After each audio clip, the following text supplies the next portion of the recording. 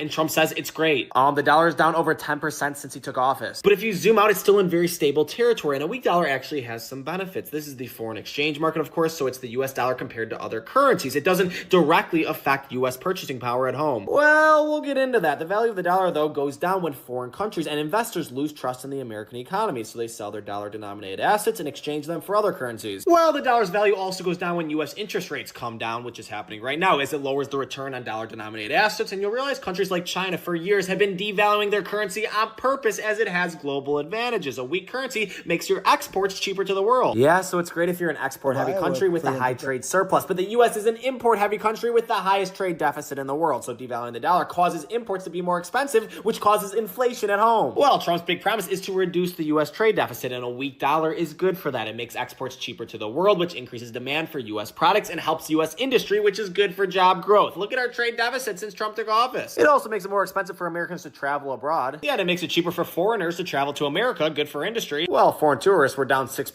2025. A weak dollar is also good for US companies that already do business overseas. It's when they convert foreign earnings to dollars, it's higher. But it's bad for US companies and consumers who are dependent on foreign imports. That makes US built products more attractive. Plus, it's good for borrowers with a lot of debt like the US government, as that debt can be paid off in cheaper dollars. But it's also bad for debt holders, and if you're looking to issue new debt, as the US government will have to do a lot of, as those investors will demand higher returns. And this can also have a cascading effect. If foreign investors think the dollar will continue to fail, they will deleverage and we can lose our reserve currency status. Well, we're still in a historically stable range, but this slight decrease combined with tariffs and deregulation should lead to great growth domestically, or isolate ourselves, cause inflation, and lose our reserve currency status. We will see, won't we? Surely.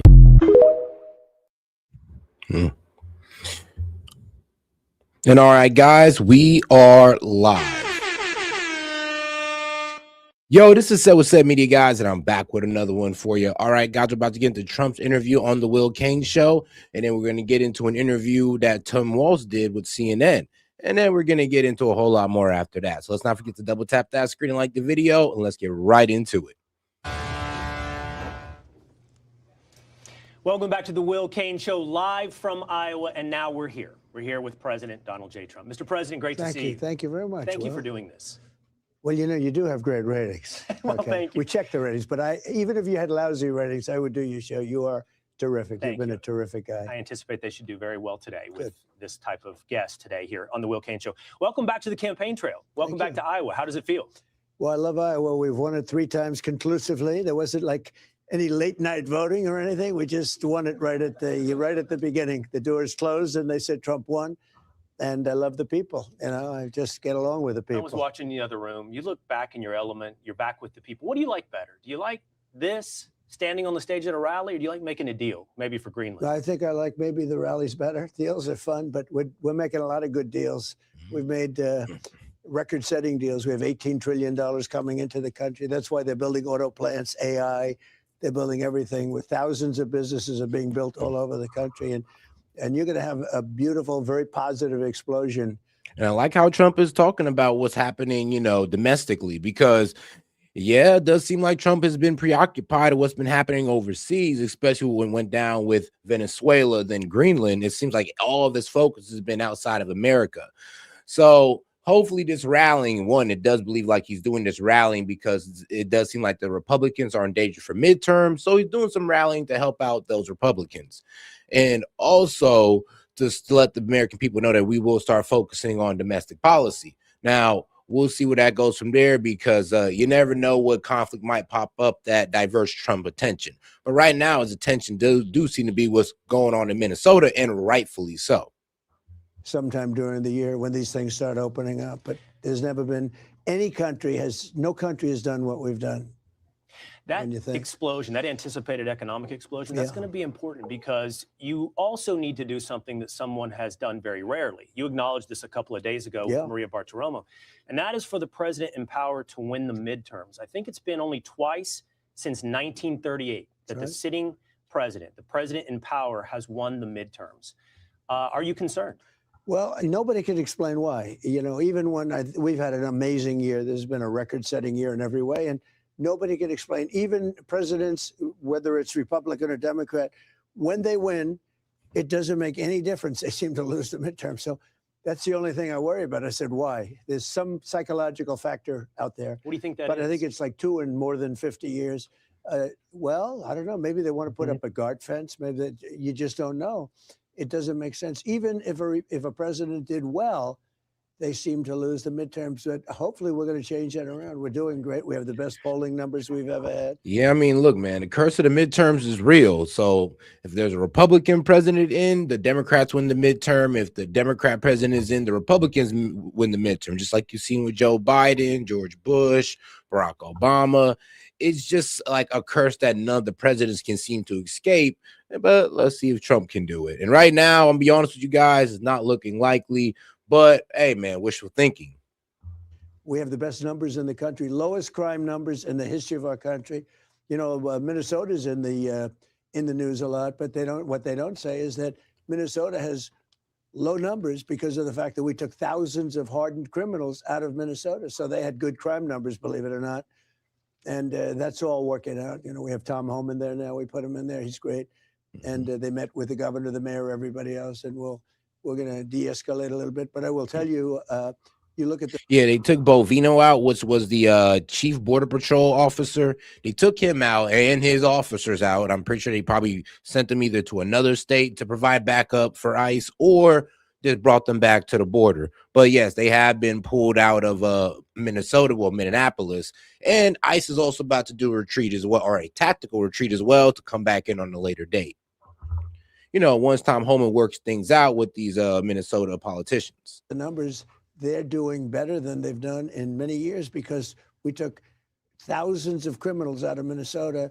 You look at Washington, D.C., it was a very dangerous place a year and a half ago. Now it's as safe as you can get. You can walk your family down the middle of the street. Nothing's going to happen. You know, it's right. We got rid of over 2,000 hardened criminals, many of them led in through the open border policy of Sleepy Joe Biden. It was not a good. That was not a good policy, Will. I want to come back to Minnesota in just one moment, but let's go to those guardrails. I'd imagine you do not feel like you need guardrails in this moment. You talk about the investment. No, I don't need guardrails. I don't want guardrails. Guardrails would hurt us because, you know, we're free enterprise people. The people in this room, the people of Iowa, are free enterprise. That's why we want it so big 3 times in a row. I would have to imagine that guardrails would be an understatement of what would happen should you lose the House or the Senate. There's been talk of impeachment. You've been through this before. Yeah. You've been through it multiple times. I'm a professional. What will happen? What will happen if Democrats take the House? They'll probably try and impeach me. They'll say, I mean, bro, not just try to impeach you. They'll try to bring charges on Hegseth. They'll try to lock up all ICE officers involved in Minneapolis.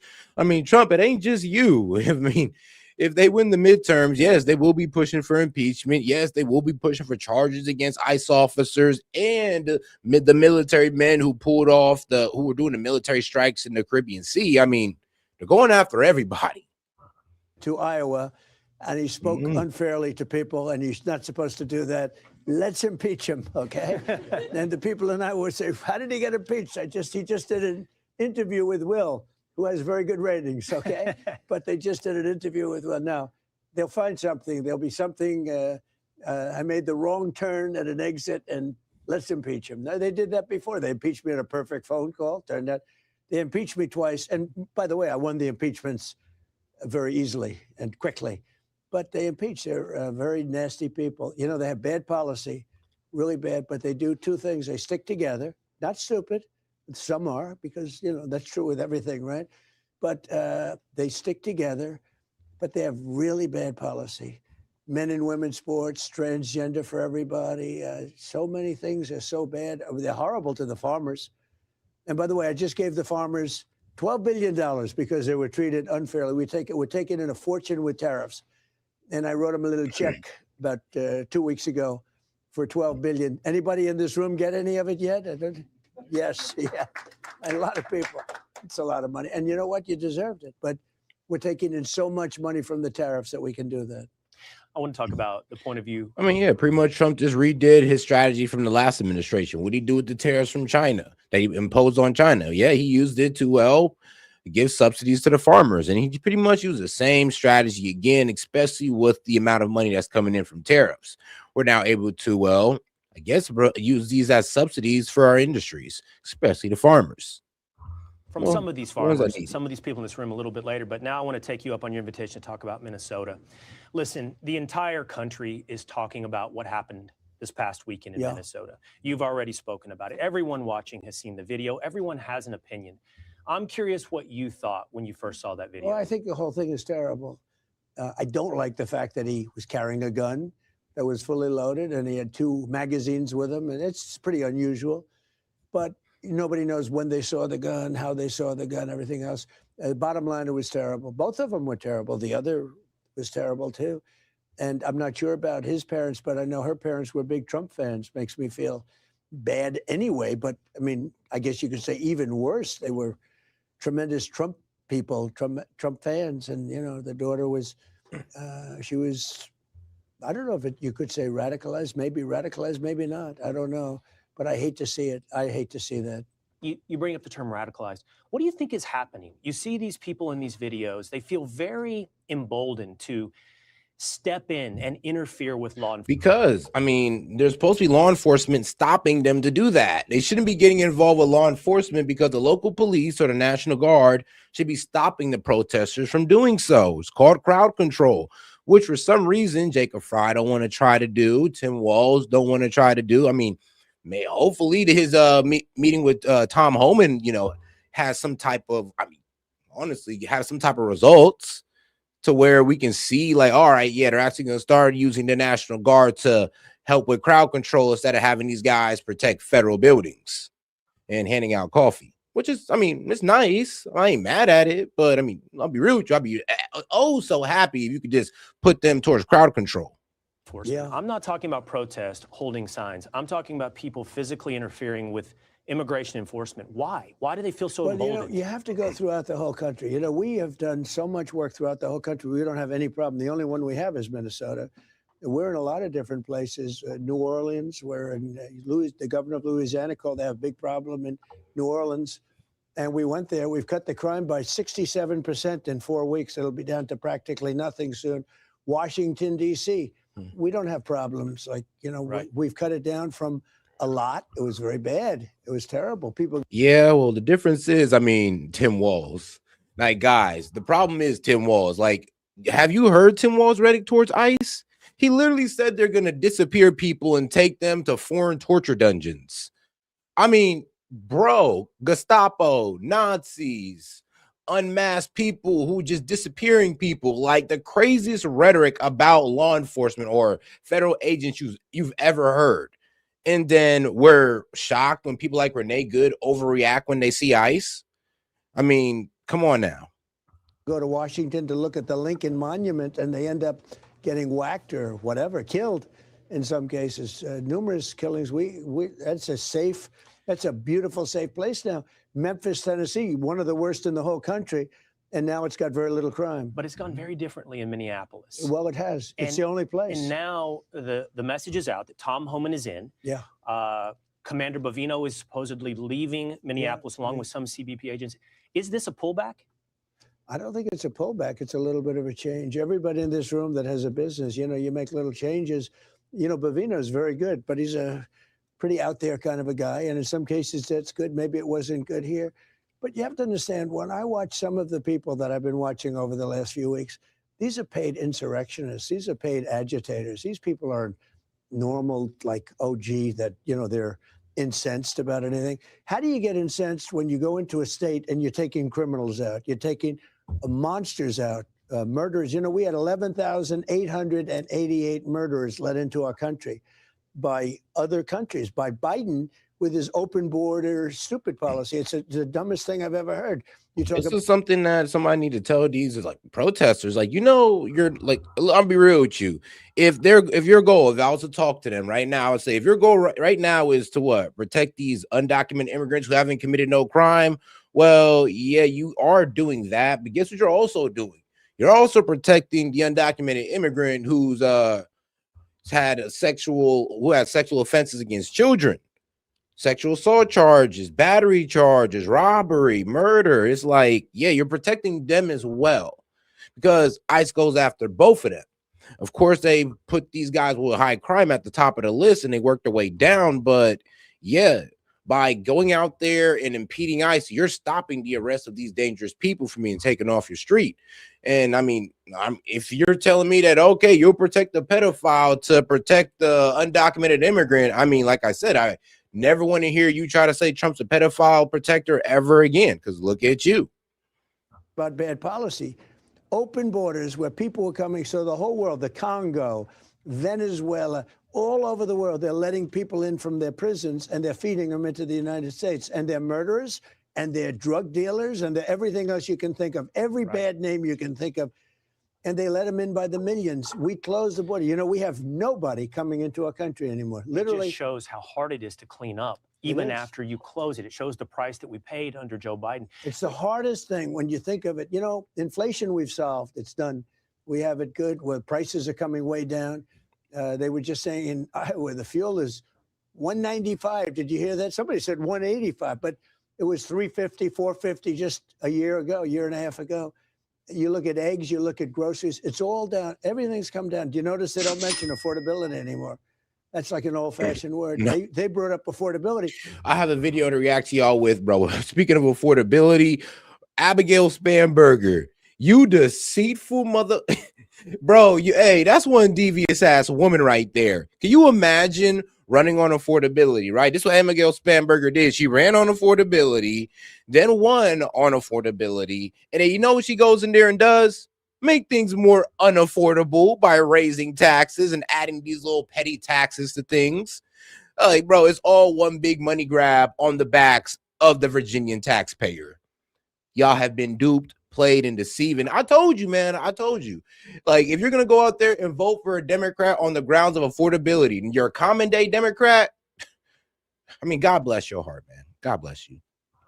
But they were the ones that caused it. I didn't cause it. I came in. Prices were way too high. We had the highest inflation in the history of our country. 48 years, they say. I say the history. But we had the highest, let's say in 48 years, the highest inflation. Prices were way high.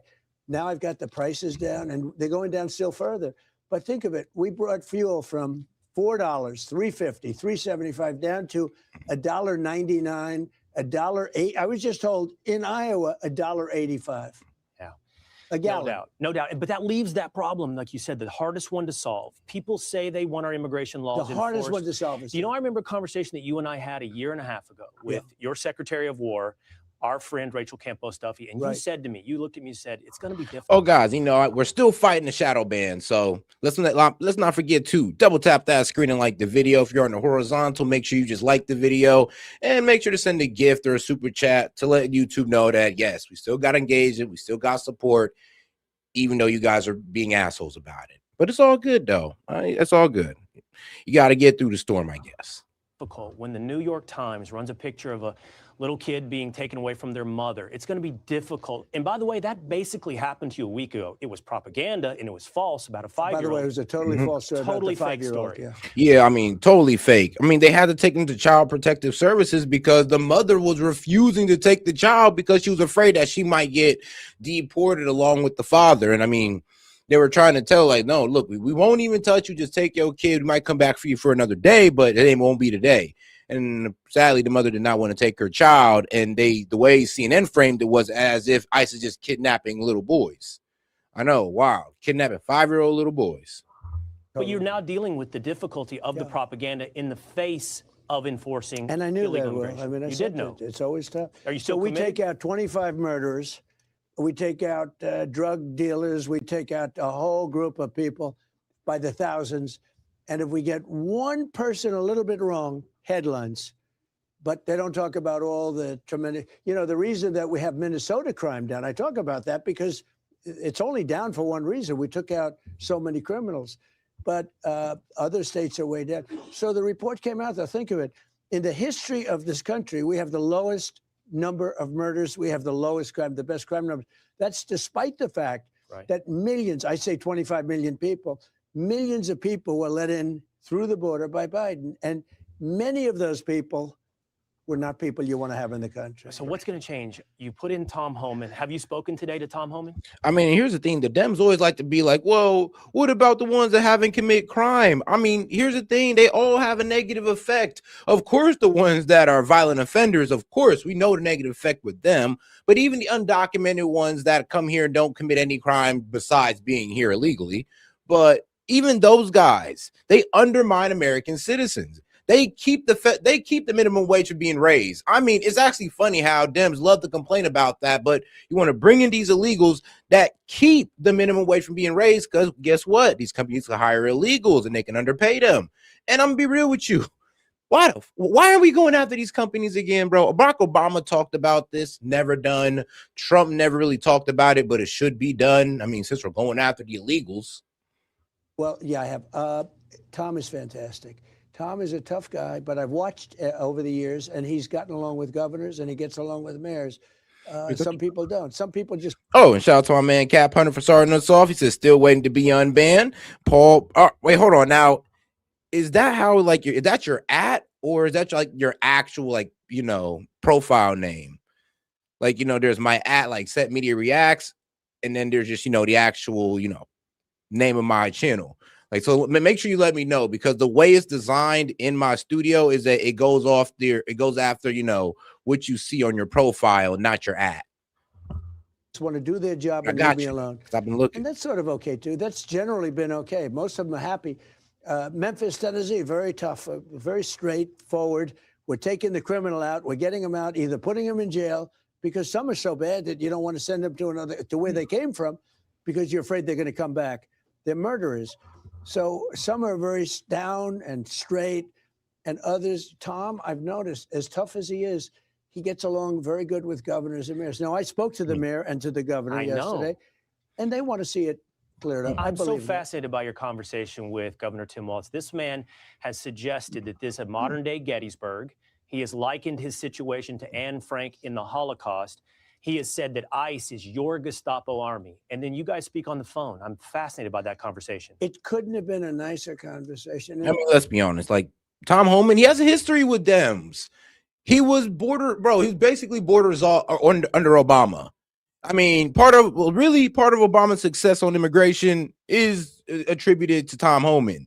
So, yeah, I mean, he's actually used to talking to these Dems, to be quite honest with you. And I'm be real with you, it's kind of hard to sit there and not listen to what Tom Homan says on immigration due to how much experience, what he's seen, all this crazy stuff.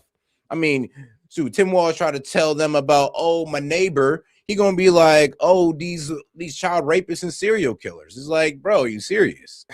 So let's see how that works out. I do think Tom Homan getting in there is going to be way better than Bovino, even though, honestly, I like Bovino. He was no nonsense, no BS, but things were getting out of hand, especially with the last shooting.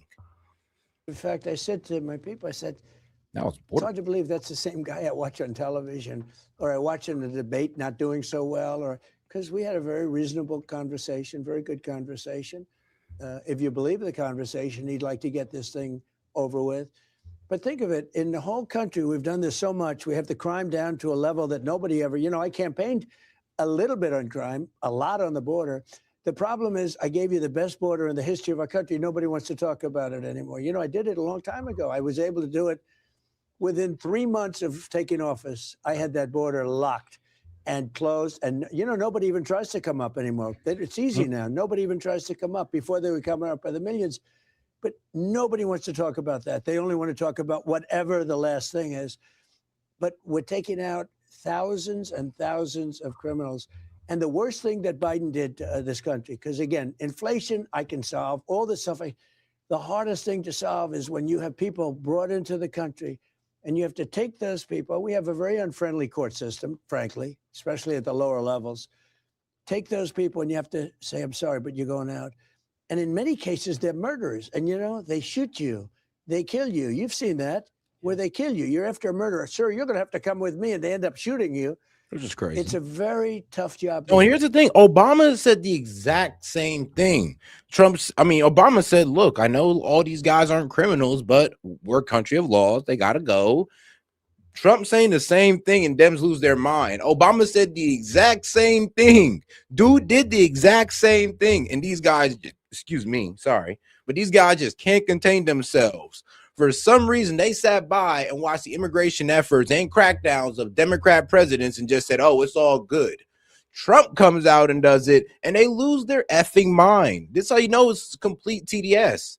Because this is why Pierce Morgan's point stands so strong, is because, oh yes, Barack Obama was the deporter in chief. He did everything Trump's doing, said everything Trump's saying. They're using the same rhetoric, and you guys are losing your mind. All right, of course, Trump didn't say it as, I mean, he didn't speak as well as Obama did, but they're basically saying the same thing.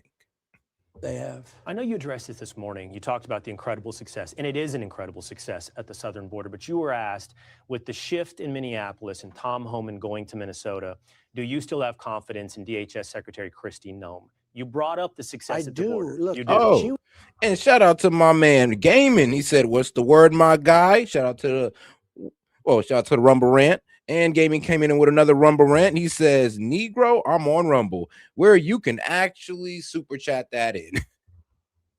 Or Rumble Rant that in. That is crazy. Shout out to Rumble. Who was there with the border?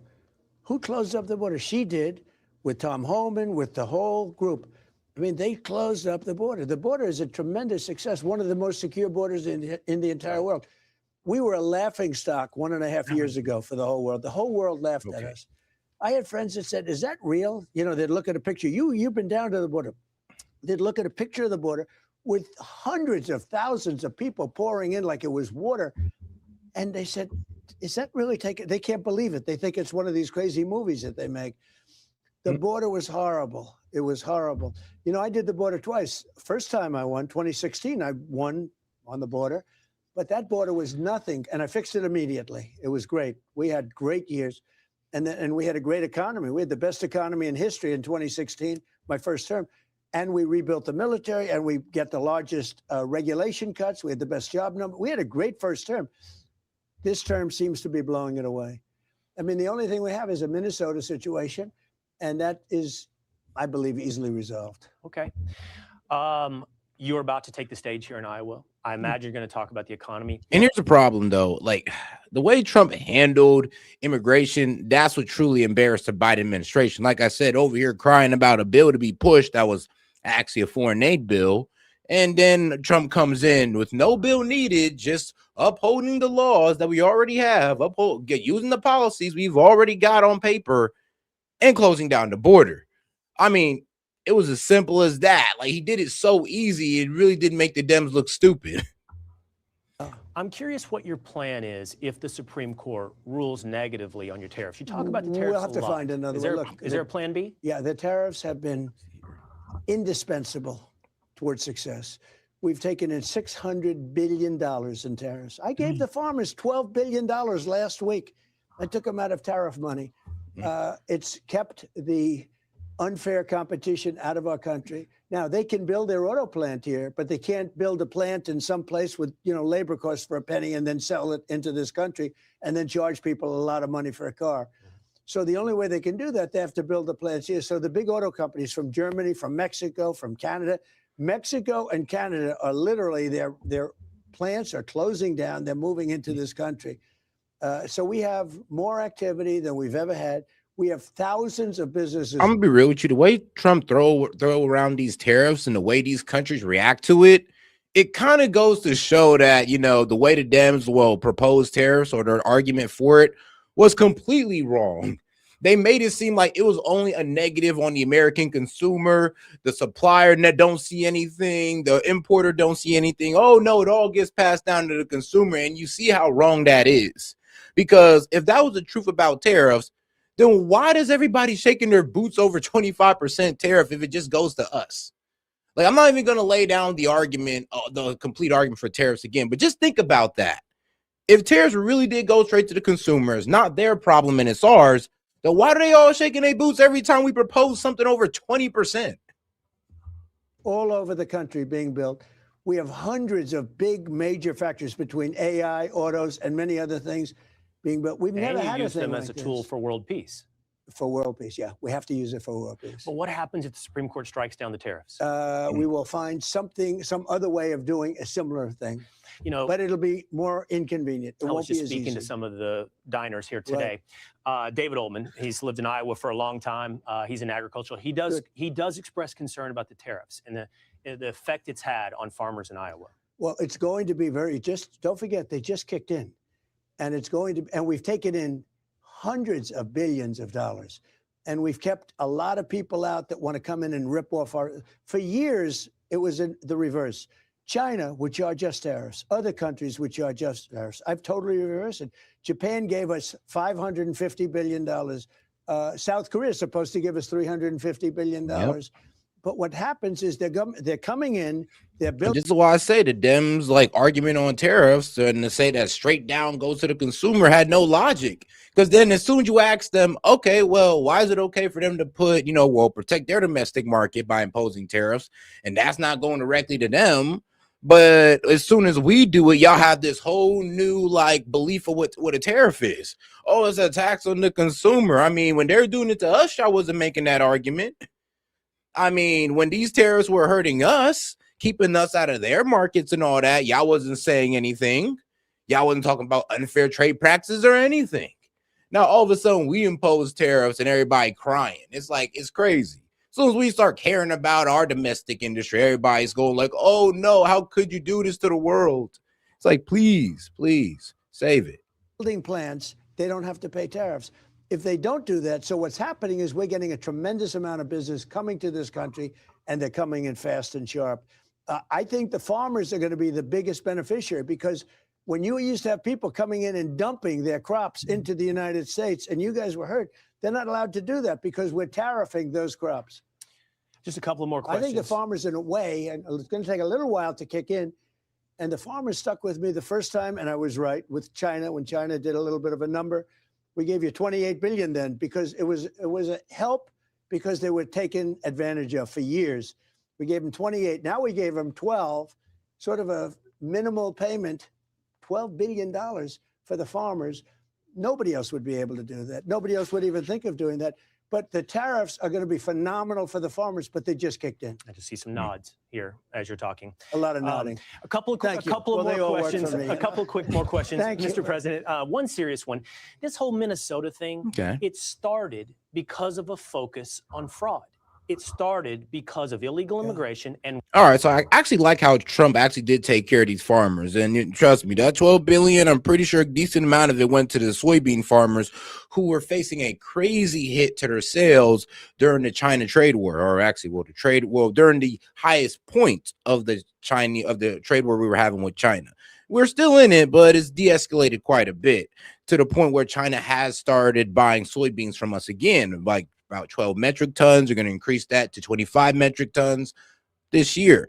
But to help these guys out, helping them out with this, no, not all of them, not the soybean farmers are not getting the whole 12 billion, but to get a decent portion out of this 12 billion is actually going to help them out. Welfare fraud. Yeah. The question is, will there be accountability in Minnesota and beyond? There's got to be. Well, other states, California. Minnesota is one state. If you look at California, so in Minnesota, they think it's $19 billion. If they think it's $19 billion, triple it or quadruple it. And if we catch a lot of this fraud, and I felt it for a long time, but now we know what's happening. And the answer is, yeah, there will be accountability. It's one of the little problems. I happen to think, and I've said it from the beginning, that a lot of what's going on with respect to Minneapolis, with what's happening with all the hoopla, is so people don't talk about. You think it's a distraction? I've said it from day one. It's a distraction, because what you don't see is that we have hundreds of accountants from Todd and from all of the different people. We have hundreds of accountants going over everything that's happening, and we're finding fraud on top of fraud on top of fraud. And I think that they don't want that to happen. You're talking about $19 billion. Probably that's a minimal number. Now, you take that and you go to California. You think California is better? I would say California is worse. It's totally out of control. They don't know what they're doing out there. The governor is, I actually thought he was a pretty nice guy, but he has no clue what he's doing. Look at a railroad. He builds a railroad. It's like 20 times more expensive than it was supposed to be. Actually, what's so funny about our guy Gavin Newsom is that he's more concerned about following Trump around the world to talk shit about him than actually helping out his constituents in California. I mean, that's one of the main problems about Gavin Newsom. He actually is obsessed with Trump. I mean, damn near mimicking the man while mocking him at the same time. What they did to get down the cost, they made it shorter, so it doesn't go to San Francisco. You saw what he said, right? He's claiming victory in Minnesota, by the way. He has posted that you have retreated in Minnesota, Governor Gavin Newsom, and he is encouraging people to keep the pressure up. See, I haven't heard that at all because it's just the opposite. I was called by the governor yesterday. I was called by the mayor yesterday. How do we do something? Please, how do we do something? I think it's bad for them. I don't think it's bad for us. I think it's bad for them. Yeah, you'll have to see what But it's not a question of retreat. We want safe cities, whether it's, if we took a lot of the crime out of there. We want safe cities and states. We want a safe country. And again, we just got a report done by Democrats that the country is the safest ever recorded right now. Right. Along with a secure border. I'm just looking around, who's here today. There's a lot of people, but one guy who is not here is your Secretary of State. And I'm afraid he made a very big mistake. He gave an interview where he said that one of his tricks with you is on Air Force One. Marco Rubio goes into a room and covers himself up with blankets so that you won't see him sleeping, that you'll think it's a staffer. And so I think there's only one of two ways you go with this. You give him yet another job, or you pull the blankets back. That's what he wants.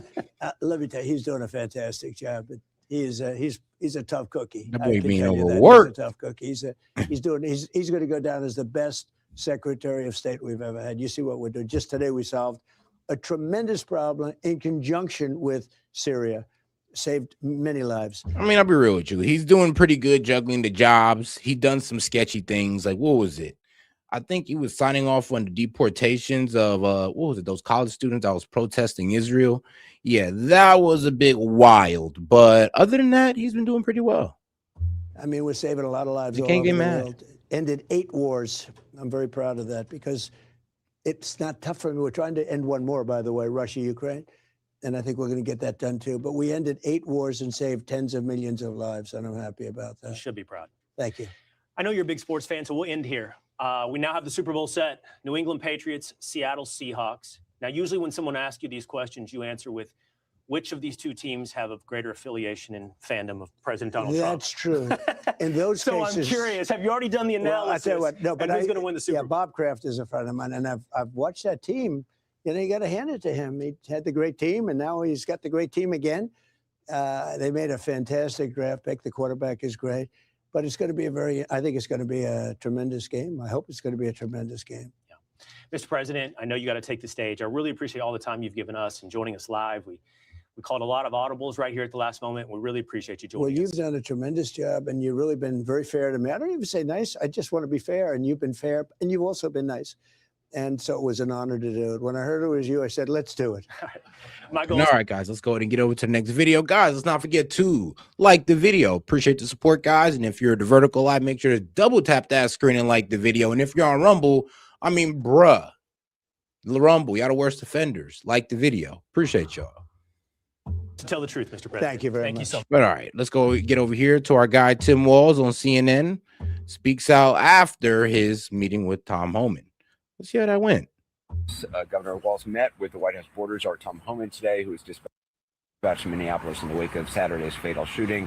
It's the governor's first television interview since Alex Purdy was killed. I appreciate you being here. I'm sorry to make you stand out in the cold, but I guess you're used Minnesota. to it. Yeah. First of all, the meeting with Tom Homan, how did that go? What are your thoughts on that? Well, Tom Homan's a professional, which is a lot more than Bovino and Christie Nome. But look, I think the thing we said is we're very clear about this, that we need these folks out of Minnesota, and we need justice for Renee Good and for Alex, and those were things that we came with. I think the thing that I'm most concerned about is the tone was different. There was a tone shift. I wish it was because of the horrific, shooting that somebody saw some morality, but I think it's probably the press. But with that being said, I'm not interested in a more efficient Metro surge. I'm ready for them to get out of here, and I think that's what Minnesotans are talking about. So it was progress. Look, I never got a call from Bovino or Nome Never. Nothing. No, nothing. When they're coming here, and Tom Homan landed last night, and he called. I mean, you didn't get a call. I'll be real with you, because you weren't trying to help them. Actually, you made it explicitly clear that you wasn't trying to help them. You made it really clear that you see ICE as a bunch of Gestapos and Nazis. So, like, how do you talk to somebody like that who's already pretty much saying that the guys that you work with are a bunch of Nazis? Like, how do you approach somebody like that? I'm glad Tom Homan's actually was able to, walk over there and do so, because, well, Tom Homan has a history of working with Democrats. Last night and asked if he could have a meeting, and he was there at 9 o'clock. So, look, I think that's progress, but they started this fire, so we're not giving anybody credit for putting it out. But right now, what we need is a return to normalcy by these ICE agents out of here. And you talked about this in all those meetings with the White House and with Tom Homan and his team. Nobody asked about Alex or his family, so I appreciate you bringing that up. This family going through the horror of losing their son, and then also to see him slandered like that. It's just not only slandered. I'm slandered by the top officials in the world, the the most administration. powerful people in the world, and not taking it back. And look, for one whole day, certain news stations, that's all they were running, and that's one of the problems here. Look, Minnesota, they came here. We don't have near the undocumented folks that many other states do. Minnesota's a well-run state. Minnesota's a place where people get along. We welcome immigrant community, and they brought this down on us. And I think you're here, Anderson. You're telling your folks it's a siege. It's a siege in all respects. We have children being pulled from their parents. We have elderly people being drug out in this type of cold with no clothes. It's just absolute cruelty. I mean, is it in your mind political that they came here to Minnesota? Yes. There's no other facts for it. They've changed why they're here. Donald Trump himself said, I won that state 3 times. He didn't. And then I get a letter the other day from Pan Bondi demanding our voting records in this. And kind of like, well, we'll send these people out of here if you do that. But there was an implication, quid pro quo. Oh, exactly. Yeah. Amateurish, but that's what they're doing, and they're never going to. Well, actually, okay. See, that's actually misinformation, and it's kind of funny because I remember Sid came in here saying that, but when we read out the letter that Pam Bondi sent, no, she didn't actually say, "Oh, well, if you give us the welfare data and the voter registration data, we'll pull out ICE." No, she said we need you to work with ICE, give up your welfare data so we can look into this fraud, and your voter registration data so we can look into how well you guys are practicing, voting integrity. That's it. She actually made 3 demands, and for some reason, left-wing media, because I'm be real with you, they know that the guys on the left is not gonna read any type of letter by Pam Bondi, and they're just gonna take what the left-wing pundits say. So I get it. No, quid pro quo. Oh, exactly. Amateurish, but that's what they're doing, and they're never going to get those. And states control that. 10th Amendment. You're seeing all the contradictions. I appreciate you saying this. 2nd Amendment, 10th Amendment, everything else that is no longer there. But the one thing I can say is that come out of this, and you've seen it. I'm sorry, but we're talking about upholding federal law. You can't really say, oh, state law. I'm just like, yeah, buddy. We're talking about removing illegal immigrants that are not supposed to be in this country that broke be real with you. They're here undocumented. Yeah. And depending on how much times they did it, they're breaking a law. They have a criminal offense. I'm not going to say a felony, but it is a criminal offense or a criminal violation. So to sit there and just try to make it seem like, oh, no, these are just peaceful people who just live here and we love our immigrants. Dog, we love our immigrants too. The legal ones. That's the difference between, I guess, us and the Democrats. It's like, bro, you act like we don't like immigrants too. Yeah, we do. The legal ones. The naturalized ones. The ones that come over here for vacation and take their ass back home. I love them. But not the illegals so much. I don't have no hatred for them, but I'll be real with you. It is basically disrespecting our laws, and I don't stand for that. The strength of the people of Minnesota, the decency of Americans, the ability to care for their neighbors, to be out there, that will last a lot longer than this administration. But I just say right now, it's very disheartening to me to see the president say Kristi Noem's doing a great job. I'm not sure there's been anybody more incompetent or cruel that's ever served in a cabinet position than her. And this is on her. And look, we need to know who these people were. We need these guys brought back here. That's the thing. I mean, we showed up to do an investigation, and we're not allowed onto the site. in any normal situation, your state investigators, the best would be on the scene, would be Correct. working the crime scene, would be in charge of That's this, or at least working with federal law enforcement. They've developed the trust of the people here, and what they come up with, they don't make any judgments on it. They turn it over. A grand jury will then bring indictments. Has Tom Homan made any indication that that'd be something? He said he would call Kash Patel about it. I asked him. I said that's one of our demands that this happen. I also said, insult to injury. It's just like there's a cruelty that runs so deep it's hard to understand. They opened a federal investigation into Renee Good's wife, and that's still ongoing. And I said, look, you want to send some goodwill to the people of Minnesota, you need to drop that. But he indicated he would do that. I see the president say he might. She did basically tell her wife to drive off from the police when she was told to exit the vehicle. Yeah, I'm not really sure if that can be a charge brought upon her, but I mean, that is a bit crazy. And then also, why did they decide to come out there and honk the horn? Are they part of this organized ICE watcher, like who's going out there to try to obstruct ICE? I mean, that does need to be investigated and looked into. It is what it is. Peel down a little bit. When you deal with the president, and I said, I'm in a situation where people say, well, you got to give him something, you got to do something, don't anger him or whatever. It's pretty hard not to be angry when your citizens are being shot. It's pretty hard to be angry when you see the amateurs out here, wreaking havoc. And there's no purpose to this. And I think what's really important to tell Americans, Minnesotans believe in law and order. Minnesotans believe that we should have border control. Minnesotans believe in due process, though. And Minnesotans want to. I mean, yeah, this is due process, my brother. A lot of these guys have already been asked to leave and they just haven't. I mean, a lot of these, a decent amount of them are criminals and they need to be removed. I mean, shoot, even if they were legal, we would still have to put them in jail.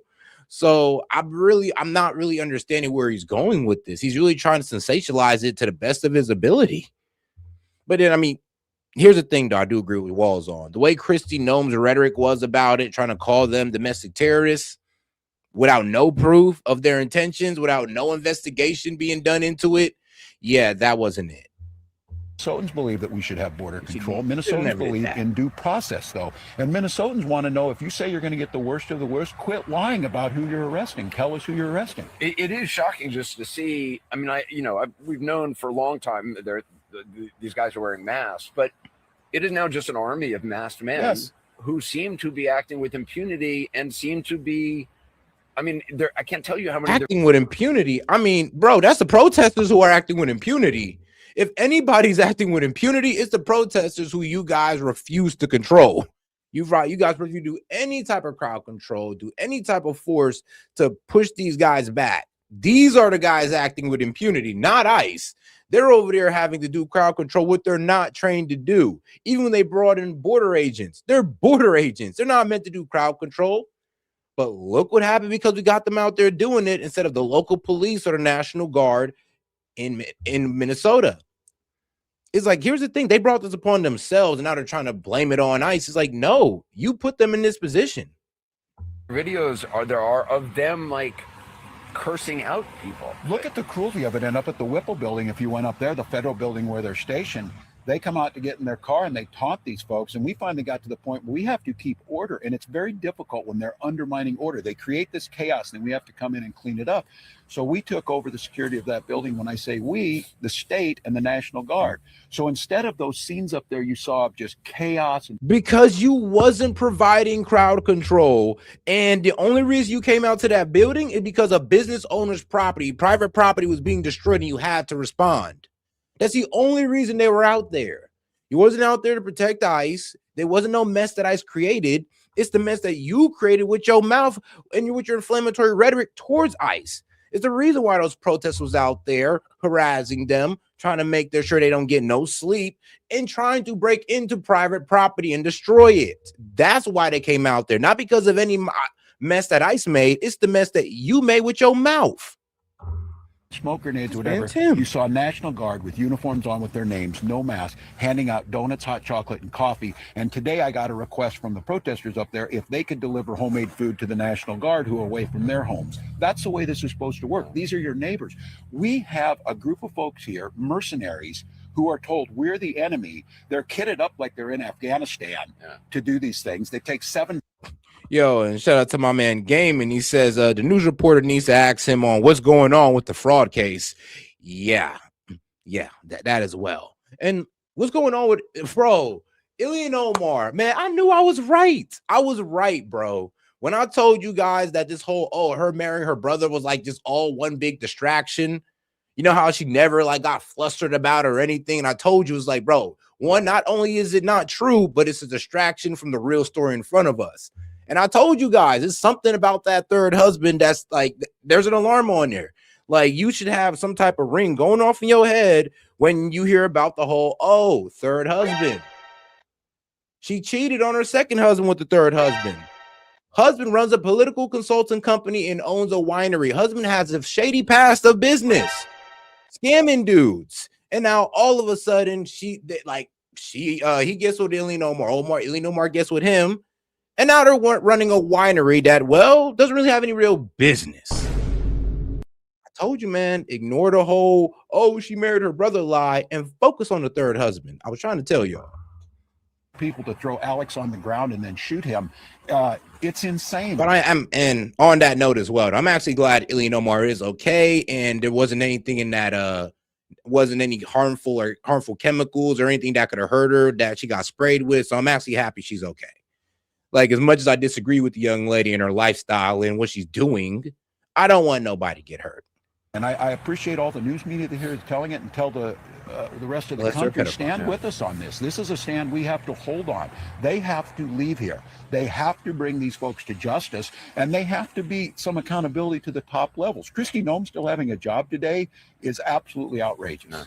The administration seemingly in cleanup mode over the killing of ICU nurse Alex Preddy. To people here, though, the cleanup is not what's wanted. Coming clean is, and signaling a course correction, if that's what the president is in fact now doing, is not the same as doing the right thing. With that in mind, here's the president in neighboring Iowa this evening talking about the new official he sent here and the change he expects to see. We have Tom Homan there now. We put him in there. He's great. And they met with the governor, the mayor, everybody else, and we're going to de-escalate a little bit.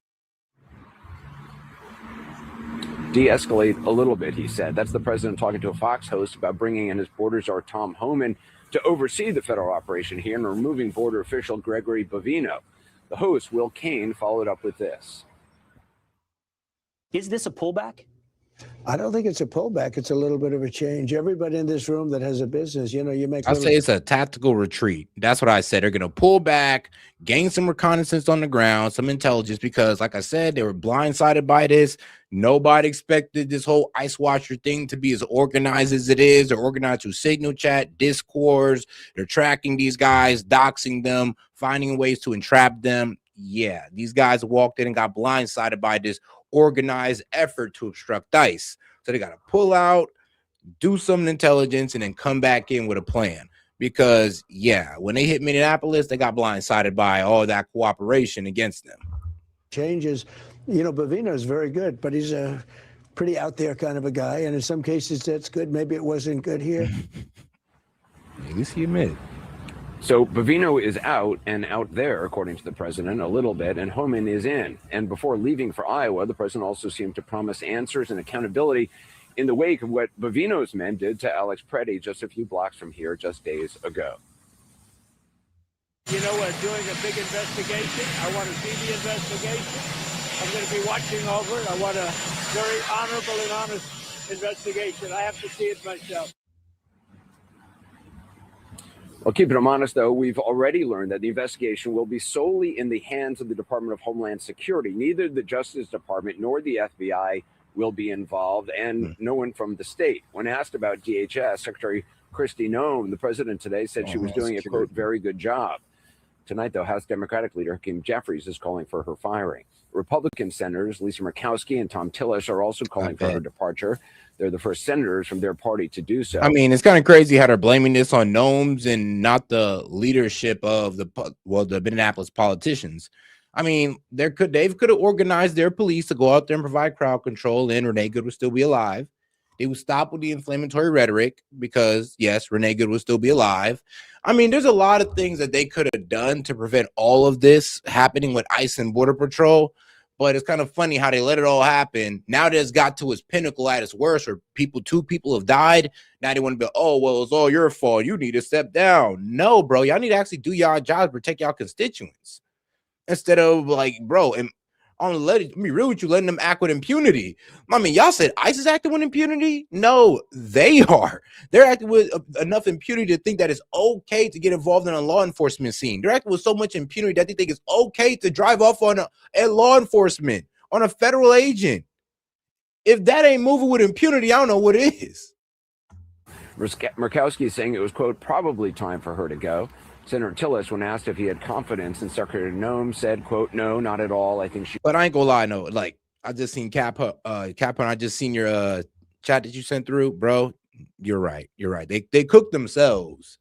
I don't know why, but yeah, she cooked herself. I'm talking about Kristi Noem. She cooked herself when she went out there and tried to call him a domestic terrorist.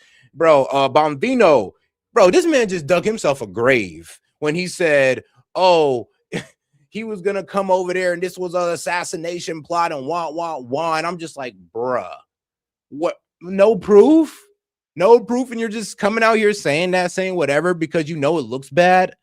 Now you just made it 10 times worse. And then of course Stephen Miller carrying on the same rhetoric of assassination, domestic terrorism, wah with no proof. Like, it's just a bad look now. You should go. He later softened his remarks, but only slightly. Senator, do you have confidence in Secretary Noem? None at all. But do you think Noem should step down? I think Noem needs to decide what. I think if Noem looks at her body of work, I could not be. If I were in her position, I can't think of any point in pride over the last year. She's got to make her own decision, or the president does. But she has taken this administration into the ground on an issue that we should own. Senator Tillis also laid into the president's deputy chief of staff and ultimate point man on immigration and deportation. Stephen Miller never fails to live up to my expectations of incompetence. I can tell you, if I were president, neither one of them would be in Washington right now.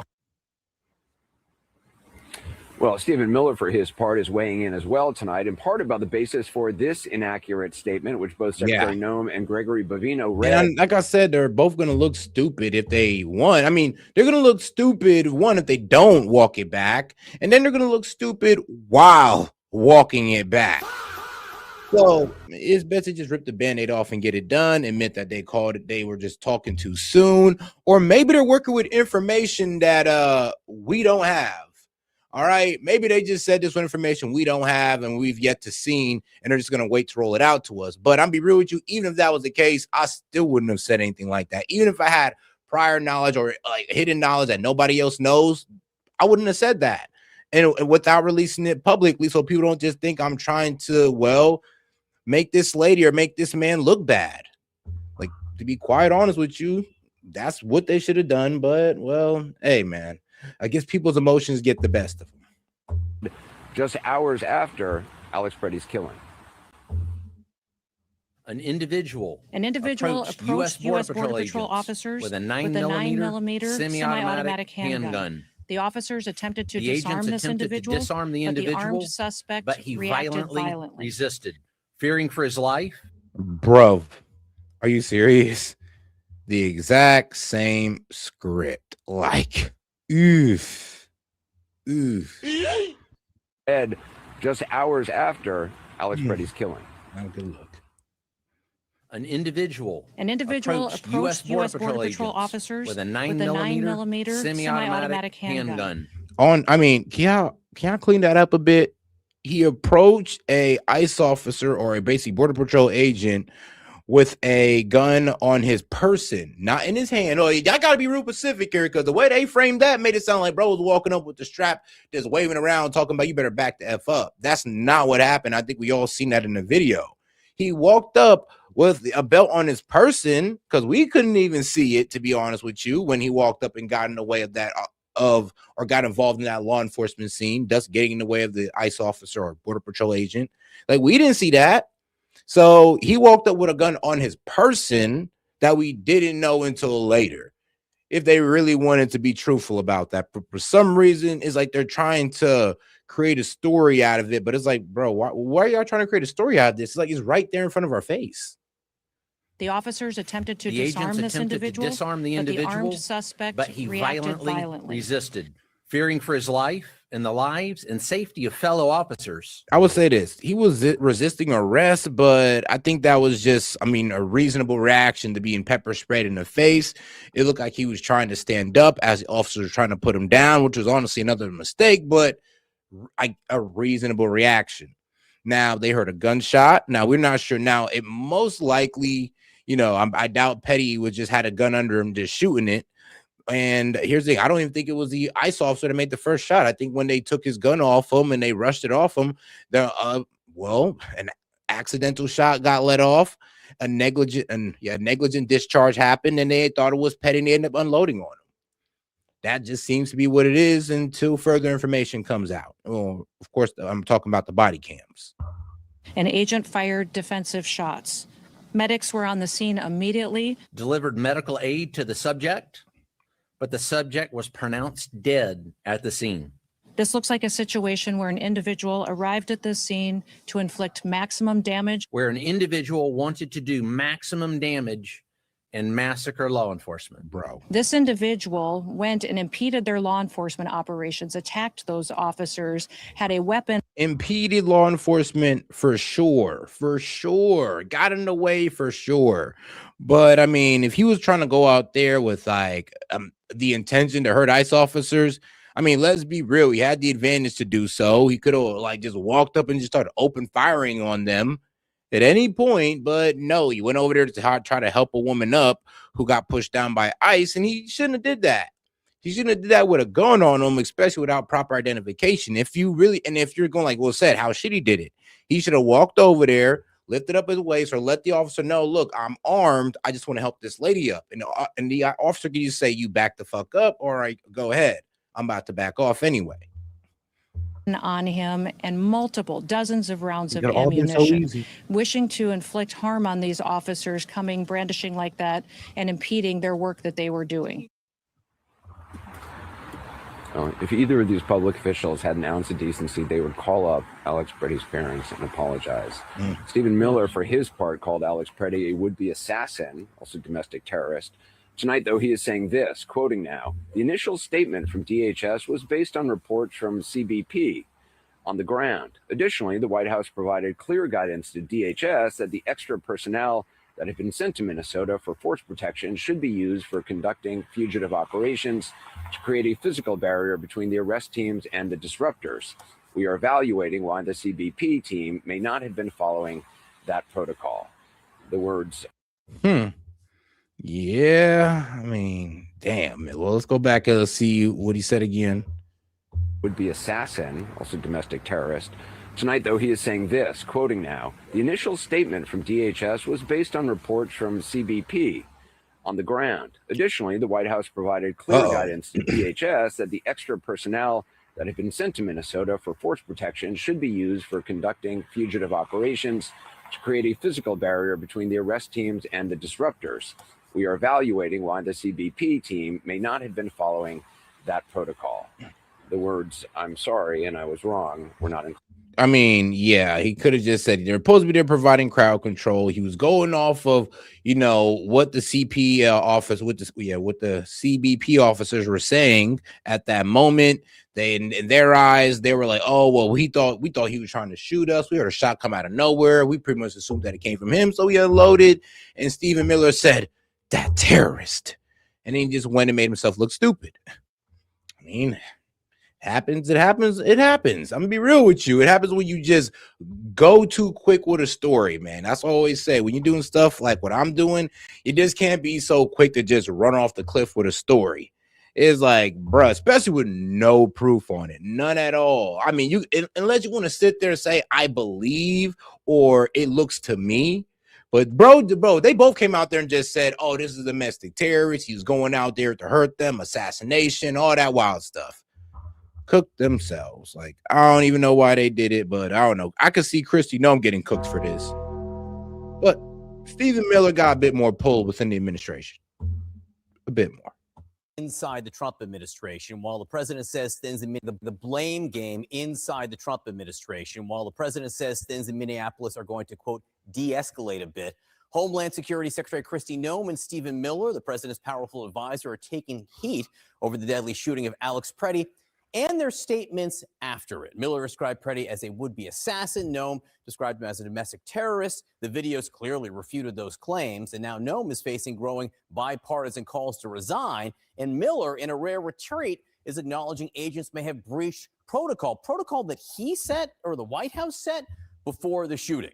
With us now, CNN's Betsy Klein and Jeff Zeleny. And first, I just want to hold up a flow chart, friend, of my understanding of the blame game here. There you can see, Homeland Security Secretary Kristi Noem is blaming Stephen Miller. Stephen Miller seems to be blaming Customs and Border Protection.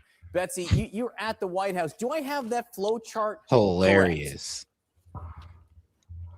Wait, I'm sorry, but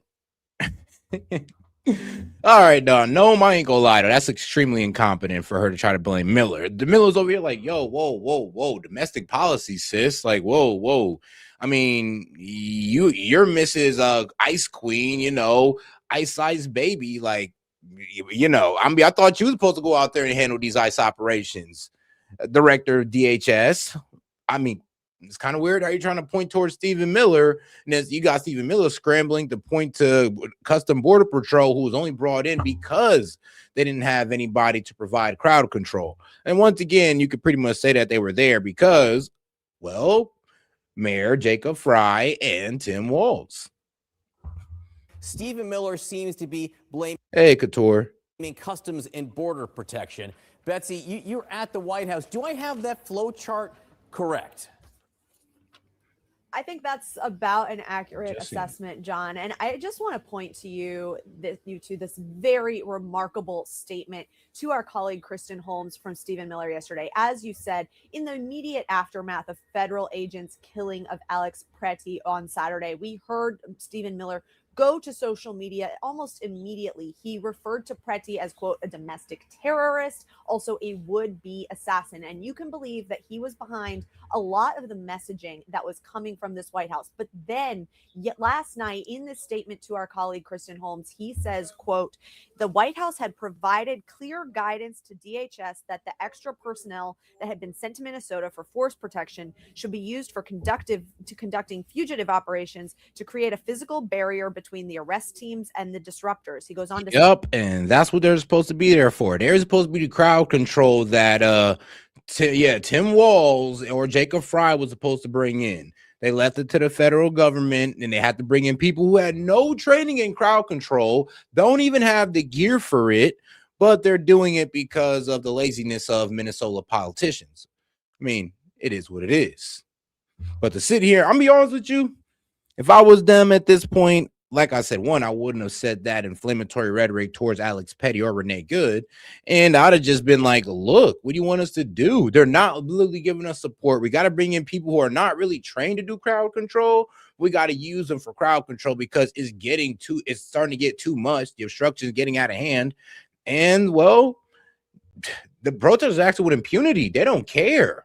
They think that this is like a lawful way to do a protest by being able to instruct law enforcement, track them down, have networks to dox them. And then here's the thing, they're complaining about a mask when you're doxing these guys and threatening their family members. And you expect them not to start wearing masks? Are you dumb? They're riding around in unmarked cars because you're tracking their license plate.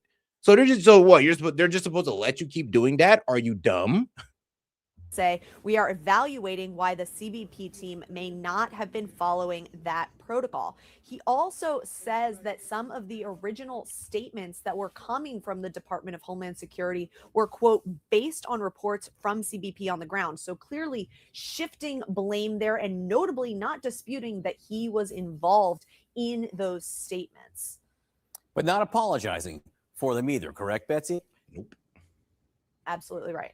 Okay, and that's important because he said those things. He's blaming now CBP for giving him the information that led to those statements, but he is not apologizing. Jeff, bigger picture here, when you take a step back, this is very unusual from this Trump administration or any Trump administration for that matter. They have really conducted now about 3 retreats in the last week by my count. First on Greenland, first the idea, no military action, definitely going to own it now. Maybe not so much. Well, actually, no, they kind of gave us what we wanted. They said, well, we could put more military bases on there. We could start building the Golden Dome, and we have access to certain mining rare earth minerals. Well, according to Trump, forever. So yeah, we pretty much got what we want without having to use force, but just by threatening it. It's kind of funny. It's like, hey, yo, give me your money, I'm gonna punch you, and they give you your money, and they give but now, and here's the thing, the beautiful thing about that is you never have to punch the guy. You just have to threaten them to use force, and he gave you what you wanted. That's pretty much what we did with Greenland. We said, look, we're gonna punch your ass. They said, oh, please don't. Here you go. And we're like, all right, cool. We ain't gonna punch you no more. Thank you for giving me what we wanted. Well, what I wanted. Really, America. The president had to backtrack on saying NATO troops weren't on the front lines in Afghanistan, and now clearly backing off a little bit in Minneapolis. That's a lot different than we've seen before. Hey, and shout out Couture Leotard. Appreciate the support, sis. She sent the thumbs up for 10 jewels. Appreciate that. Help me fighting this shadow ban. One support at a time, or one gift at a time. It is what it is. Or from this administration, Jeff.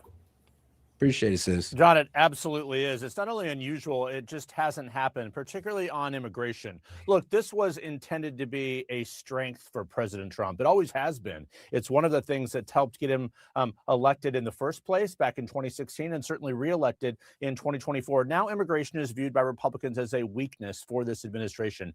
That explains the flow chart that you were pointing out earlier. Stephen Miller isn't doing this simply because he's suddenly had a change of heart. He's doing this because even a few Republicans, a small but growing number of Republicans, are beginning to confront and challenge and question this administration. It is all coming, of course, as the very emission in Minnesota is being reviewed. And it's a funding review from ICE, of course. It could lead to a government shutdown at the end of the week. We shall see. But Stephen Miller knows the president is unhappy about this. That's why he is sort of backpedaling here. But the bigger picture, it's not just optics here. Is policy actually going to change? And that is very much unclear. One huge difference from this administration versus the first Trump administration, he's very reluctant to fire anyone. In the first administration, people were being fired all the time, week by week. That has not happened. So I do not expect any firings here, but this is a dramatic change of a position here. And keep your eye on Stephen Miller. He's viewed as unless you want to count like Mike Walls, he got demoted. So that's pretty much what Trump doing. I think he changed from firing people because of how much media attention that was getting to demoting people and be like, all right, well, we'll take you from here and move you somewhere else. Like Mike Walls. He wasn't really working in our interests as a national security advisor. So we sent him to speak for us as a UN ambassador. There you go. The liability in some circles here. He's very close to the president. I don't expect him to go anywhere. But that statement that Betsy was reading is extraordinary because we have never seen a retreat like that from him. Yeah, and Betsy, just, I'll hold up the flow chart once again since Jeff just celebrated it here. Where's the president in this flow chart? Who exactly does the president blame among these three choices? Don't matter. Well, I think the president's message here is that he's trying to de-escalate. He is trying to, we've seen him even talk to Governor Tim Walz and Mayor Jacob Fry in the aftermath. And the president now is essentially saying that those calls are cordial and constructive. But when we ask if this is a substantive or a symbolic change, the White House is still actively blaming Democrats. We heard from Caroline Leavitt saying that this is... is it not y'all fault? Hold on now. Come on now. Yes, we could sit there and hold Stephen Miller and Kristi Noem accountable for that inflammatory rhetoric towards Alex Petty with no proof. Yes, we will hold them accountable. But let's not sit there and pretend like because of the lack of leadership from Tim Walz and Jacob Fry that this is I'm sorry. Sorry, guys, lost train of thought almost. But let's not sit there and act like this is not their fault. Like they have nothing to do with this. I keep saying this. If they would just provide crowd control, bring in the National Guard, local police, bring in local police from other areas that are more peaceful, that have, less obstruction going on. Bring them over. let them help out local law enforcement, provide crowd control, then bring the National Guard, help them provide crowd control, keep these people back so they aren't obstructing and putting themselves in danger. The problem is these protesters are acting emboldenedly with impunity as if they're allowed to instruct police. And why? Because nobody's stopping them. And if anything, their politicians, their leadership is cheering them on. So how is this not their fault? How did their rhetoric not put Renee Good in that situation? How did them not putting out crowd guard? Like, how does that not relate to Alex Petty getting shooting? If they had those crowd patrol, Alex Petty wouldn't be able to get close. So how is it not their fault? Deliberate and hostile resistance by Democrat officials, blaming the Preti killing on Democrats. But the question is going to be, what is the change on the ground in Minneapolis here? And President Trump is appearing to indicate that there might be some more substantive changes. We'll just have to wait and see what happens. Yeah, based on how Tom Homan has described the conversations with Tim Walz and the mayor there, and they both have described it, there is a bit of substantive difference there, merely in the dialogue. And very quickly, Jeff, while I still have you here, Republicans on Capitol Hill, how far do you think they're willing to take their criticism?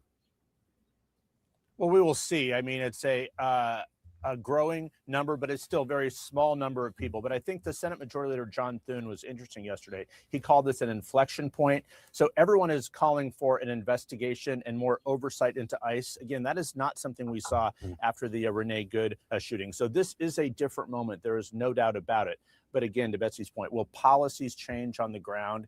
Again, what was a strength for the administration is now a political weakness. A lot of fingers being pointed over the Trump administration's false claim that Alex Preddy, the man fatally shot in Minneapolis, was out to massacre federal agents, an accusation just not supported by the video we've all seen.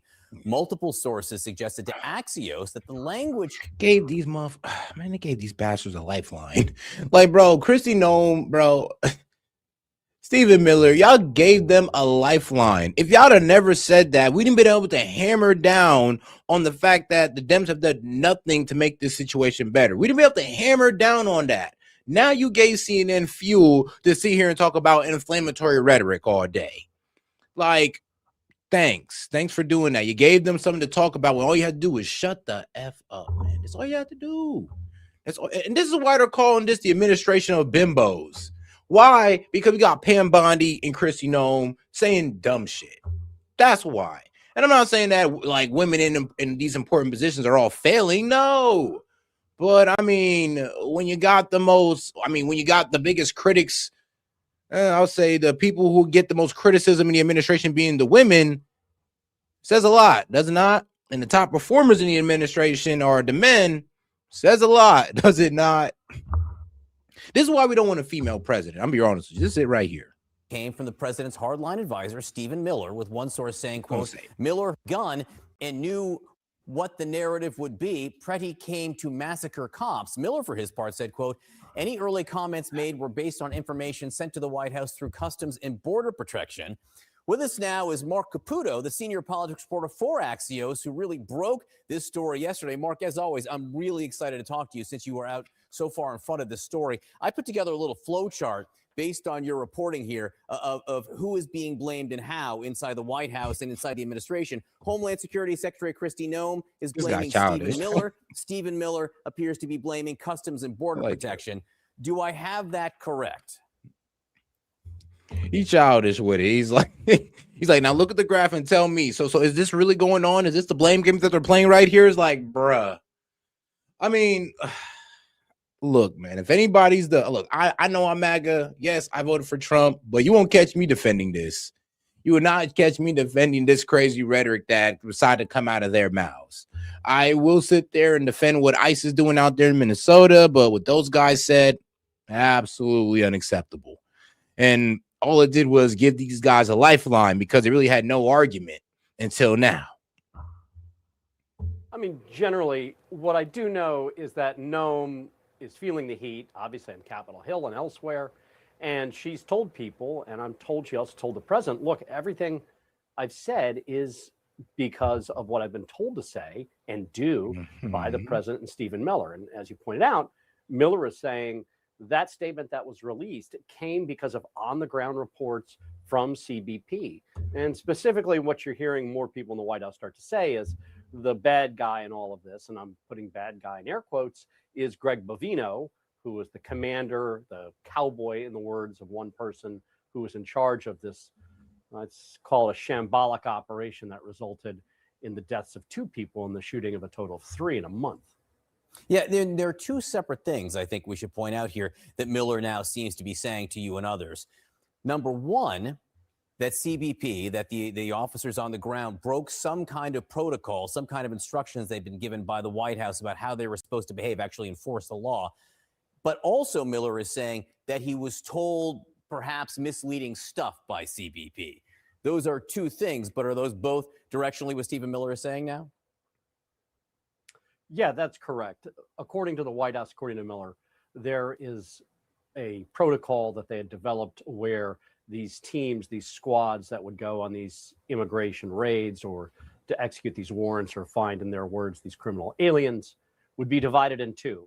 One group would do crowd control to stop what they called the disruptors, and the other would go and do the arrests. Yep. And according to them, on this fateful day, on Saturday, that just sort of devolved into chaos, and none of that took place. Now, obviously, in the background of this, there have been other videos, other cases of pretty egregious policing that had happened under Bovino. Specifically, there was the young man at Target, the Target worker who was pushing around grocery store carts, got in some sort of jawboning incident with these agents. They tackled him, they kind of beat him, they shoved him in a van, and they dropped him off nearby. Stuff like that did start to really rankle at the president, and finally the president made his change on Monday. Yeah, I was going to say, so based on your reporting, if we have this. No, I think it was the shootings that actually, kind of that's where the president kind of put his foot down. Was like, okay, yeah, we need some new leadership over there. I'm not sure what's going on. Maybe we need a little leadership, but he's like pretty much pulling out and trying to tackle it a different way. New leadership, all that, because yeah, it's obviously something ain't going down. And something ain't being carried out right, especially after the Alex Petty shooting, because that one looked terrible, especially with one of the what was it, the Border Patrol agents just smacking the guy with the with the paint can. I mean, that was ridiculous. Like, why are you doing that? Like, obviously, I don't think that's protocol, especially when you're holding a man down, but we'll see what comes of that. Of the blame game, where does the president fit here? As far as you can tell, who is the president blaming for all this? He's not really blaming anyone. It's just one of those sort of, hey, things sort of happen and let's move on. One of the things the president doesn't want to do is communicate a weakness that he's backing off. And in that, under that umbrella, is the idea that he needs to make a change. So let's just be very clear. Kristi Noem, from all of the information we're getting and from all the observations that we've made collectively as the news media and those of us who cover the White House specifically, Kristi Noem is staying. And so is Stephen Miller, his longest serving political advisor, from Trump 1, architect of the immigration plan, a guy with encyclopedic knowledge of immigration law, who really sort of represents a lot of the hardline policies that Trump at heart really does enjoy. And then just very quickly, any bit of reporting that you've done that indicates that Noem or Miller or anyone might apologize for the statements that they made just after this incident happened on Saturday? I have gotten no indication of that. We've asked if, hey, do you want to issue at least some sort of correcting information? And so far, the answer to that has been no. Mark Caputo, as I said, great reporting on this. You're out in front. Not they double down. Well, they didn't really double down. They just pretty much ignored the fact that they said something wrong or unprovable and kind of just skirted past it. Well, all right, now let's get over here. Let's have ourselves a little laugh with Lefties Losing It. Losing it, and I regret to it's time for Lefties Losing It, and I regret to inform you that the world's unfunniest man, Jimmy Kimmel, is crying again. He's usually crying for himself and his imagined victimhood, but now he's deeply moved by leftist agitators being shot in Minneapolis. This is a man who did not shed a single tear for Laken Riley, Ruby Garcia, Rachel Marine, Kayla Hamilton. The list is tragically long. He didn't shed a tear for Charlie Kirk. Indeed, he used Charlie's murder to push lies, blaming MAGA for leftist violence. Yep. But now Jimmy is crying. Bro, and here's the wild part, talking about my freedom of speech is like, dog. I'm sorry, but if CBS decided to fire you or ABC decided to fire you because their affiliates no longer wanted to play you, that's not against your freedom of speech, bro. I mean, you could still go on here on YouTube and do your show. It's to get hella views. I'm pretty sure people still watch you even if you went independent. So no, that wasn't against your freedom of speech. The SEC had nothing to do with why this man got suspended. Had everything to do with the people he works for, affiliates. They're affiliates. So if you want to get mad, man, get mad at St. Clair Media Group. Get mad at those guys. If our leaders are intentionally creating and encouraging violence and fear, then I hope you will also agree we need new leaders, because these are not leaders. And to the people of Minneapolis, to the Freddie. You're right. We do need new leaders in Minneapolis. We need a new mayor in Minneapolis. We need a new governor of Minnesota, preferably Republican. But I mean, hey, a man can dream, right? But preferably a Dem with some common sense. That'd be nice. And we'll be good. Family and the good family. And these people who were looking out for their neighbors. We want you to know that we are with you and you are not alone. The politicians intentionally creating and encouraging violence and fear are Democrats, Jimmy. You cannot be so dim that you don't understand that. You may support it, you may think it's for the greater good, but if you don't know who is whipping up hysteria and inciting violence in America in 2026, then you're beyond help. And sadly, more violence is inevitable. This is an insurrection, and some of these activists are not hiding their intentions. Here's the thing that I need for protesters and everyone to start realizing, okay? We're at war. The protests are over. Oh, no, the hell we ain't. That's what you saying. No, we not. You guys are at war with yourselves. I'll tell you that right now. Obviously, you guys are about to turn your state, your city into a police state. And then blame Trump. I mean, when you guys are walking yourselves right into it. No. We're not at war. There's no civil war going on. We're not fighting for immigrants to stay here. Like, bruh, for real? Like, I'm gonna be real with you. It's kind of fucked up, guys. I mean, you know, these undocumented immigrants are basically modern day slaves, right? So we would basically be fighting to free slaves and send them back to their country, and you're fighting to keep y'all slaves here to have them abused by the corporations. Are y'all sure y'all want to take on that side? There's no more protesting. Sure. This is combat now. So when I come onto the field, I'm not screaming at people that are going to assault me or pepper spray me. Like, no, this is combat. I'm going to engage them in combat because we have that needs to be done. This is how we get shit done.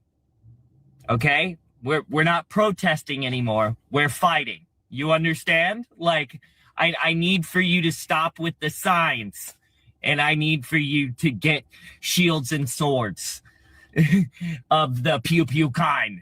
Like, I need for you to wake up. We're at war. It's wartime. It's time to go to war.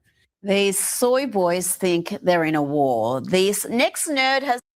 And Antifa has spoken. And let me be real with you, bro. Most liberals, most Democrats aren't feeling that. They're not. They just want to go out there and peacefully protest. But it is always Antifa that's always trying to push these people into war. I mean, it's always Antifa that's in these guys' face talk about you ain't doing enough. And due to this situation, look at them again, trying to come in their face, going like, you're not doing enough. You need to go out there and risk your life. I don't care about your family or none of that. Go out there and risk your life and be a dumbass. For what? Oh, what? For the government to double down on what you're going to die for? I don't know, man. I don't know if that's the way. Especially when people actually voted for this. You know, 77 million people voted for this, right? If you actually cared about this democracy, you guys really wouldn't be doing this. Added some cool maritime music to his performative little act. Pitiful. When's the time? All hands, hoist the colors. After today. What? The song has been sung.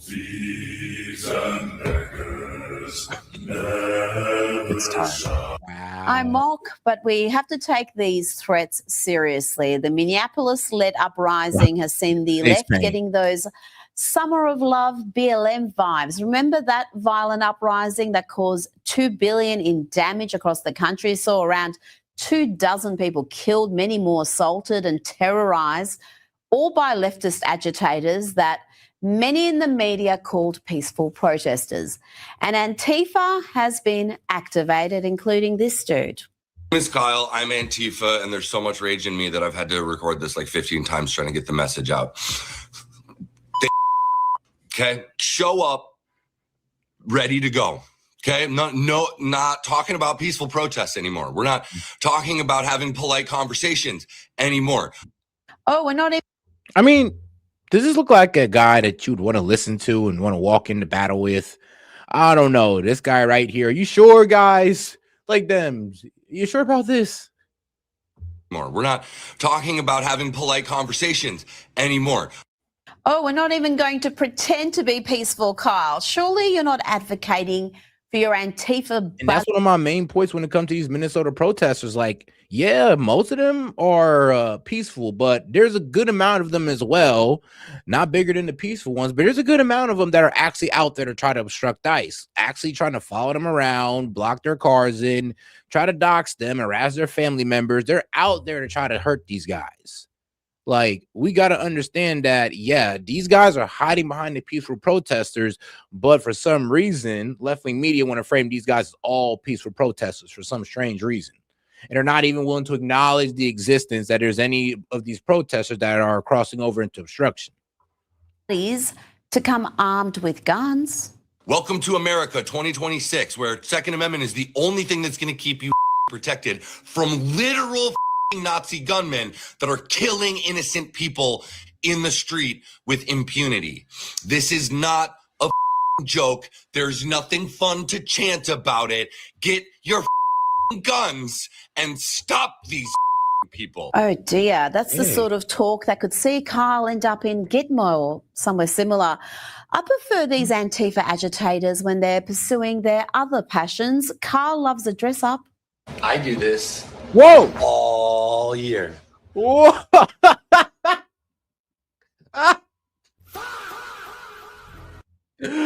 No, okay, that was all right. Hold on. Okay, yep.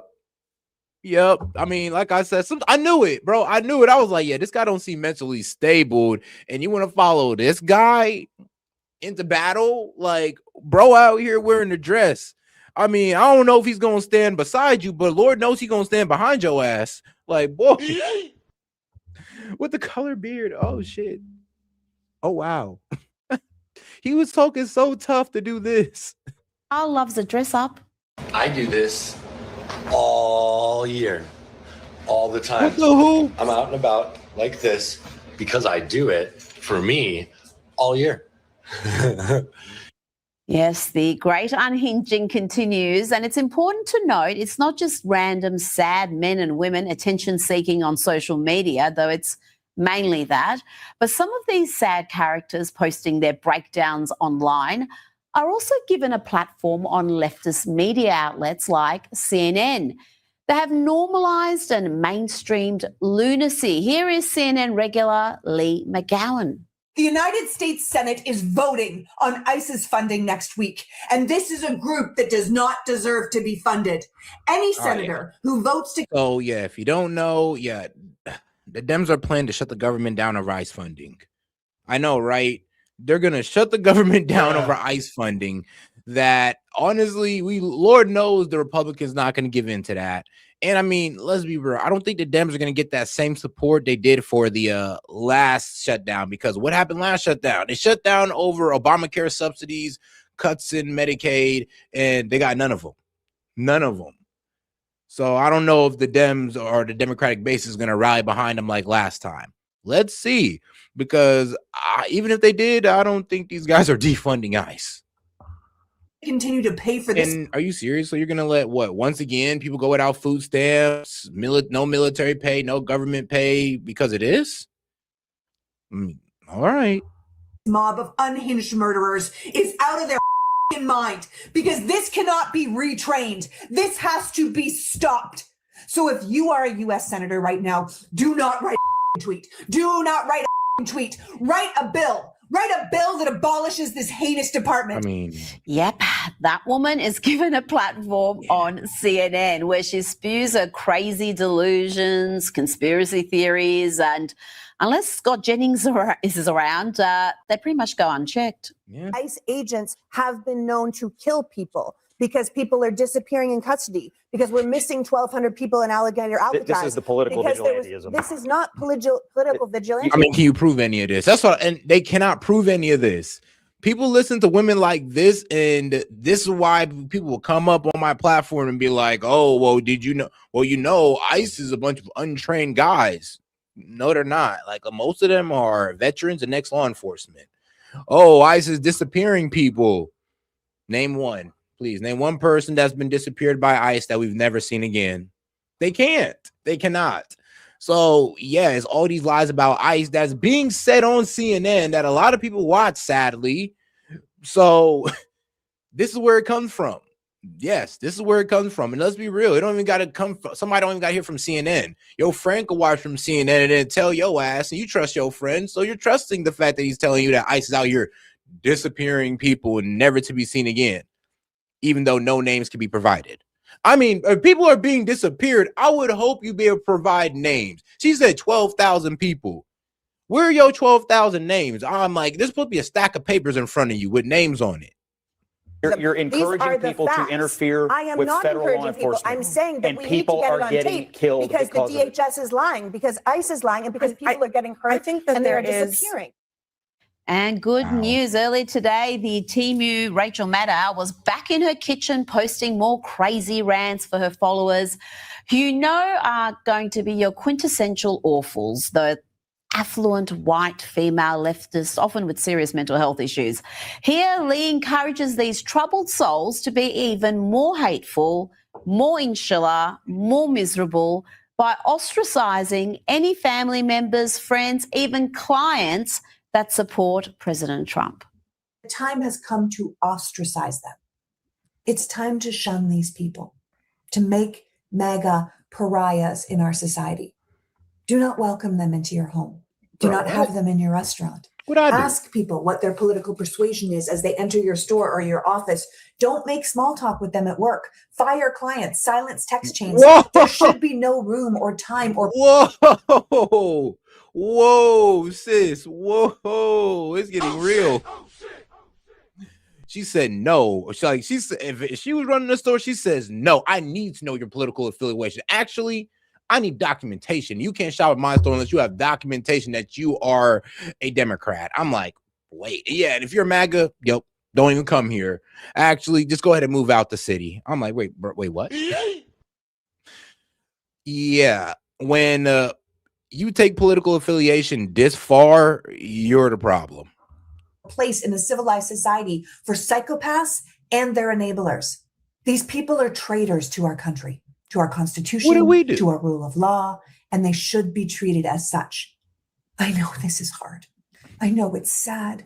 I know a lot of people are going to say, I can't believe you're going to let politics come between us. But we have to remind ourselves this isn't about politics. It's about morality. No, it's about politics. I mean, you guys don't like that we're sending illegals home and criminal illegals, and you have a problem with that, and y'all want to stop it. I mean, it's about as simple as that. I mean, let's be real. You guys were protesting this before Renee Good died.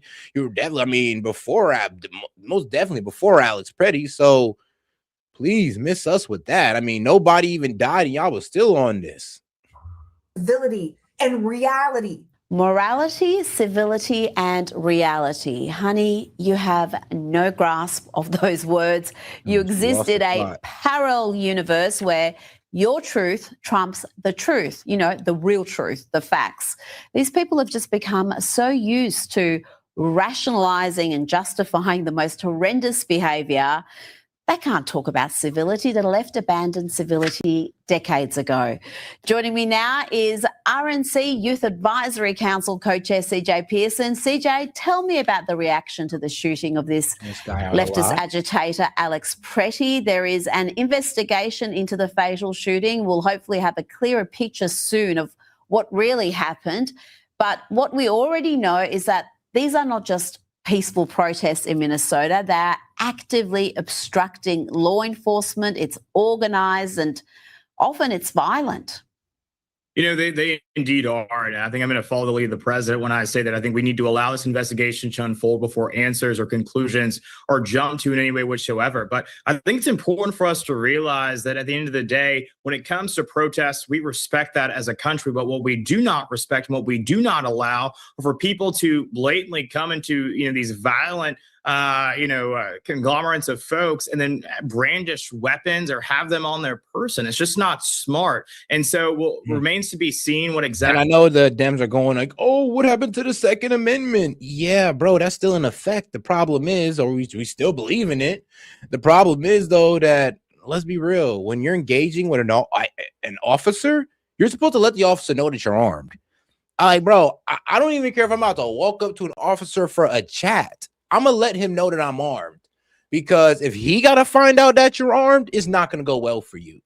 If you get pulled over, let them know. If you're approaching them, let them know. It's just common sense that you will let an officer know that, one, you're not a threat and you are armed, and let him decide what to do after that. But at least you're doing it for your safety and his. And trust me, he's really going to respect you for looking out for his safety. I mean, a lot of officers love that. Will come from this, but I think that what we will see is that this has all been a result of the violent rhetoric that's been spewed by folks on the left who are actively encouraging their followers to do ICE officers harm. I stand with our boys in blue, our men and women in blue as well, who are defending our country, defending our sovereignty, and simply ensuring that we actually enforce the immigration laws on the book. That should not be controversial. What should be controversial are these left-wing activists who are actively encouraging assault and violent crimes against our men and women in law enforcement. It's an insurrection is what it is. It's clearly that, and it's curious that it's happening in Minnesota when we've got ICE operating across the country, but it's in this blue state that has been revealed to be a hotbed of fraud. And yeah, ain't that the truth? But all right, though, let's go ahead and get back to our guys over here at Pierce Morgan. Let's go ahead and get back to that debate on, of course, the ICE shooting. Okay, people are looking on completely aghast that this is happening repeatedly. Yeah. And no one can quite understand why those who have the power to cool things down aren't doing that. Now, Tom Homan has been sent down there tonight. We know there's a White House press briefing going on in the next hour or so, which may add some more clarity too. But what should happen here? What do you think is the obvious thing to do? To have ICE completely remove themselves from Minneapolis? But then it begs the question, well, where do they go next? Should they continue their work?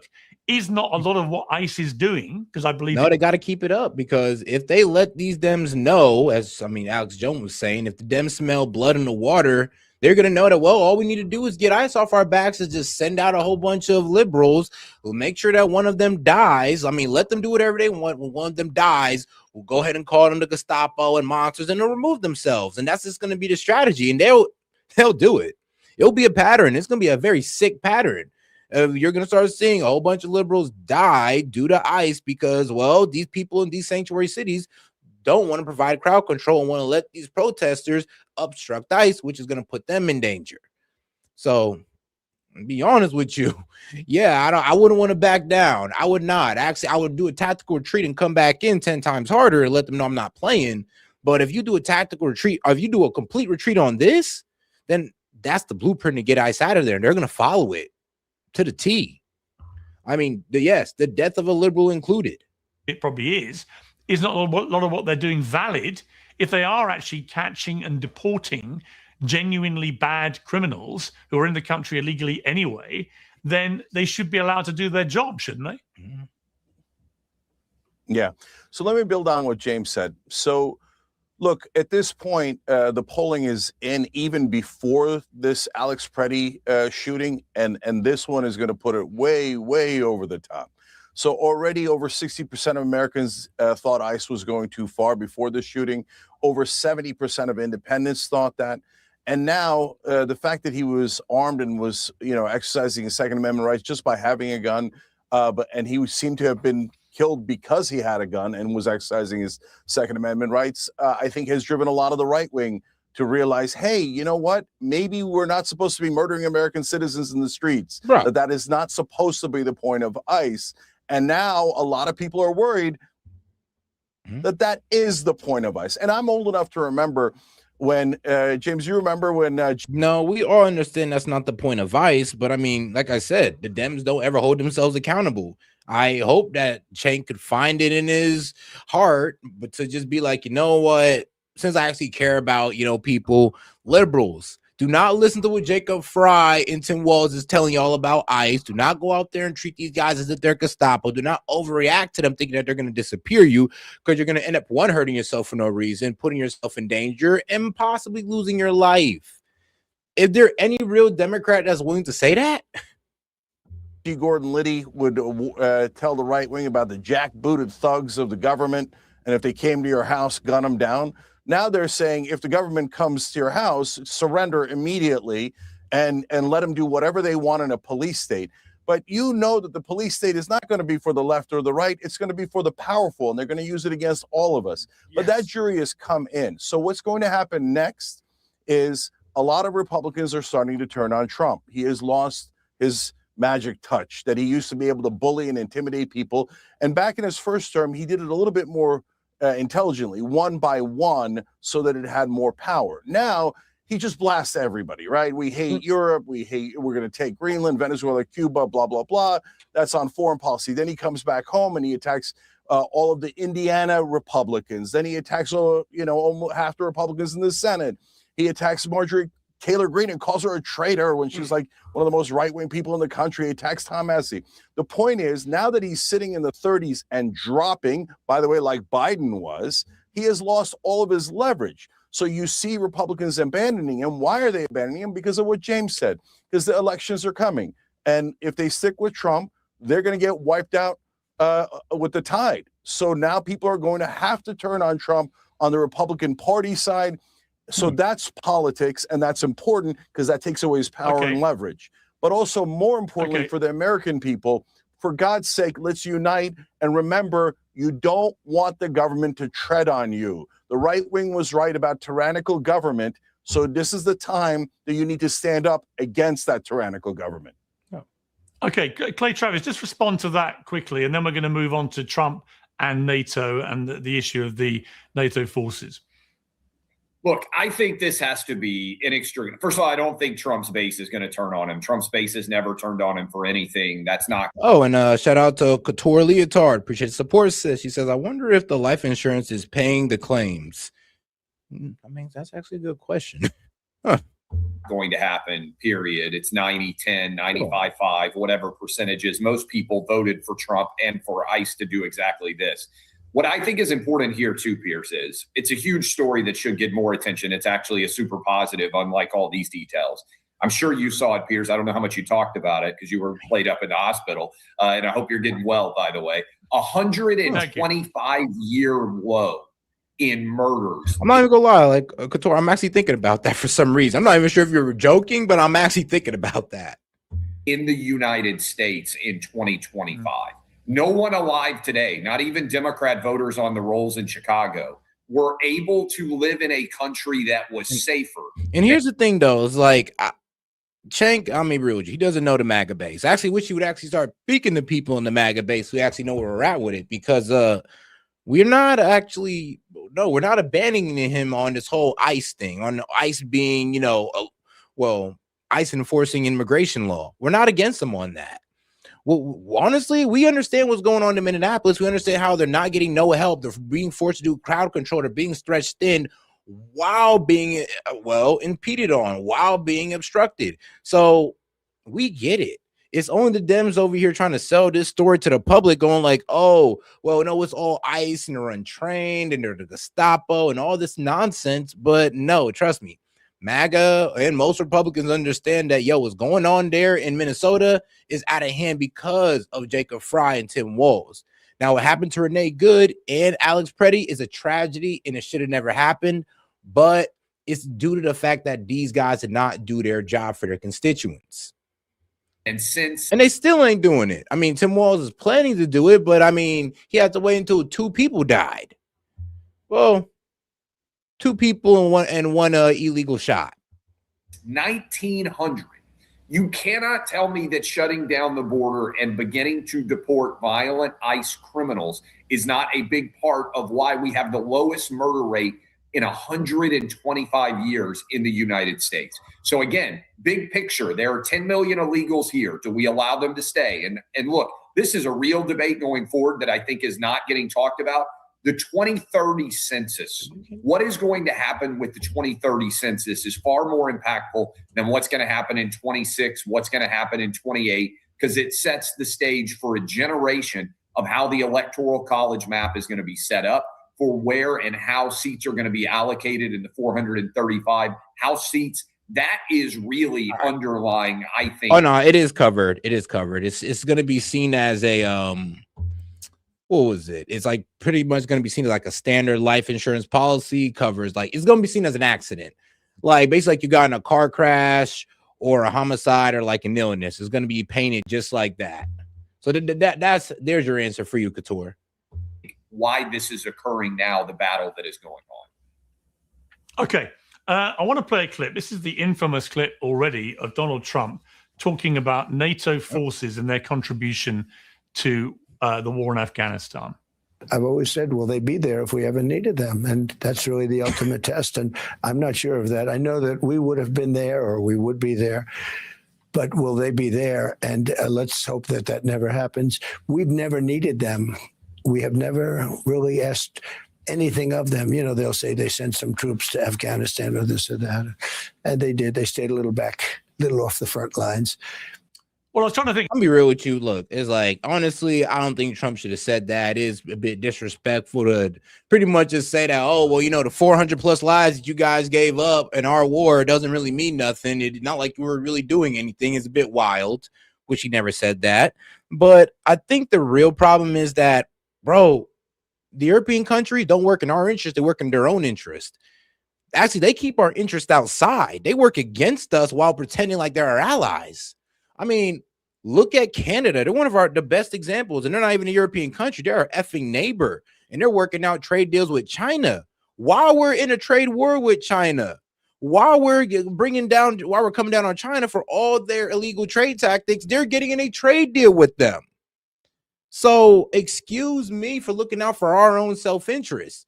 But like I said, as soon as America starts set tripping, we tripping, right?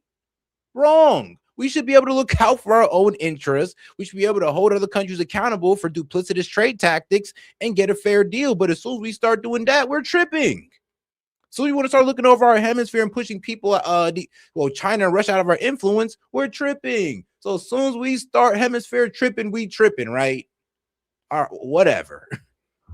Who best I could bring into this debate now to discuss this? And I realized I had somebody in my own family, somebody who I have regularly mentioned on Piers Morgan Uncensored. I come from a family with lots of military. My brother retired as a colonel. My brother was an army colonel. I've got a lot of military in my family. We've discussed before. I've got lots of military, ex-military in my family. My brother was an army colonel for many years. My brother was a British army colonel. My brother-in-law was a British army colonel. Lots of military in my family.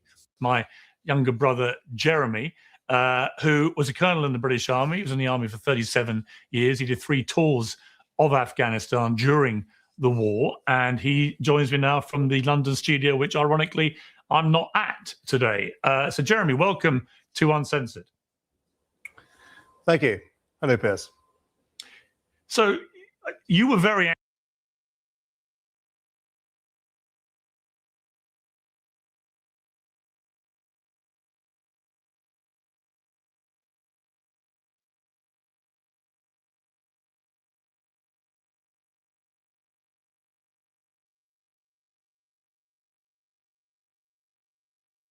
This is Don Lemon, the former CNN anchor turned independent journalist. And by journalist, I mean accomplice. On Sunday, Oh, appreciate that. So pretty much I was going to move over here. We're going to cover this whole Don Lemon fiasco where he came into a church, disturbed a bunch of churchgoers, and well, everybody was asking for this man's arrest. I mean, they wanted this man locked up. And I know, right? Like, not hemisphere tripping. No, for real though. It's like what the gangsters say. Like, as soon as I'm set tripping, I'm tripping, right? Well, that's pretty much what we're doing. And that's what the world is telling us. As soon as we start tripping about our self-interest, oh my God, you're being such an authoritarian, you dictators. It's like, bro, really? Like what? I can't trip about my territory. I can't trip about my hemisphere without y'all saying, oh, you're acting crazy. Man, get out of here, bro. Especially NATO. Y'all over here tripping about a territory that's not even yours. Like, remember Ukraine? And then you dare want to talk about us in Greenland?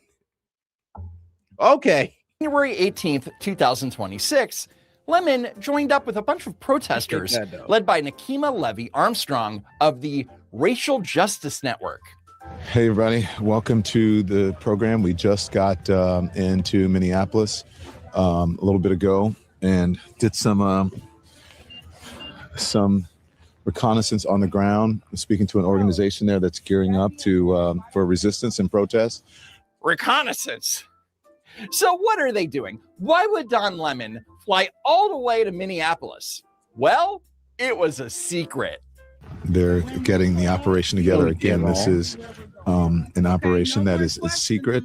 So I don't want to get, because they are strategizing, I don't want to get too much of their information in there. But okay, so we're going to go to the operation again. We're not going to give any of the information away. We're doing this clandestine secret operation. These operations are surprise operations. Again, can't tell you where they're going and where we're gathered right now. Can't tell you what is going to happen, but you're going to watch it live unfold here on the Don Lemon Show. So it turns out that the Lemon Gang was heading to a church. And notice how worried Don is about ruining the surprise.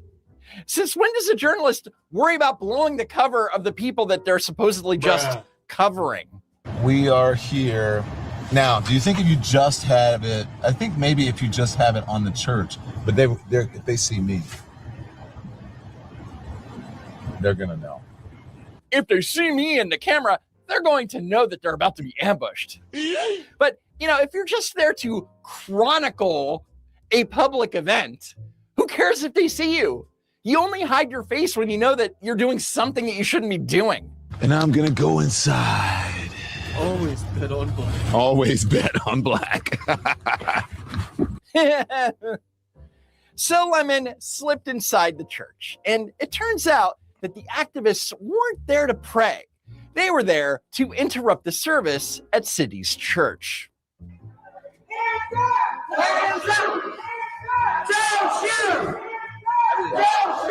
Hands up, don't shoot in a church. Bro. Makes sense to me. What's your problem?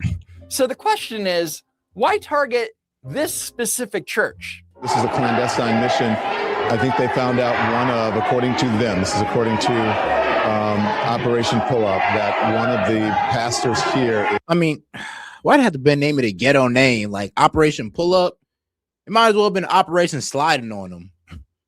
Is a member of ICE, and so here we go. So yes, it turns out that one of the pastors listed on City's church's website is David Easterwood, who is also the acting field office director of U.S. Immigrations and Customs Enforcement in St. Paul.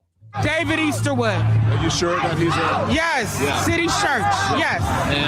And that's why we're here, demanding justice for Renee Good and letting them know that this will not... I'm saying, yeah, that, come on now, that's effed up, because you guys could have went to this man's house, I don't know, probably went outside the office and caught in a conversation with him, but instead you went to his church and disturbed his fellow churchgoers. I mean, that's pretty effed up, bro.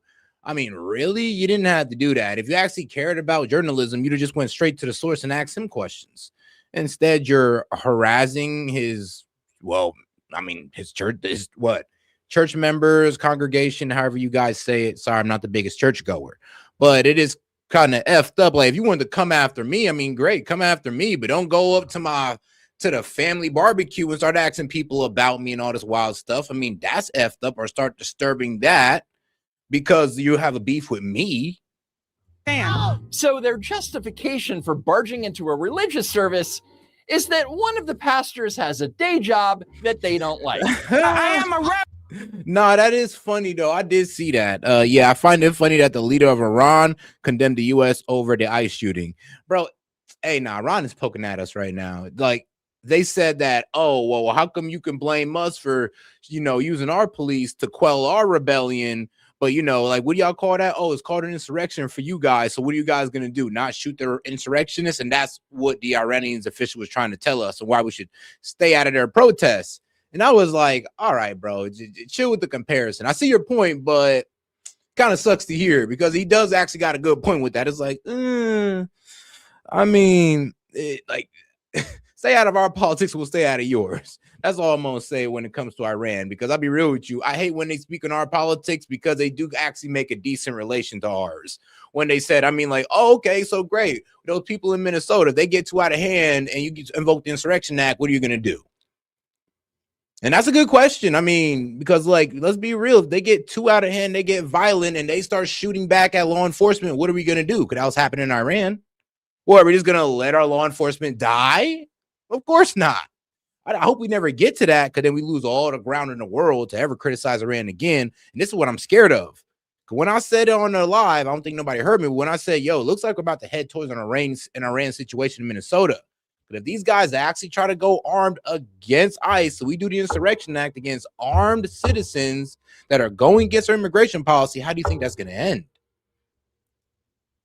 Like, be honest with you. And I mean, hey, man, just like our media was doing it with Iran, the left-wing media will frame it as there's just rebellion going on in the United States, and we need everybody to help in. And all of a sudden, we got Chinese money coming in trying to help the rebellion. I mean, this is a real slippery slope we're heading down. But shout out Tove, though. I appreciate that, sis. Doo-doo. Friend, on top of being a lawyer and an activist, so I come here in the power of the Almighty God. Wait, for what? Righteousness, truth, and justice. Whoa. I mean, yeah, you're not supposed to go into God's house doing that. Truth and justice. I mean, like I said, you could go straight to the guy, but disturbing these people who believe the same thing as you, I would hope, the same thing as you, y'all both Christians, you're over there disturbing them like that. I mean, would you do that to your own church? I don't know about that. I don't know. If you did that to a black church, I don't think that worked out so well for my man. Actually, I think I actually have a video right here of a pastor from a black church pretty much saying if Don Lemon would have tried that over here, it have went completely different for that man. So as I'm chatting you guys along, I found it. Church doing stuff like that, and Don Lemon don't come here. You roll up in his church doing stuff like that, and it's gonna be the Royal Rumble. Dang. Yeah. And the funny thing is, I'm not joking. Yeah. We have worked hard. We built the church in the name of the Lord. We dedicated it to the Lord. It's built for worship. Our blood, sweat, tears, and finances are in this place. And some people who have never darkened the door of a church and never contributed one dime to it, gonna roll up in here and disturb our service and scare our children and shout obscenities in the church. That will not stand in this church. Yeah. Freedom of speech doesn't extend to going into someone else's house of worship. And you know what? Them people know that. That's why you never see them going into a mosque, because they know the Muslims ain't having that. They ain't playing it. I'm not a Muslim, but I mean, bro, they won't even, bro, people know better than to stand outside of a mosque doing that. And Christians need to be on the same thing, in my personal opinion. Like, now, I know you guys are pacifists and all this good stuff, and God bless y'all for that. You know, Jesus does say to love our enemies and all this good stuff. And yes, we get that. We get that. Loving thy enemy and all that great stuff. But in this situation right here, I mean, maybe there do need to be some examples made out of, because, I mean, that's the reason why nobody F with the Muslims, because if you was to step into a mosque doing like that, you're going to get mobbed by them. You're going to get stoned by these guys. Joking, of course, joking. Don't worry, you walk in there, Abdul's not going to stone you, but you're going to get kicked. They're going to kick your ass up out of there. It's kind of crazy how they walked in, and I mean, for some reason they chose white Christians, because I'm gonna be real with you, they're the most pacifists. So congratulations on that one. I mean, yes, congratulations to white Christians who are the most pacifist, and that's no disrespect. That's just the truth. Because I mean, look at the black pastor here. He said, "You'd have tried that with us, your ass would have got whooped." He tried that out. That's why Don Lemon went to the white Christians, because they are mostly the pacifists, and they're going to be the ones that are going to try to actually, you know, be reasonable, talk it out with you. And you know what? They're going to walk all over them. So to be honest with you, we do need a couple serious Christians out there protecting those pacifist churches or those people who won't, well, stand up to these people, because I mean, it's kind of effed up that they can just walk in there, have kids crying, cursing in the church of the Lord. It's like, y'all tripping. Y'all tripping, and something needs to be done. Man, I'm not even sure if the law is going to come down on them. So then I'm real with you. Some of these guys need an ass whooping, not death, but an ass whooping. We ain't having that. And the Bible teaches that we serve a God who teaches our hands to war and our fingers to fight. That's Bible. And these are the times in which we live. No respect for the house of God. Oh, we want our sisters. I mean, yeah, even Jesus talked about drawing the sword at the perfect time or at the right time. The man was a pacifist, but he says, shoot, if it's his last resort, hey, man, draw the sword. And and shout out to Couture Leotard. Appreciate it, sis. She says black church would have locked the doors and made them pay tithes to leave. I can see that. They just lock the door and just be like, yeah, $50 a person. And if not, we just beating your ass. Like, yup. I don't care, man. You better call somebody to sell that car out front, because you ain't getting out here until everybody in this church at least got $50 in their pocket. Like, wait, what?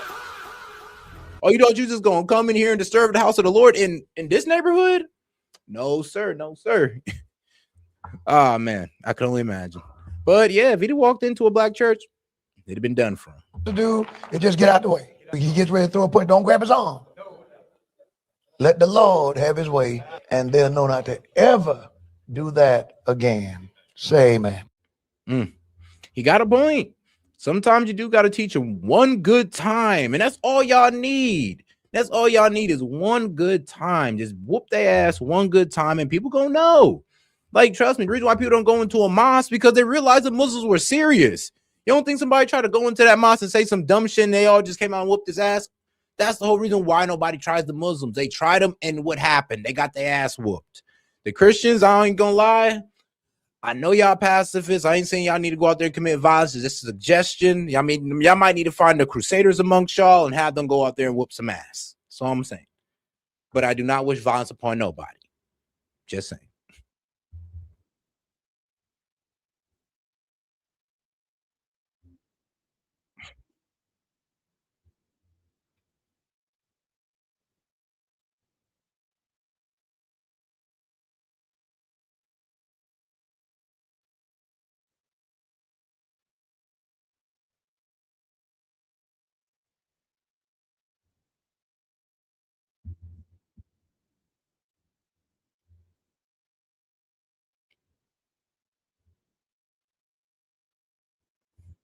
Which is wild.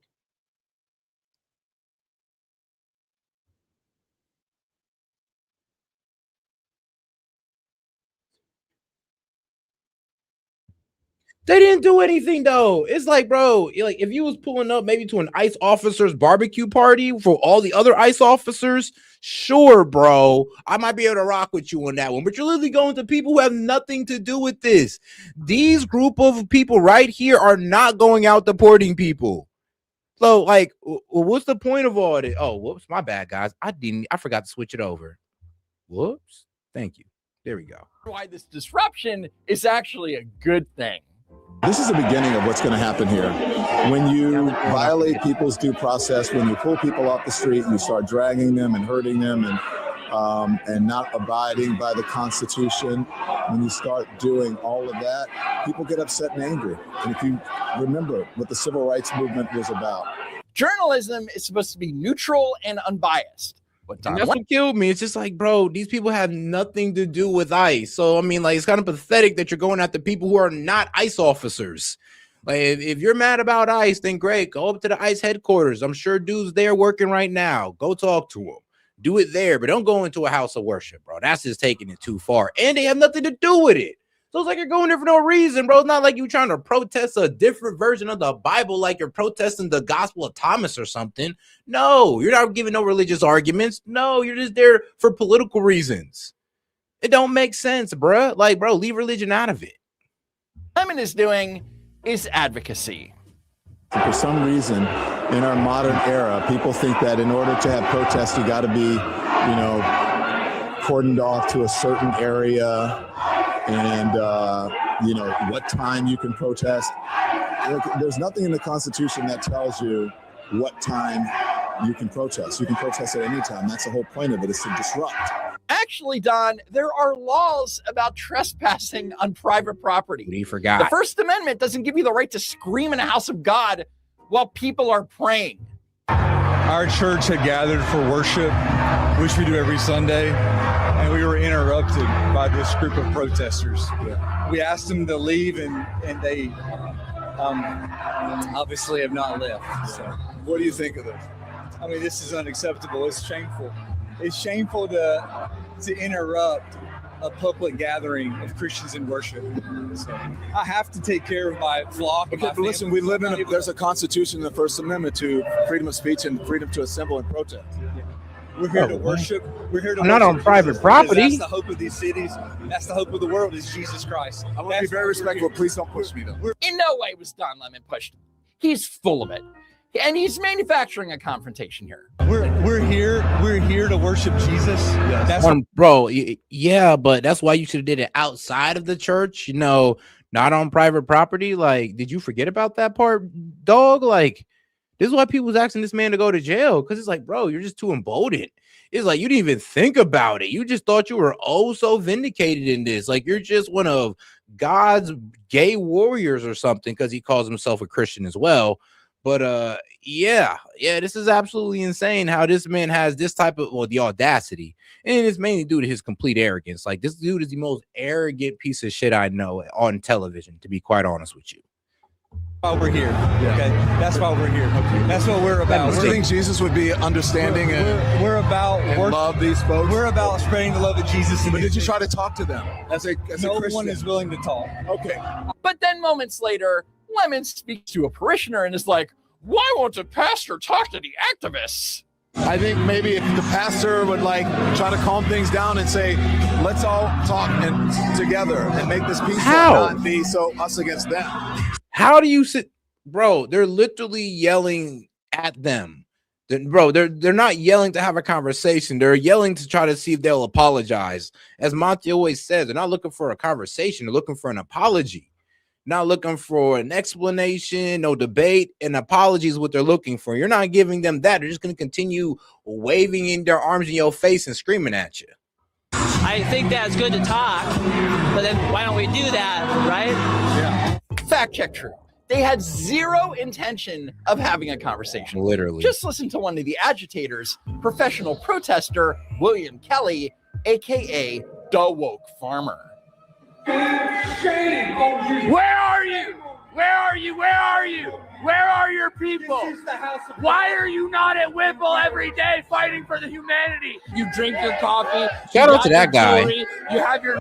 Shout out to that guy, the pastor, because he maintained he maintained the teachings of the Lord. He's like, bro, look, we're in the house of love. We're in the house of God. I just want y'all to leave.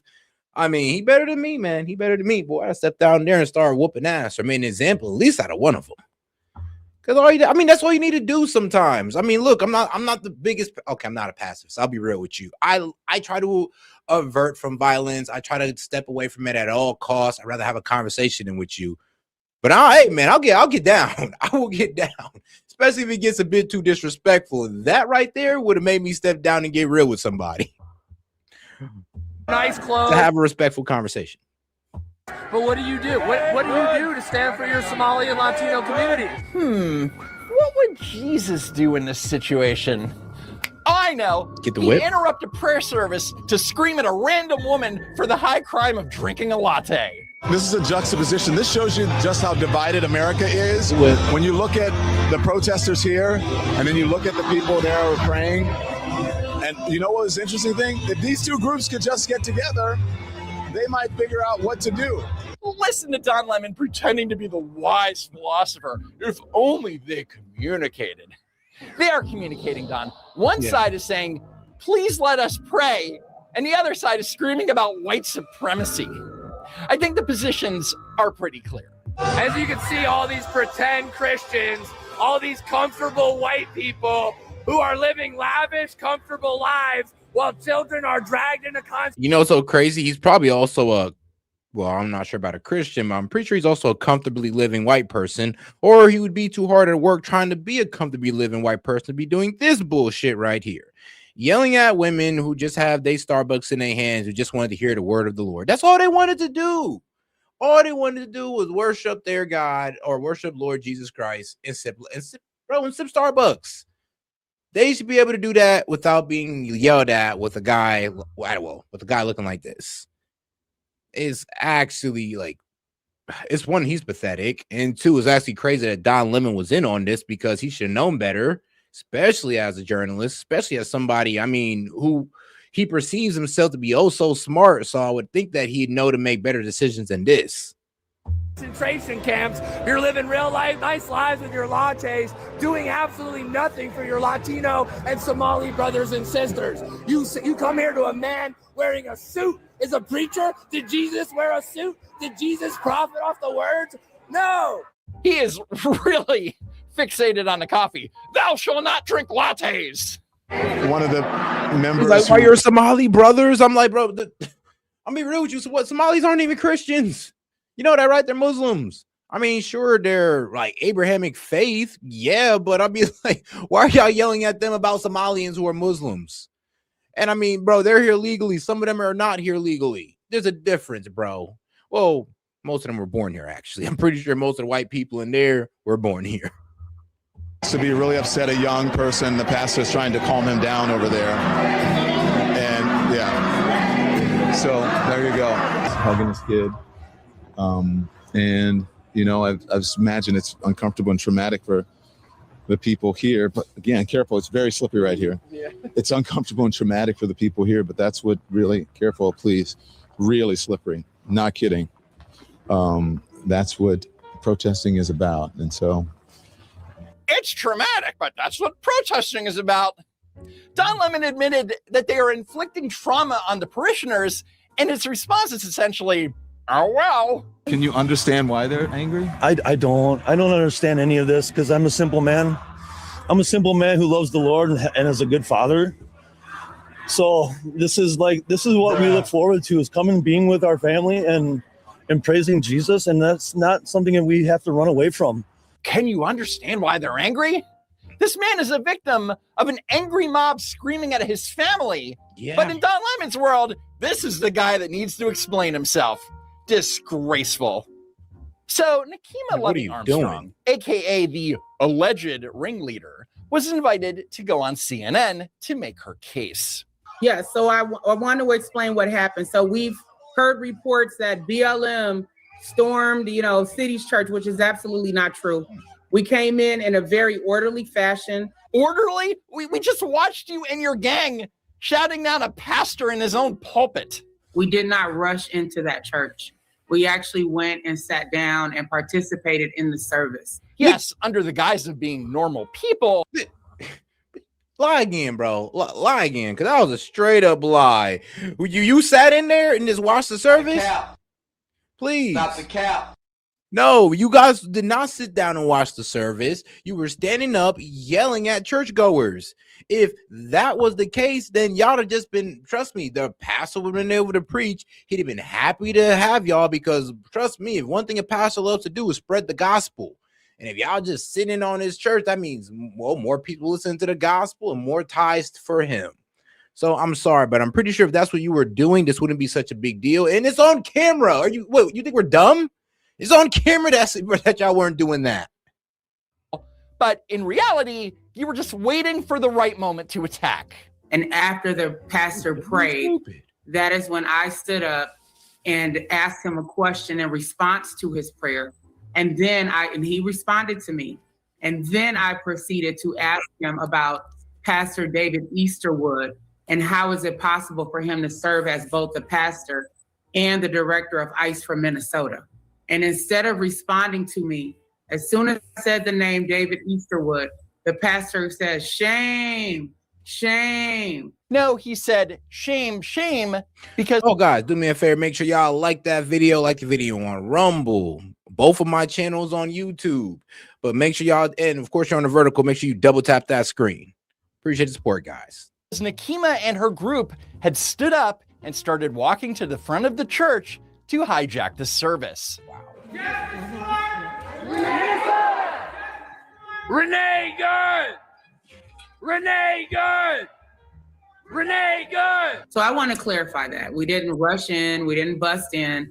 We were a part of the service until I got up and posed that question to the pastor. Stop the cap. All right. And obviously, I'm not going to dispute your saying what happened.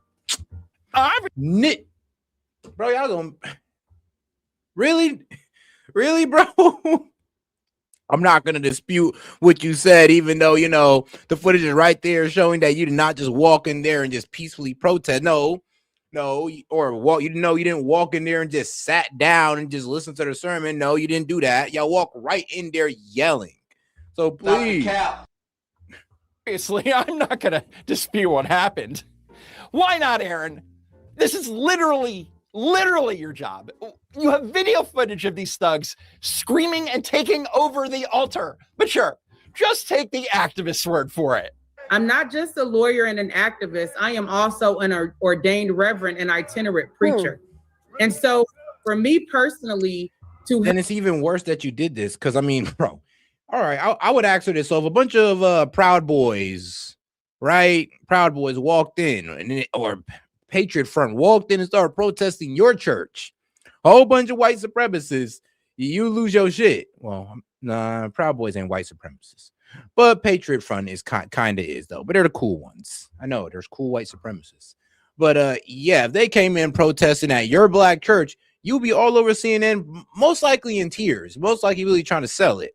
So it's crazy how you did the same thing in a white church, disturbing them and lying now. Now you're just straight up lying, because we can all see the video of how, you guys weren't just sitting down, participating in the service. You were standing up, disrupting the service, and it's on video. But hey, though, leave it to CNN to just let her lie like this while the video is playing right beside them. You gotta love CNN. They're famous for doing that. Help lead that protest. This was about a reckoning. Being able to go into a so-called place of Christianity. You heard that right? So-called place of Christianity. And listen to Don Lemon kind of repeat her point. So there is a certain degree of racism there, and there's a certain degree of entitlement. I think people who are, in the religious groups like that, it's not the type of Christianity that I practice, but I think that... Bro, you know what? I was about to say something effed up, but there's a lot of gay people out there who are Christians, who are actually pretty good Christians, even though their sexual lifestyle goes against it. It is what it is, man. However as long as you believe in God and Jesus, I ain't even mad at you. Oh, shoot, as long as you believe in God, I ain't even mad at you. You can leave out the whole Muhammad and Jesus stuff. As long as you believe in God, we're good. But this guy right here, bro, I'll be real with you. Like, if you were a practicing Christian the same way they were, you would understand how disrespectful that is and how you wouldn't want that to happen to you in your church. You would clearly understand that. They're entitled, and that entitlement comes from a supremacy, a white supremacy. So if you want to worship in peace without being screamed at, you're a white supremacist.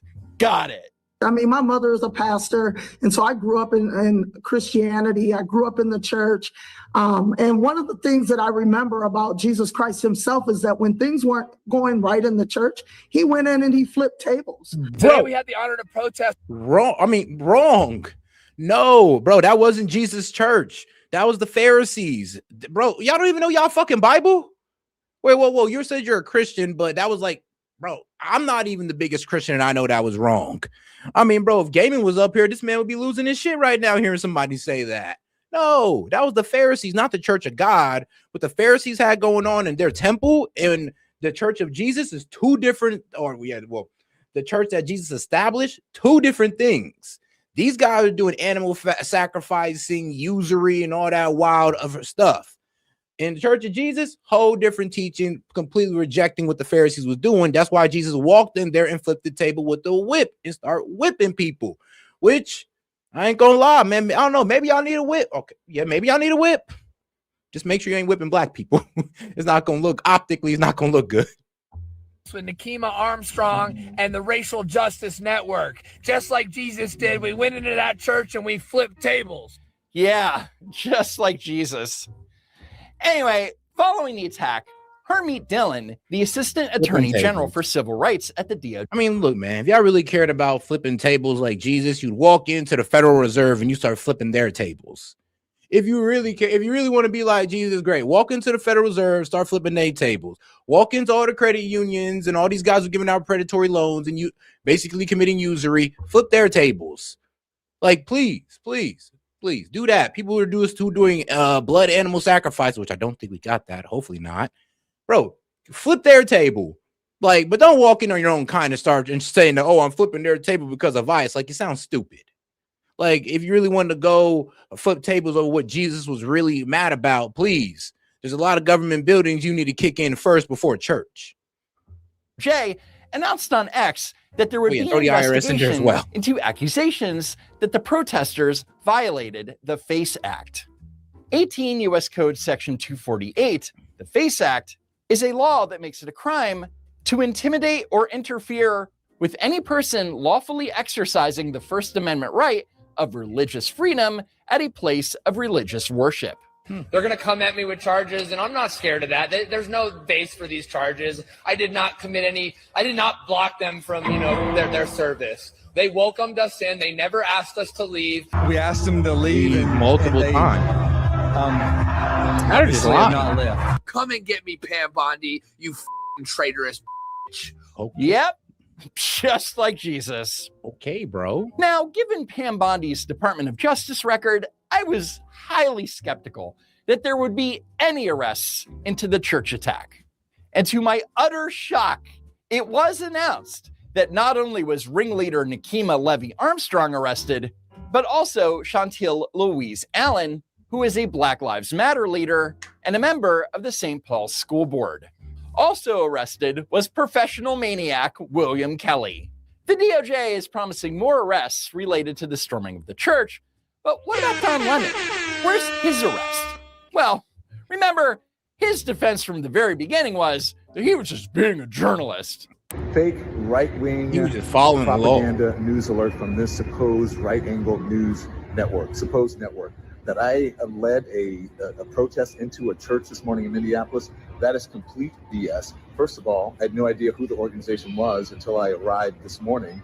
And number two, that's what every journalist should be doing, exactly what I did. What I did was report, chronicle, and commit an act of journalism, which is what every journalist should be doing. So first of all, we're supposed to believe that Don Lemon had no idea what the Radical Justice Network was, despite the fact that the leader of the group, Nikema Levy Armstrong, was on his show 2 days prior. Nikema Levy Armstrong is here. She is. So they know they in trouble. He knows he did wrong. He knows he's in trouble, and he's just trying to separate themselves. He's trying to separate himself from these people. I mean, but you should have been smart enough not to get involved. Like, yeah, when TDS goes too far, Don Lemon. Lawyer and activist and the former president of the Minneapolis NAACP. How are you? Good. to see you. We're on. We're not saying what it is, what's going on, but thank you. Yes, thank you for inviting us to the thing that we have absolutely no idea about. Why are we here? After we do this operation, you'll see it live. We're doing this clandestine secret operation. We are going to this clandestine secret mission after we do this operation. The fact is that Don Lemon knew exactly what was going to occur. And it's safe to say that he was probably in on it. At best, he knew about it and he let it happen. And that's conspiracy. Yep. Wow. I kept thinking, seriously, while we were there, I kept thinking, holy crap, they're going to come in and try to arrest us. Notice he said, I thought they were going to arrest us, not I thought that they were going to arrest the group. Again, This clearly points to Don Lemon not only being a part of it, but he knew that he and his radical leftist co-protesters were breaking the law. So here's the million-dollar question. Why wasn't Don Lemon arrested on the same day as these three? Well, reportedly, a magistrate judge refused to approve the criminal complaint. Why? Well, probably because Don Lemon is a journalist. And after a 4-day investigation, I'm guessing that the judge wasn't provided concrete evidence as to how Don Lemon broke the law. But that could change down the line. Even so, if Don Lemon is charged and arrested, my prediction is that he'll never see a day in prison because journalism. I went to Minnesota. Or, Democrat far leftist privilege. If you're just far left enough, you get a certain amount of protection over you. It is what it is. He said, is Donnie wearing makeup? It looks like it. I mean, yeah, I could see him doing that. I mean, bro, yeah, I could see him doing that. He looked like the guy that try to hide his aging all the time. To report. That was my mission, to report. When I got there, my mission was to report. And when I got there, I reported. And that's what I did as a reporter. I was not part of any protest group. I am not a protester. I said several times that I am not a protester. I am a journalist. And so some people don't understand what that means. Maybe you don't have enough. Well, I know the Trump administration doesn't have a healthy respect for journalism or journalists because they attack journalists at every measure. For a guy preaching about transparency, it's just like, bro. Like, bro, you're cooked. Don Lemon sure did spend a lot of time whispering about a secret clandestine operation so that the victims wouldn't know that he was coming. I believe wholeheartedly, 100% in the First Amendment. Just not the part about protecting individuals' right to practice their faith, right, Don? Anyway, that's it for now. Head over to my super cool merch store at don'twalkrun.shop. Make sure that you're subscribed to the channel for more updates. And as always, thank you so much for tuning in and hope to see you next time. And all righty, now I'm going to go ahead and play this Piers Morgan video as I take a quick little break real quick. And then I'll be right back. We're going to react to some other videos. And then we're going to come back to this one. But, hey, I need a filler while I take this break. And disrupt a legal federal duty. I don't do that. You know why, Piers? I'm not dumb. You don't do that. What we're seeing is protesters being demonized, people being criminalized, and innocent people being executed in the streets. This is a horror. Everything that Mark said is factually false. Unlawful this, unlawful that, Constitution this. Give me a second, Piers. No one there, including Republicans, voted for what we are seeing. What I saw in Minnesota, Minneapolis, St. Paul, was the terrorization of ordinary Americans. You're lying. Could you let me finish? Lying. Why Could you let me finish? Have you been in Minnesota recently? Have you been in Minneapolis? Have you watched it? Because I have. No, and why I can the tell hell you. would I want to go to Minnesota? Right, okay, because you believe what you want to believe. How do we move forward here? That's what I want to focus on. Is this is awful. Everybody's heart is breaking for a host of different reasons. Let's just end with a simple question. Should Alex Pretty have been shot? Within weeks of taking office, President Trump had sealed the southern border. It was rapid and effective leadership, ending a ludicrous open-door policy, which even the Democrats had given up trying to defend. Now, 1 year on, Republicans are increasingly struggling to defend immigration action under Trump. A majority of Americans very clearly wanted tougher border enforcement. They also very clearly backed a candidate who promised mass deportations for undocumented criminals.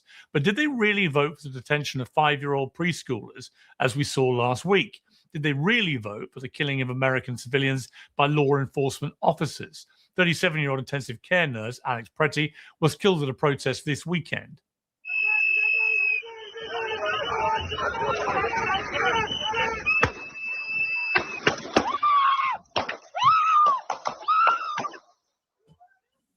Well, I feel the same way about this as I did about Renee Good, who was also killed by protesting against ICE in Minneapolis. You can debate the details, and I'm sure we will.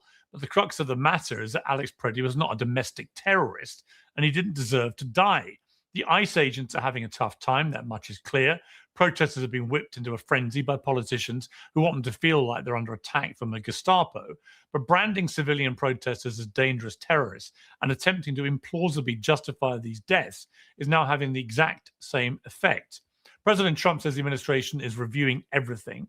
He spoke to Governor Tim Walz and surprisingly says they're on a similar wavelength. Trump will be well aware that if it carries on like this, a very bad situation is only going to get a lot worse. To debate, I'm joined by Vincent Ashana, PBD podcast Angry Patriot, Mark Lamont Hill, host of Bet News, Lewis Goodall, the broadcaster and co-host of The News Agents, and Gillian Michaels, the host of Keeping It Real. Welcome to all of you. Mark Lamont Hill, let me start with you. Like all of these things, none of this is easy. It's complex. A lot of Americans believe that what Trump's done on the border is good, closing it down after the very porous border that we saw under Biden, with millions coming in illegally. That doesn't suit anyone's interests. A lot of people believe that if you're in America already undocumented illegally and you commit another crime, you should be deported. That seems to be general consensus.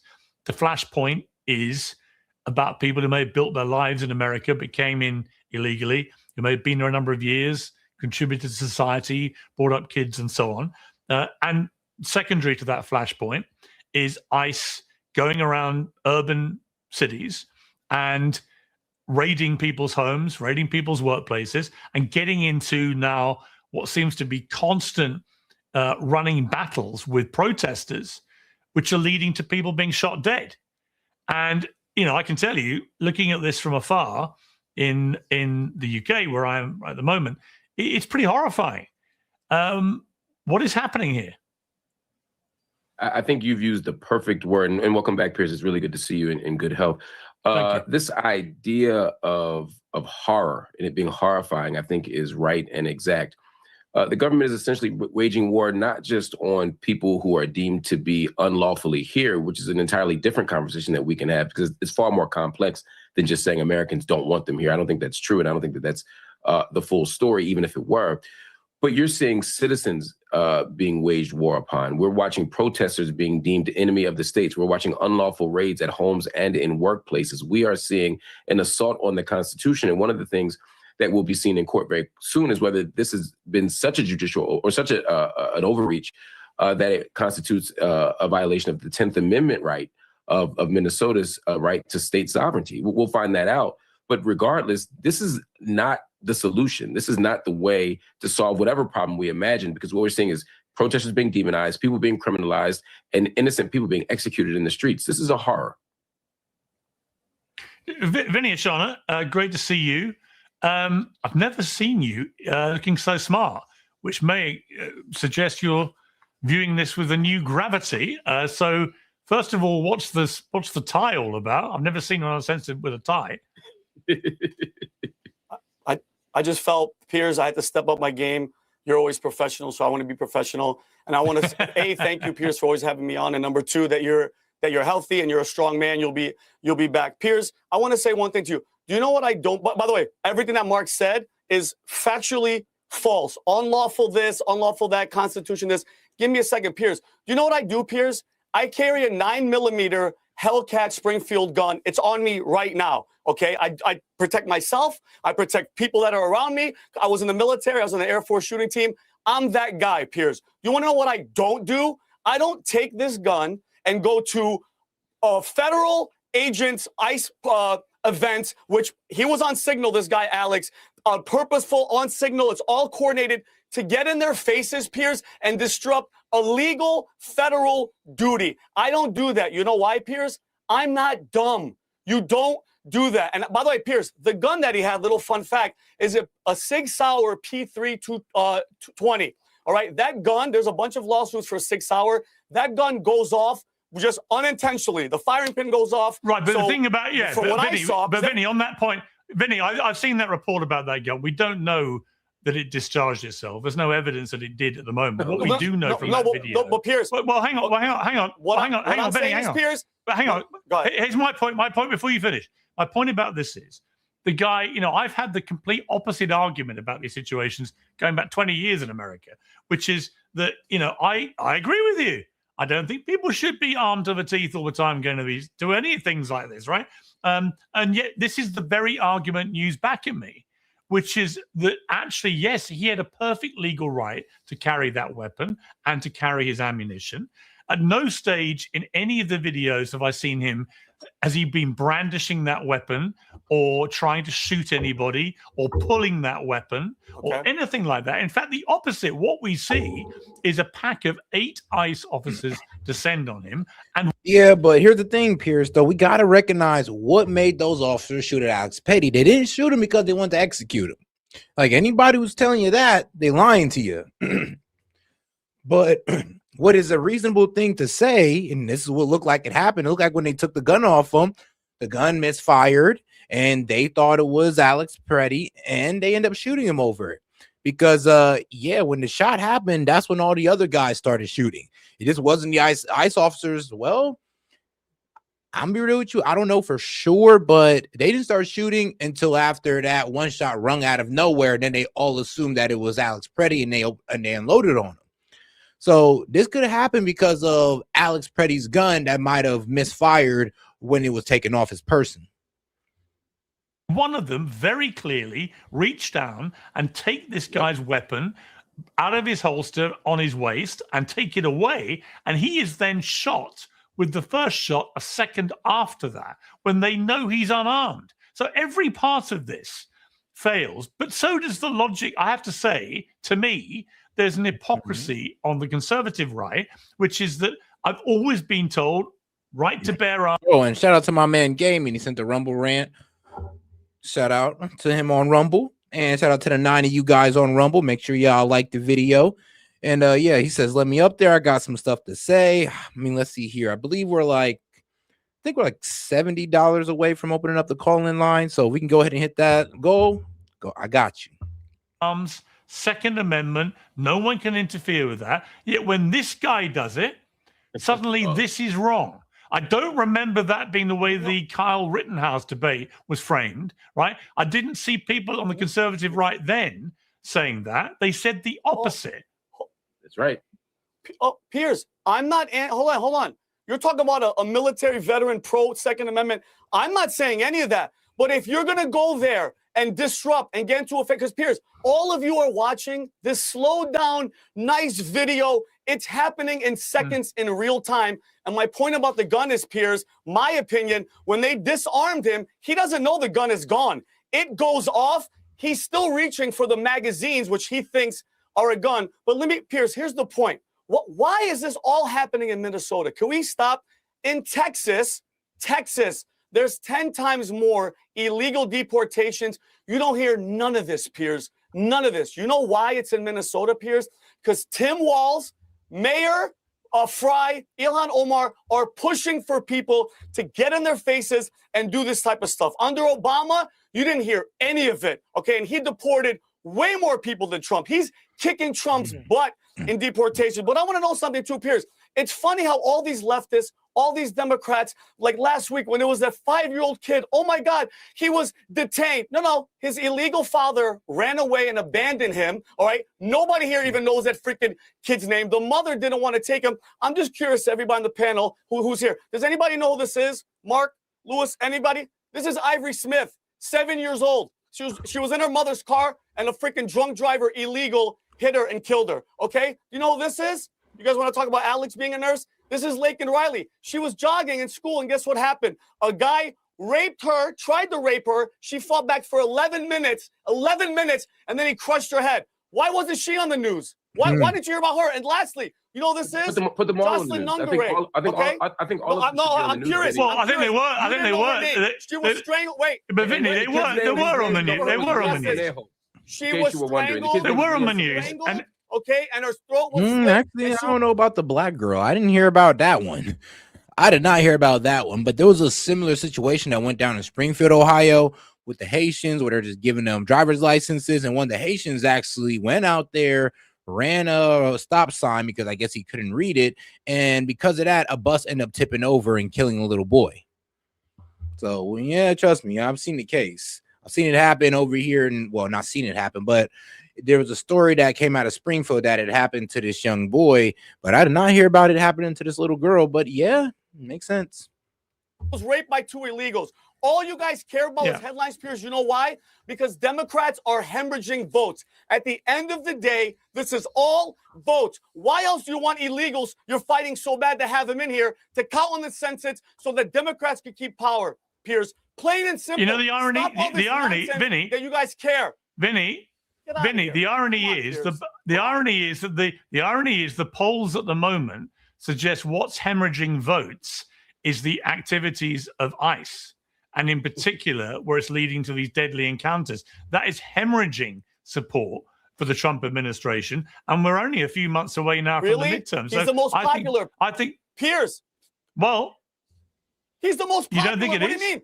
The poll came out last week. He's popular. It's, Henry Anton just came out with the poll that Democrats are having the horrible percentage, and it's been the lowest of support. Piers, this is all emotion, and what I'm telling you is all the same thing And happened to that Obama. is a perfect leadway into the next video. We'll come back to this one, but that goes into the next video because these guys are getting elected, like Abigail Spanberger and all of them guys that got elected on November 5th.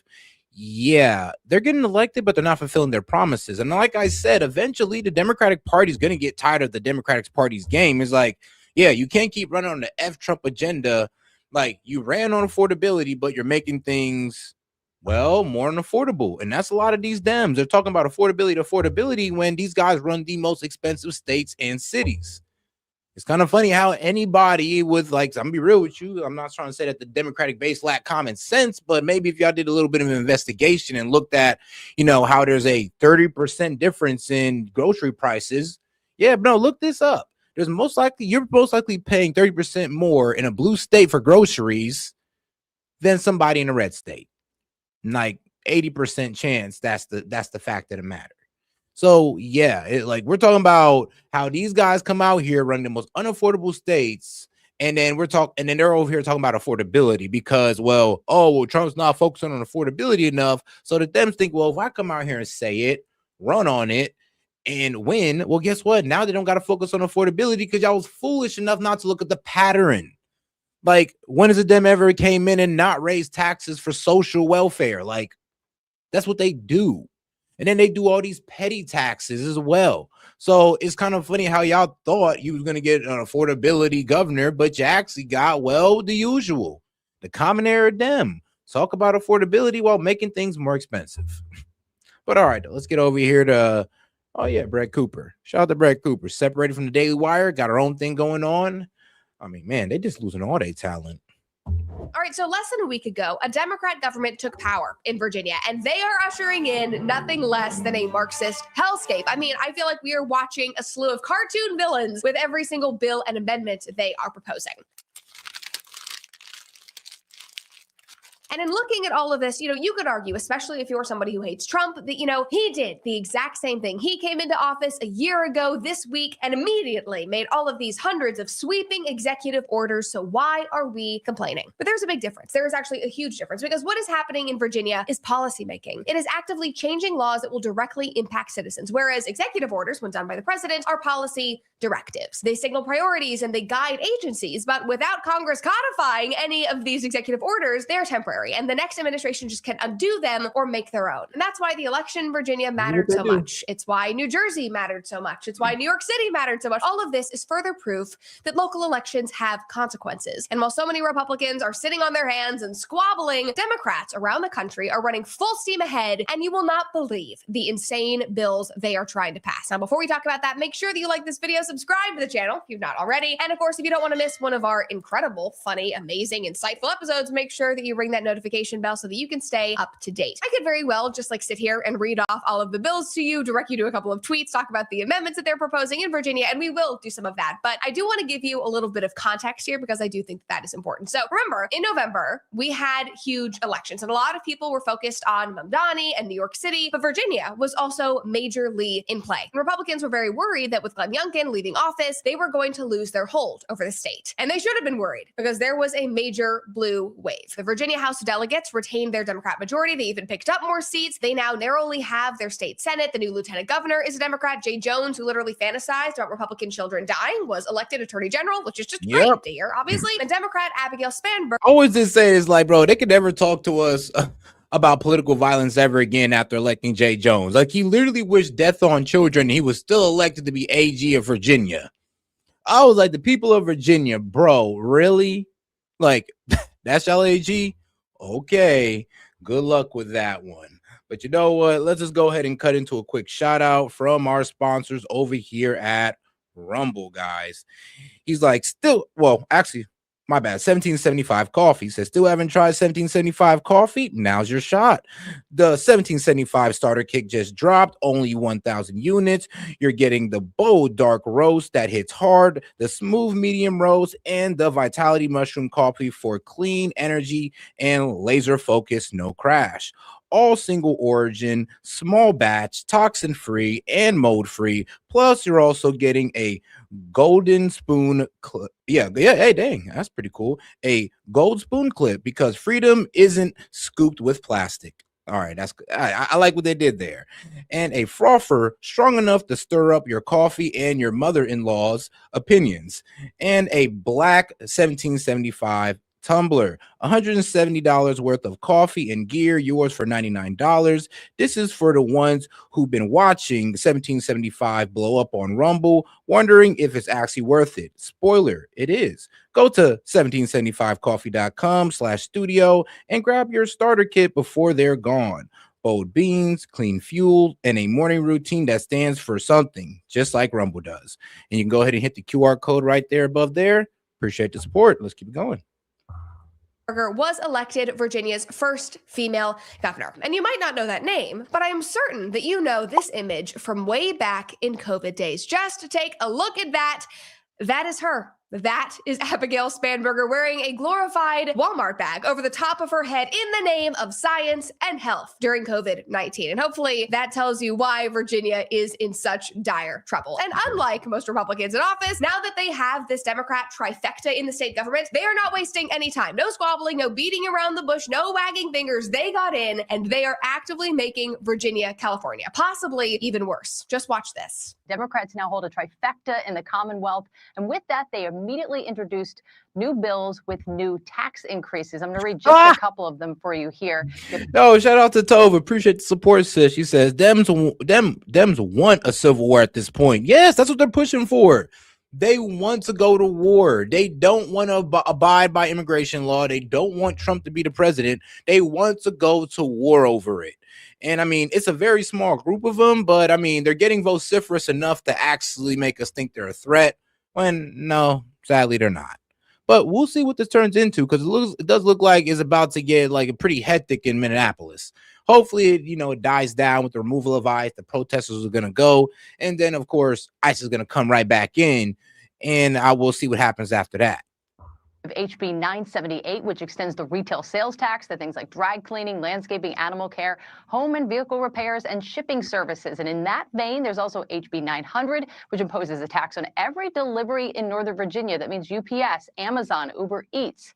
Also, House Bill 919 seeks to impose an 11% tax on firearms. And guys, we're going to talk about this a little later, but what is so funny to me is that, like most of the elections... No, that is crazy.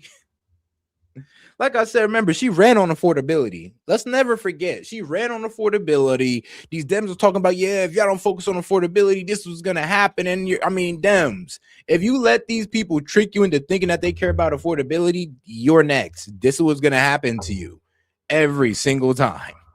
Took place in November. The candidates who won, they ran strongly on the economy and affordability. Mamdani was talking about free this, free that, free childcare, free housing. And Abigail Spanberger did the exact same thing. She ran on affordability. So it's incredibly ironic that, 48 hours after being installed as governor, everything that is happening under her watch is increasing costs for Virginians, is raising their taxes. But anyway, moving on from that Fox clip, that is not all. And those are far from being the most extreme measures that they are taking in Virginia, because the proposed bills range from, yes, massive tax increases to eliminating the minimum sentencing for crimes like rape, manslaughter, and possession of child pornography. Just take a look at this. Democrats in Virginia have introduced a bill to eliminate mandatory minimum sentencing for rape, manslaughter, assaulting a law enforcement officer, and possession and distribution of child pornography, and all repeat violent felonies. And the Virginia politicians who are trying to push this through, the activists who are in support of things like this, they always say that this is just common sense. You know, this ends I mean, it's not funny, but it's funny. It's only funny because they were like fooled into thinking that these people were going to give them affordability.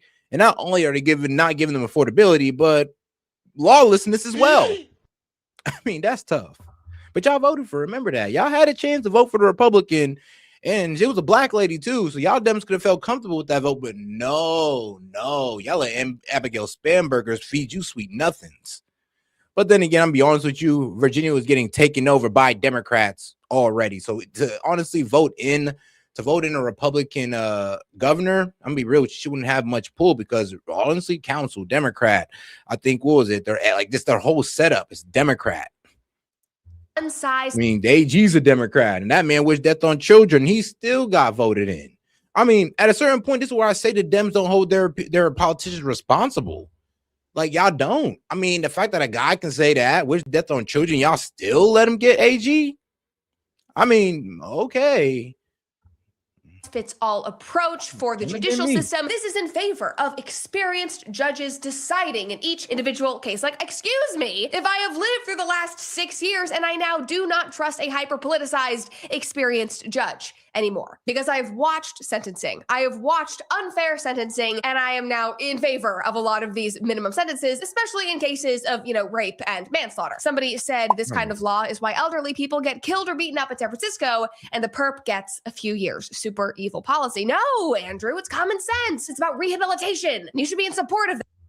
I'm weak. Shout out to O. She says Dems think they control all the clean water because their state is blue. That is funny. And you know, it's actually funny. We have a good amount of clean water here over here in Lake Superior. Like, we live next to the Great Lakes. So shout out to being over here in Ohio.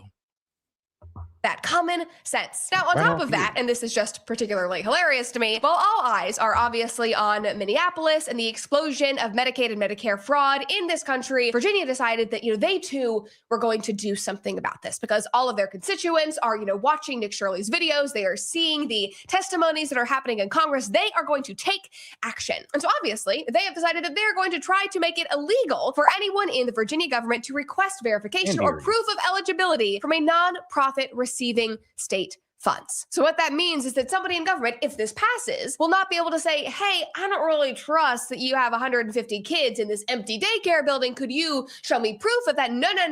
I mean, shoot, look, you remember what CNN did? They was like, yeah, y'all have supposed to have 40 kids and they only showed them 12. And they was like, all right, guys, nothing to see here, man. No fraud being done. Nick Shirley's a liar.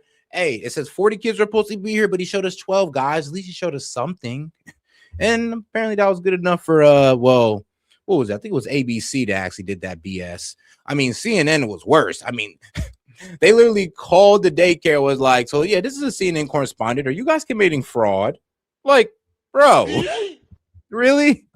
It's oppressive. That's probably racist. That's how we cannot request that. I mean, guys, that is not just turning a blind eye. That's not, oops, we lost some money. That is not even getting bullied by threats of racism and cowering like they did in Minnesota. This is straight up enabling fraud as a middle finger to Republicans. And it really does seem like they want to usher in fraud in many ways. Like another bill that they are proposing would prohibit the hand counting of election ballots for any reason. Not at all. Decoy, who has a great YouTube channel, by the way, I love his stuff. He commented under this post and he said, can't convince me that this is for any reason other than fraud. Yeah, I mean, it reminds me how fraudulent everything in our country is, even down to the cell phone companies, but not my friends over at Pure Talk. Now, do you know what Pure Talk's favorite holiday is? It's President's Day, because they believe that stellar wireless service should only cost you. Nah, you gonna lie. Those cell phone companies can't protect your data for shit. So always a data breach. Always a data breach. AT&T. But I ain't gonna beat up on them too much. Start taking control of your health today. Now, back to the story and the fraud that Virginia is obviously trying to enable. Somebody else commented and said, it makes any serious audit of an election process nearly impossible. Well, I think that's probably kind of the point. Like, let's not count ballots. Let's not verify where our tax dollars are going. It'll be great, guys. And the Republicans are going to be so mad, which is why they're doing it. I mean, in their minds, I'm sure they're thinking, well, there can't be any fraud if we're not tracking anything to begin with, just like we can't have issues with our education system when we are just handing out high school diplomas to non-passing students. And no, that's yeah, I know. I remember like when I was in high school, like when I went to Independence, and if you're in Ohio, if you're in Columbus, Ohio, you know where Independence is at. So these guys, there was a scandal that my principal got caught up in, and it was called the D-Up. So pretty much we're talking about people who barely showed up to school, pretty much got Fs, were getting pretty much a bump up. So if you got an F, you got a D. If you got a D, you got a C. And that's how they were passing these guys along to have a high graduation rate, or else they'd have just got been screwed. Like, I mean, apparently Independence actual graduation numbers would have probably been somewhere in the 70s or 80s. And that ain't big, and that's gonna look bad on the teachers. So what he did was he D'd him up. He took him from an F to a D. Some people that ain't had no business walking across that graduation stage was walking across that graduation stage. But I'll tell you this, I mean, he was a cool guy. I met him a couple of times. I worked in the office. He was a cool guy. Not something that I am just making up. That is another bill that they are proposing, removing normal standards that are inhibiting students from graduating. And obviously, this is being done to promote more equity so that we can have more graduates. And it's just so ridiculous. Like, rather than trying to address our failing education system, rather than addressing the fact that tens of thousands of students in every major city are leaving the public schools in favor of private schools and homeschooling and co-ops, rather than addressing what's going on there, let's blame homeschoolers. Let's tell parents that homeschooling is actually abusive, and let's make it easier for non-passing students in this failing education system to get diplomas. Doesn't really make sense to me. I'm not going to waste your time showing you each and every piece of proposed legislation, so let's just kind of go through and read this summary and prepare to be mind blown. This is from honestly, people used to just do homeschooling. I mean, honestly, like when they want to give their kid a religious teaching. I mean, that's what they used to do back in the day. Now they're doing it to actually give their kid a chance at a real education, because apparently these schools ain't giving them an education. They're trying to just indoctrinate them. So the smart parents, the parents that are able to take it upon themselves to educate their kids, and actually give them an actual education where they have a chance, instead of these schools who are leaving your kid illiterate all the way up to the 8th grade. I mean, but hey, man, the Dems actually wanted us to continue sending taxpayer dollars to them, though, for some crazy reason. That's Sam McCount, Christian Hines. I'm going to reference him a lot in this episode because he's been reporting on this a lot. But he said, here is what Virginia Democrats have introduced so far. This list is truly insane. Automatic restoration of voting rights for felons after they're released from prison and the mentally handicapped. Allows for votes to be cast electronically through the internet. Public funding of political campaigns at the... Hey, nah. It's the word, like, well, they're trying to steal the next election. Like, they don't even want to have a Republican to have a chance. They said, look, Abigail, when you come in, bro, we're about to lock it down.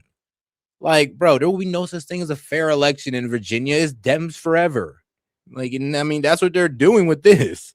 And shout out to my man Gaming. He says they will vote for a guy who wishes death on children because they love killing their own. God damn. I mean, man, well, you ain't lying. They do love their abortions. Local level. Abolishes all mandatory minimum sentencing for rape, manslaughter, assaulting a law enforcement officer, possession and the distribution of child pornography, and all repeat violent felonies. Makes it harder for judges to deny bail, even in the cases of things like aggravated assault, armed robbery, and drug trafficking. Gives convicted murderers, rapists, and terrorists a chance to get out of prison early. Drastically reduces the criminal penalty for robbery. Bars prosecutors from mentioning a criminal's prior convictions during the guilt phase of a trial, even if it's for the same crime. Reduces the amount of time that the Commonwealth can compel a convicted criminal to pay court fees from 60 years to 10. Taxpayer funding for transgender surgeries. Bans most discretionary state contracting under $10,000 from going to businesses owned by white men in favor of women. Wow. What? Ban most discretionary state contracting under 100 grade from going to business owned by white men, and allow states to award contracts to women or minority-owned firms that are 5% more expensive than a bid from a business owned by a white man. So the white man is giving you a good deal, and you're still trying to throw my nigga under the bus? Like, bro, what? Like, so even when they give you a good deal, y'all still trying to throw him under the bus? Hey, nah, that's crazy. That's wildly. Yo, if you're a white man in Virginia and you do contract work, bro, just get up out of there, man. They don't love you no more. Actually, they never did. But I mean, now it's just in your face. This is racist. Like, no, this is literally racist policies right here. Are we serious? Like, bro, Virginia, you're looking like a bunch of racists right now. or minority-owned firms. Abolishes all. Like, what are y'all, the Black Panthers or something? Like, what are y'all? I mean, like, this is wild. Confederate-themed license plates eliminates the tax-exempt status for all Confederate history groups. Petty. Renames Petty. Now they're just petty. Columbus Day to Indigenous Peoples Day, makes it illegal to approach within 8 feet of somebody within 40 feet of an abortion clinic, enshrines a leftist narrative about January 6th and teaches it in public schools, allows localities to adopt rent control measures. Whoa, hold on now. So somebody was within 40 feet of an abortion clinic. You can't get 8 feet within them because why? That don't even make sense. So what, we're social distancing 8 feet at the abortion clinic now?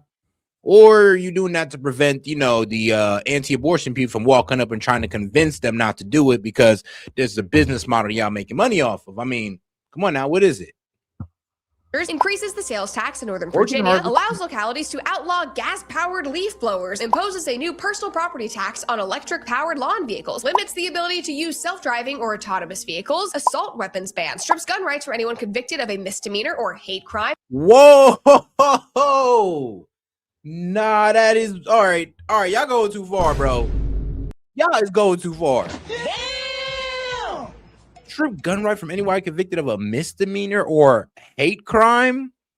Yeah, I mean, bro, a misdemeanor, like, bro, you could have got hit with speeding, like reckless driving, and now you can no longer hold a gun. I mean, there's a lot of misdemeanors out there that are pretty small that like doesn't say that you're a violent person. That's why we kind of only left it for, you know, the felons. You know, even if it's a non-violent felon, we still only left it for them because, you know, it's a pretty egregious crime. Now, for a misdemeanor, that's really petty. Like, what? This is Virginia, by the way. It makes it illegal to shoot a firearm on lot sizes less than 5 acres, even if you own that 5 acres. Shrinks concealed carry, holds firearm manufacturers liable for gun deaths, imposes an 11% sales tax on all firearms and ammunition, imposes a $500 sales tax on firearm suppressors, dramatically raises the physical requirements to operate a firearm store, makes it harder to obtain a concealed carry permit, creates a new taxpayer-funded state propaganda center for the sole purpose of promoting gun control, establishes the State Propaganda Commission to publicize the supposed negative impacts of ICE raids in Virginia, creates a state-mandated playbook on how schools must respond to ICE showing up on their campus and ban school employees from assisting ICE, unlimited taxpayer-funded home purchases for government employees, mandates mental health screenings for all public school students between 6th and 12th grade. Mandate mental health screenings for all public school students 6th through 12th grade. You know, you know, that could have actually been a good one. To be quite honest with you, that could have actually been a good one. I'm actually not too much in a disagreement with that. I mean, if it wasn't a blue state, I would trust it. Like, actually give these guys some real, I don't know, mental health and mentorship. That would help these guys out. But knowing these blue states, they're going to try to tell them that as soon as you're born, you walk in there, your mental health screening is going to turn into I don't know. They're going to try to turn you, bro. They're going to try to trans you out. You're going to walk in there, man, and then walk out thinking you're a girl. And that's going to be your mental health screening because you're denying your identity. And if you don't accept it, you'll kill yourself. It's like, I know it's crazy because that's actually what they tell people. Drastically curtails homeschool and private school independence from the Virginia Department of Education, raises the salary of school board chairs and vice chairs, free public school education for illegal aliens, of course, lets students graduate high school despite failing grades, eliminates nearly all academic. Oh, yeah, they just want stupid people out here. Okay, yeah, got you. They just want stupid people out here, guys. They just want you to be stupid, bro. I'm gonna be honest with you, because stupid. Like, really? That's what they want you to be. Eliminates all academic benchmarks for college students to continue receiving financial aid. Oh, damn. Eliminates all academic benchmarks. I mean, that's not a good thing. So basically, you could be a failing student in college and still receive federal aid. And let's be real, these are, but I ain't gonna lie, one of the best definitions of predatory loans, but that's crazy. Because I know, but you have to keep at least you have to at least keep a 2.0, at least a 2.0 to keep your federal aid. Like, come on now. If you below that, then maybe you just need to be out of college. Benchmarks for college students to continue receiving federal aid, mandates all localities to adopt an environmental justice plan, mandates unconscious racial bias trainings for nurses to retain their license. Wow. I'm tired.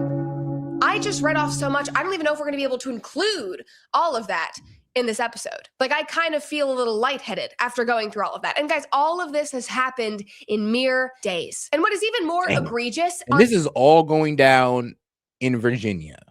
After this girl, Abigail Spanberger, ran on affordability, all she did was, well, make Virginia all the way woke, pretty much solidify its future as a blue state, and make things more expensive for people. Oh, yes, and if you got a misdemeanor, your gun rights, cooked. It's cooked, bro. I don't know what to tell y'all, bro. If you're over there living in Virginia, bro, God bless you, man. I'm praying for y'all. I'm praying for y'all. Bro, for y'all to come to y'all senses. Like, bro. On top of all of this is that, yes, there was a blue wave in Virginia. But here's the thing. Abigail Spanberger was hailed by the media and by her own campaign as being the moderate candidate. They went out to voters who were not paying attention, who are not, doom scrolling on X every single day like most of us. And they said, look here, this is a moderate. This is a centrist Democrat, an anti-Mamdani. Yes, that is a headline that was featured on her campaign website from a Wall Street Journal article. Her being the anti-Mamdani. I mean, yeah, they use the fact that I think she's Jewish. Yeah, I think she's Jewish. Like Abigail Spanberger. I mean, no, it sounds.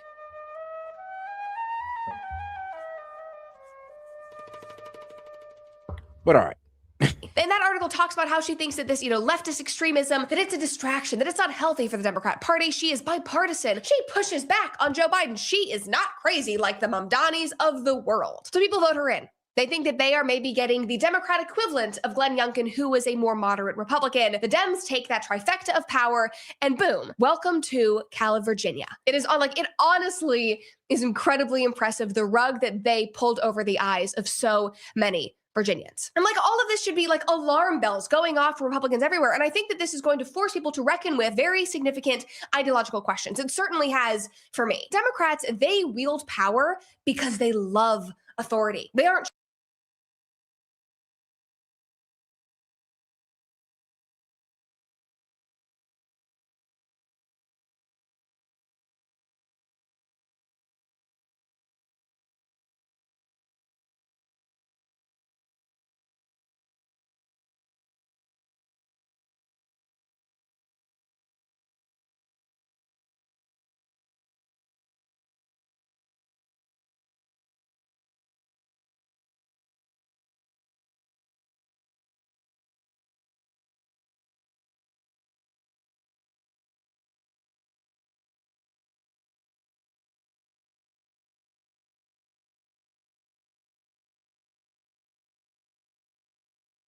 shy about that. The politicians, the voters, they want government involvement and intervention. Oh, my bad, guys. My bad. But what I was pretty much trying to say here was that, I looked up Abigail Spanberger, and she's Jewish. She was recognized by the Jewish Democratic Council of America. I know there's a Jewish Democratic Council of America. I know, but they actually endorsed her for her. They actually did endorse her, not Republican, but Rep. Abigail Spanberger for VA Gov. So I ain't gonna lie, they mainly do back their own. And then yes, Abigail Spanberger was, let's see here, a former intelligence officer for the CIA. Yep, for the CIA, working there from 2006 to 2014. So yes, from 2006 to 2014, she's working with the CIA. Crazy. In everything, it does not matter if it is overseas or in their bedroom, they are happy having the government intervene. Now, Republican and conservative and libertarian voters, by and large, we want limited. Sorry, guys. I just caught the mute. Government. We do not want the government meddling in our businesses or our home lives, our families. The less legislation, the better in our books. And I think a lot of us, including me, we pride ourselves on being so consistent on that front, and that is important, and that is a good thing. But I think that the question that we are forced to address right now, how does that kind of consistency work out for us in the end when our opponent is the modern left? When we are dealing with literal democratic socialists, people who love the, warmth of collectivism, literal authoritarians, people who pride themselves on that. Now, that same account who posted that apocalyptic rundown of all the proposed bills said, conservatives treat power as inherently illegitimate, while leftists treat power as the mechanism by which reality is made. And we wonder why one side never wins while the other seemingly cannot lose. And this is what so many people wanted and hoped for Trump to combat, that he would come in and he would wield power in ways that Republicans had been too afraid or unwilling to do because he knows that the threat is so severe. He was in office before, he was able to take time off, he knows what he's fighting against, he was going to come back and he was going to do it the right way. And obviously, he has done a lot looking at the last 12 months, especially through those executive orders at the top of his term. But again, if our Congress, if our Republican majority cannot even codify those, then we are back to where we started in a lot of ways. And I think that that is why a lot of Trump voters are getting restless, why they are frustrated, why Trump himself obviously seems very frustrated by the state of the country. In another post, that same user, Christian, said, those who are afraid of power will inevitably be ruled by those who are addicted to it. And I kind of talked about the same idea last week when we were talking about James Fishback and the OnlyFans sin tax that he's proposing. And again, bro, that was hilarious. He said he's going to call it a thought tax, like, well, an acronym for these hoes owe taxes. That was freaking hilarious, bro. A thought tax, aka these hoes owe taxes. And god damn it, he ain't lying. My boy ain't lying, bro. Shout out to that man Fishback. And a lot of people don't like him because, well, he speaks on the whole, Zionist takeover of our government. I mean, once you start speaking on that, you don't really become the party favorite at that point. But I mean, he is a voice of reason, and I kind of like where he's going with stuff. And it looks like he's about to, but he's about to take Florida in a whole new direction if he gets elected, because Florida, bro, that shit done turned into mini Israel. To Israel at a certain point. Bro, they literally got anti-Semitism laws over there. I'm like, bro, what y'all doing? I mean, I'm glad y'all economy's working great and all that, but anti-Semitism laws in Florida? I mean, I guess it makes sense. Didn't they just get done banning that kid Sneeko and Andrew Tate and them like out of a club for playing a song? And out of every club, like, bro, in Miami Beach, like, who knew? No, isn't it kind of crazy how they say it's anti-Semitic to say that, Jews control everything? Then they kind of prove that they have, like, some pretty crazy pull. I mean, you're able to get a group of people kicked out of every club in a city, in a high-end area, and you tell me you don't got no pull? I mean, bro, they could have went in there and played the most racist song against black people, and they wouldn't have got that treatment. So it just kind of shows something. I ain't trying to say nothing out loud. I'm just saying it's just a bit weird.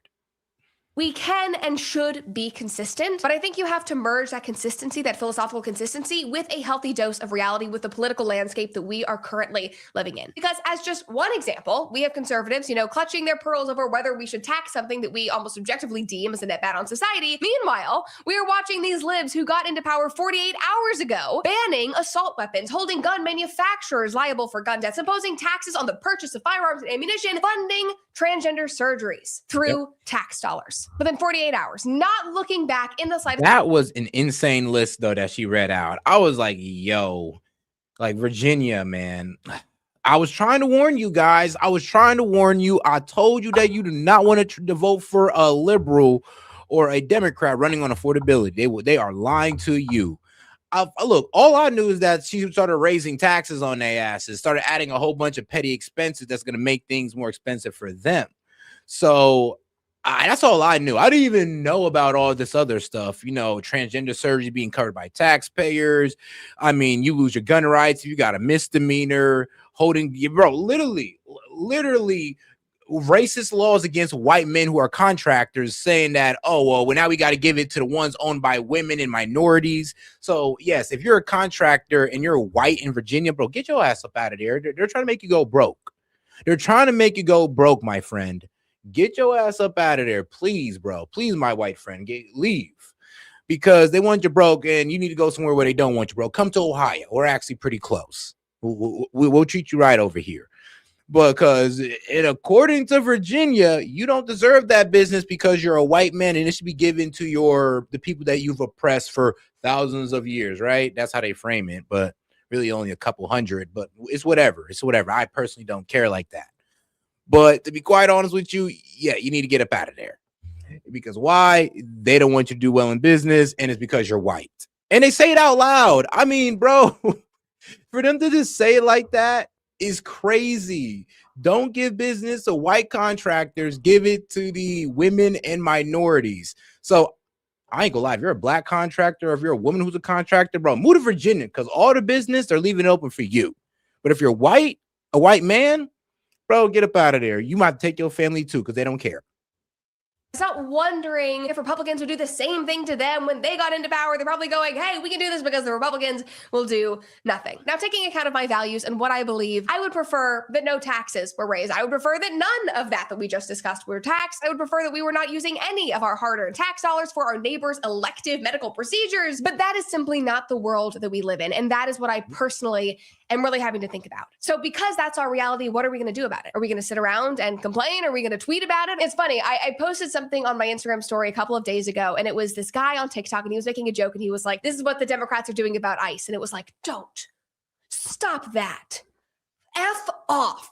Don't do that. I mocked that, and I put it on my Instagram story. And then a couple of hours later, I was looking at it, and I was like, Republicans kind of do the exact same thing. Sit behind microphones, tweet about it, and not codify anything that Trump is trying to do. And I guess the benefit here is that you can argue that we are, consistent, we are fair, we are balanced, maybe more moderate, like the former Governor Youngkin was. But that just results in us getting walked over time and time again. So I guess we have to wonder, is this going to be the wake-up call the Republicans really need for the midterms? Yeah, because they got too comfortable with Trump. They think, oh, well, Trump won in a landslide. We're a shoo-in. We can just ride off that popularity. Yeah, no, buddy. Nope, that's not how it's going to work out. Not at all. You Republicans need to try harder, make things more. And here's the thing. I mean, Republican states and cities are more affordable to live in than Democrat states and cities. So y'all winning on affordability, but you just need to do better. And actually, it's crazy. I don't know if you noticed, but the mortgage rates are now at a 30-year low. What was it, like a 30 or 40-year low? Let me see if I can make sure I get the fact on that one. But yeah, I was reading up on that, and mortgage rates are at a record low. I mean, shout out to my boy, that man over there at HUD, and he's a black guy too. So shout out to that guy. So yeah, for what was it, housing and urban development? Yes, those guys over there at the HUD, they're doing their job. So they need to actually put that out there more. Because I ain't gonna lie, that guy needs a medal or something because he's actually doing his job in the back, and he really don't get a lot of recognition. But somehow, and due to what Trump and due to him and Trump's plan to make Fannie Mae and them start buying up a whole bunch of mortgage stocks, that dramatically brought down the mortgage rate, which is now at a record low. Just to vilify them. Anything that will suit the fun of. Hey, shout out to the lunatic libertarian. He says make tar and feather great again. I mean, bro, some of these people really do need it, though. I do agree with you on that. And shout out to Toe. She says, I wonder if white male business owners can sue the state of Virginia over these laws. Pretty sure that goes against the Civil Rights Act. Like, me too. I hope that, well, honestly, I hope that they're catching on, because that is crazy. To really sit there and say, yeah, we're no longer giving these government contracts to white male contractors who's giving us a better deal. Hey, so even when they give you a better deal, you're still going to say they're evil? Like, they're giving you a better deal than the minority or than the woman, and you're still going to give it to the more expensive, party. Why? Because they're not white. I'm sorry. Well, yeah, because they're not white.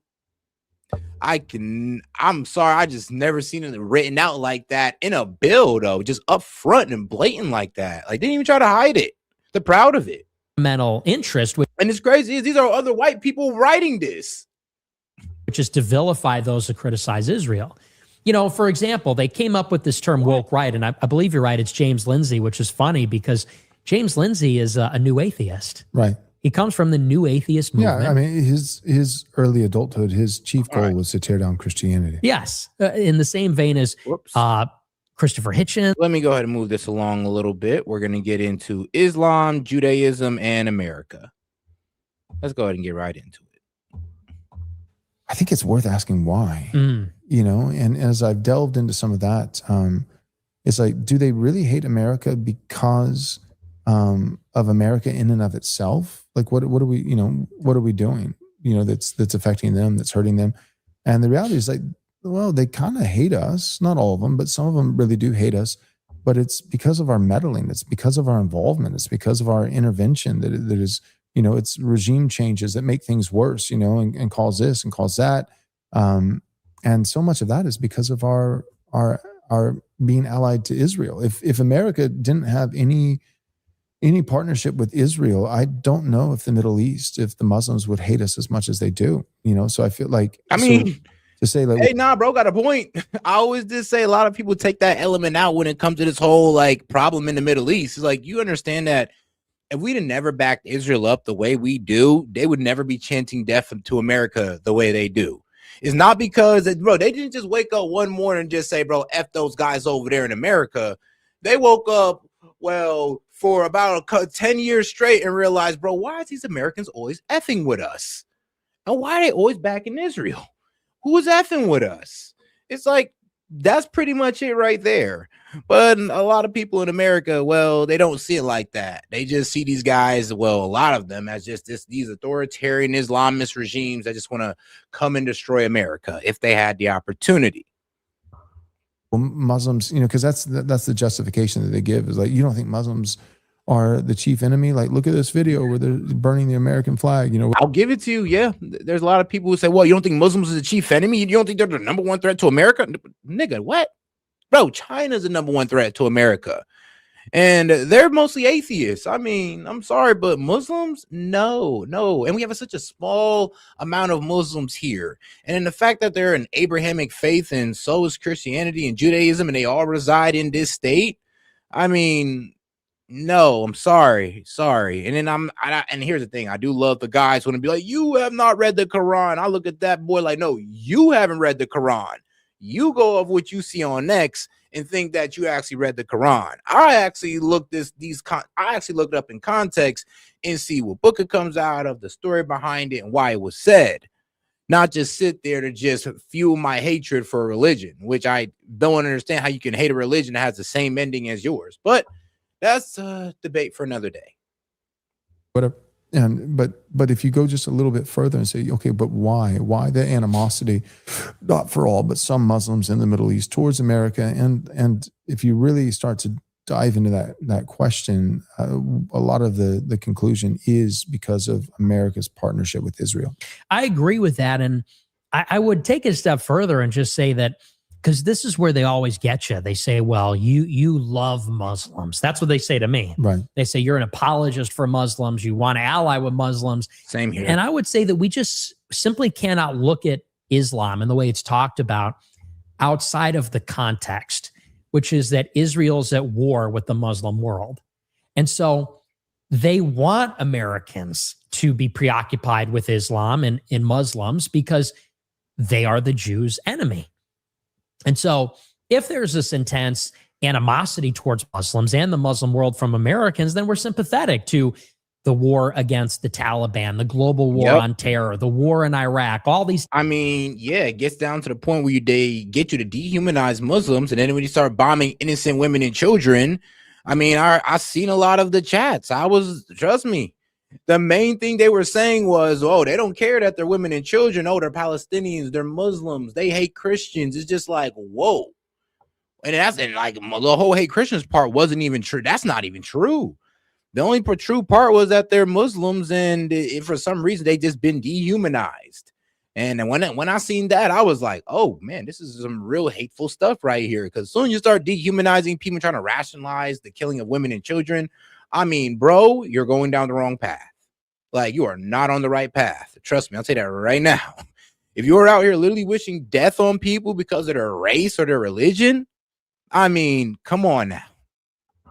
Different Really things. need to tell you that I would wrong? say I don't want Muslims to come here, and I don't like Islam, but what exactly do they have to do with America? There's not many of them here, actually. They're a problem in Europe. There's way too many of them in Europe. True. And they're a problem in some cities in America where they've overrun, like Dearborn, Michigan, or in Minneapolis. There's a lot of Somalians. But by and large, they're a tiny fraction of the population here. People talk about Sharia law. I want to say we're living under like the Noahide laws. Like Reagan passed something that said that we live under the Noahide laws at the behest of the Chabad Lubavitchers under Schneerson. And you go to like a grocery store, look at how many of the products on the shelves are kosher. And look at how much of our society is built around sensitivity to the Jewish community. Right. The Holocaust education. It's like Sharia law. We're mandated to learn about the Holocaust. It's like we're practically mandated to celebrate Hanukkah on some. We're eating kosher food at the grocery store. And look at our elites. Look at who donates the money to the campaigns, who owns the media companies. So you cannot divorce it from the context, which is that Israel is in a civilizational war with the Muslims. And that is reflected in the Jewish ownership of the media when you see this fear-mongering about Sharia law in America. It's something that doesn't exist. And if Muslims really are the enemy, and I think spiritually speaking, that there is a lot of reality to that. But I'm talking about your Josh Hammers and guys like that, the way that the rhetoric that they use. I mean, I don't know. You know, people will love to overthink it, in my opinion. This is just my opinion, that people like to overthink the difference, but it's just a recognizing of prophets. I mean, what? The Jews stop at Malachi. We see Jesus as the Messiah and God and all this good stuff. And, well, the Muslims, well, they see him as a prophet and the Messiah, but they believe that the last prophet was Muhammad. So it's just a recognition of prophets. All of them believe in the same God. All of them believe in the same prophets. Like, that's what I'm saying. It's pretty silly to be like, oh, that's a Muslim, they're a Jew. And it's like, bro, y'all believe in the same history. I mean, and here's the thing, though. I mean, you would think that the Christians and the Muslims would be the most together because they believe in the same ending, that Jesus will come back and return. I mean, Jews don't believe that. They're still waiting on their Messiah. But according to the Muslims and the Christians, y'all, the Messiah already came, and y'all just waiting for them to come back for this fight against the devil. I mean, I really wonder where the beef is, because it's kind of funny how the two people who have the same ending is beefing harder than the people who says, oh, well, yeah, well, your God, Jesus Christ isn't real. He was a charlatan. Like, y'all more aligned with the Jews than the guys who believe that they're going to have the same ending as you. And nobody thinks that's weird. But hey, I'm just thinking out loud. Though, don't mind me.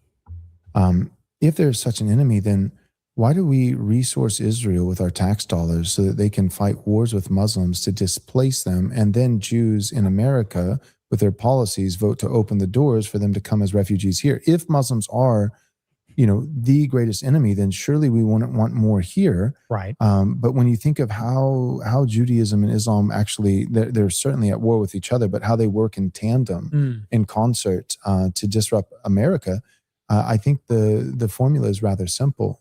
Muslims invade and Jews hold open the door.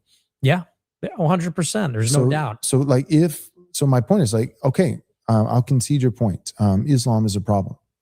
Okay. But it's not as much of a problem here as it is there. And as far as it is a problem here and not wanting more Muslims in America, I don't know how to have that conversation without at least including as a line item in that conversation. Shouldn't we identify which people in politics and in media and among our elites in America keep opening the doors for the Muslims to come? Because you look at that, and it's like it's disproportionately Jews. Major. Well, and I mean, yeah, people complain about Muslims, but then will also want a regime change that will bring more Muslims into this country. I mean, that's the wildest part about it. It's like, yeah, we say, oh, we don't want no more Muslims in here, but then yet we'll go attack Muslims, and then we'll go work with them, and then we'll bring them back when the fighting's done. I mean, that's what we did in Afghanistan.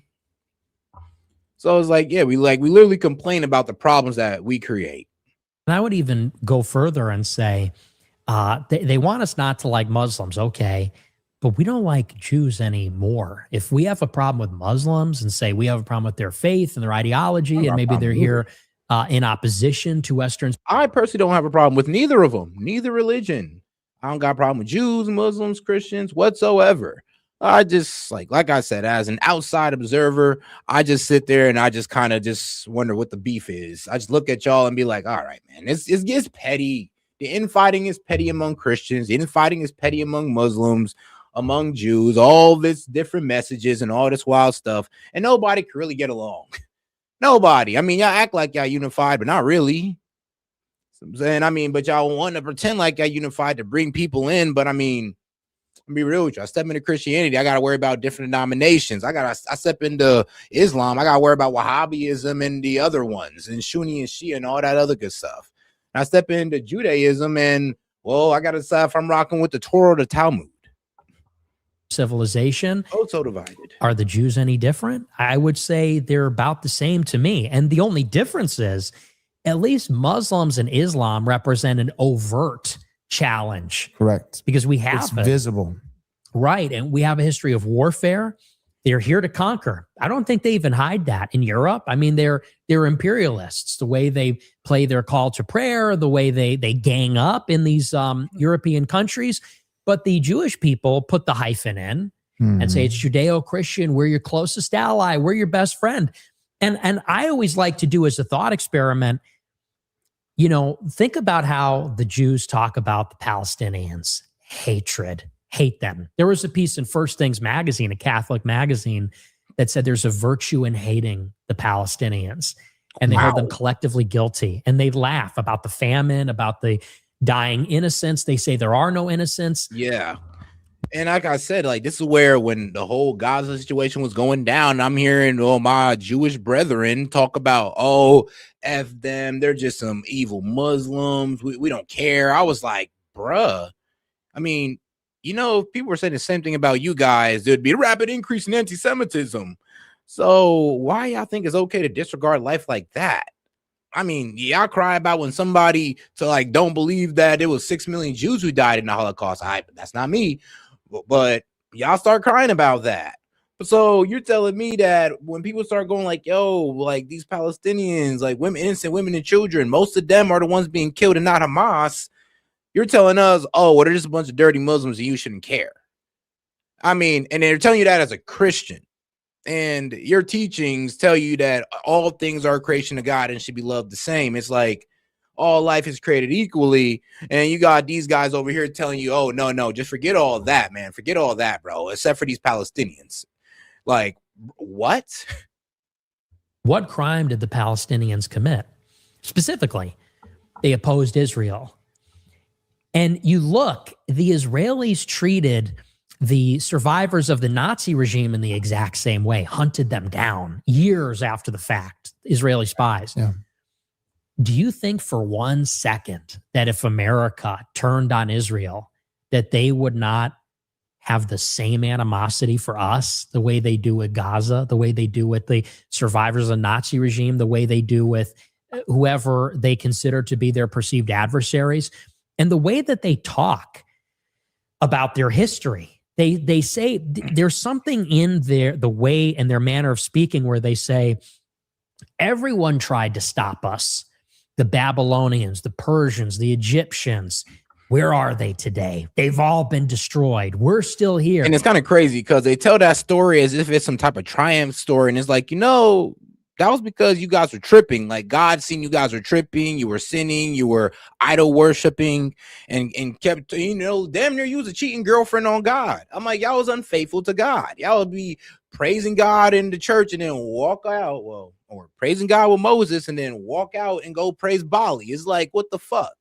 And the God told you, if you keep doing that, I'm going to bring some people to conquer you. And he kept his promise. And then they frame it as if, oh, well, look where they're at now and all this. Well, like that's part of the story.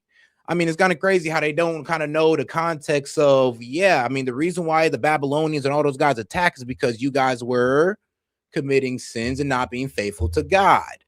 And now you're over here bragging about it like what? Like it was trials and tribulations? Like kind of, but let's not forget why that happened. And then, of course, you know, as God does, turn around and punish the Babylonians and them as well. Kind of shows God's mysterious ways in the Bible of how he can use your enemies to destroy you, then destroy them on the back end. Do you think they feel any differently about America on some level? They're friendly to America for now. But in this context of the war in Gaza, they have been very clear. Gad Saad said this. He's in Canada. He basically said, the future is in China if the West doesn't support Israel. Bro. And this is like a guy who's made his and honestly, that's a lot of, I mean, Canada showed us that. I mean, Canada said, look, if you won't let us fleece you in the trade, we'll go to Canada. I mean, my bad. Canada pretty much said, yeah, if you won't let us fleece you in trade, we'll go to China. And they signed a trade deal with China. And now Trump has threatened these guys with a 25% tariff to get out of that deal with China. But it does seem that, you know, they kind of use working with China as a threat against us. And here's the thing. We're actually a democracy. China's not. AKA, they're telling us straight to our face that we don't give a damn about democracy if it means you guys getting a better deal. We'll go work with an authoritarian regime such as China. I'm like, okay. All right, don't ever talk to us about democracy since you're so eager to go work with a dictatorship.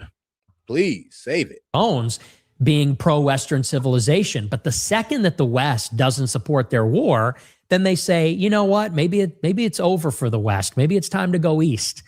They're completely indifferent fundamentally. And that's where I get back to these guys like a Josh Hammer, Mark Levin. They spin these tales. The way they frame the argument, it needs to get to a point where Christian, whites, Americans need to look at that and say, we're just not listening. You're not one of us. You clearly don't have our best interests in mind. You're pushing for something else. And, you know, on some level, I don't hate them for that.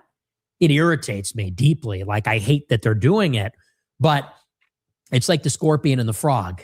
You know why they're doing it. Because it is my nature. It's their nature, and they can't help it. But we just can't. And with that, it's self-preservation. Right. If I was a minority, and I mean, the leading cause of anti-Semitism, of course, is in large part Jewish behavior. But if I was a minority and a contractor, I'd be moving to Virginia. Like, I'll tell you that right now. I was a minority and I had a bunch of, and I was surrounded, with a bunch of people around me that hated me. Like, I would do whatever it takes to survive. Mm-hmm. So I don't even necessarily fault Israel for, some of the stances and even some of the tactics that they've taken. But I do sometimes get frustrated with my own people, with fellow Americans and heritage Americans to, they have an obligation to try to be self-preserving.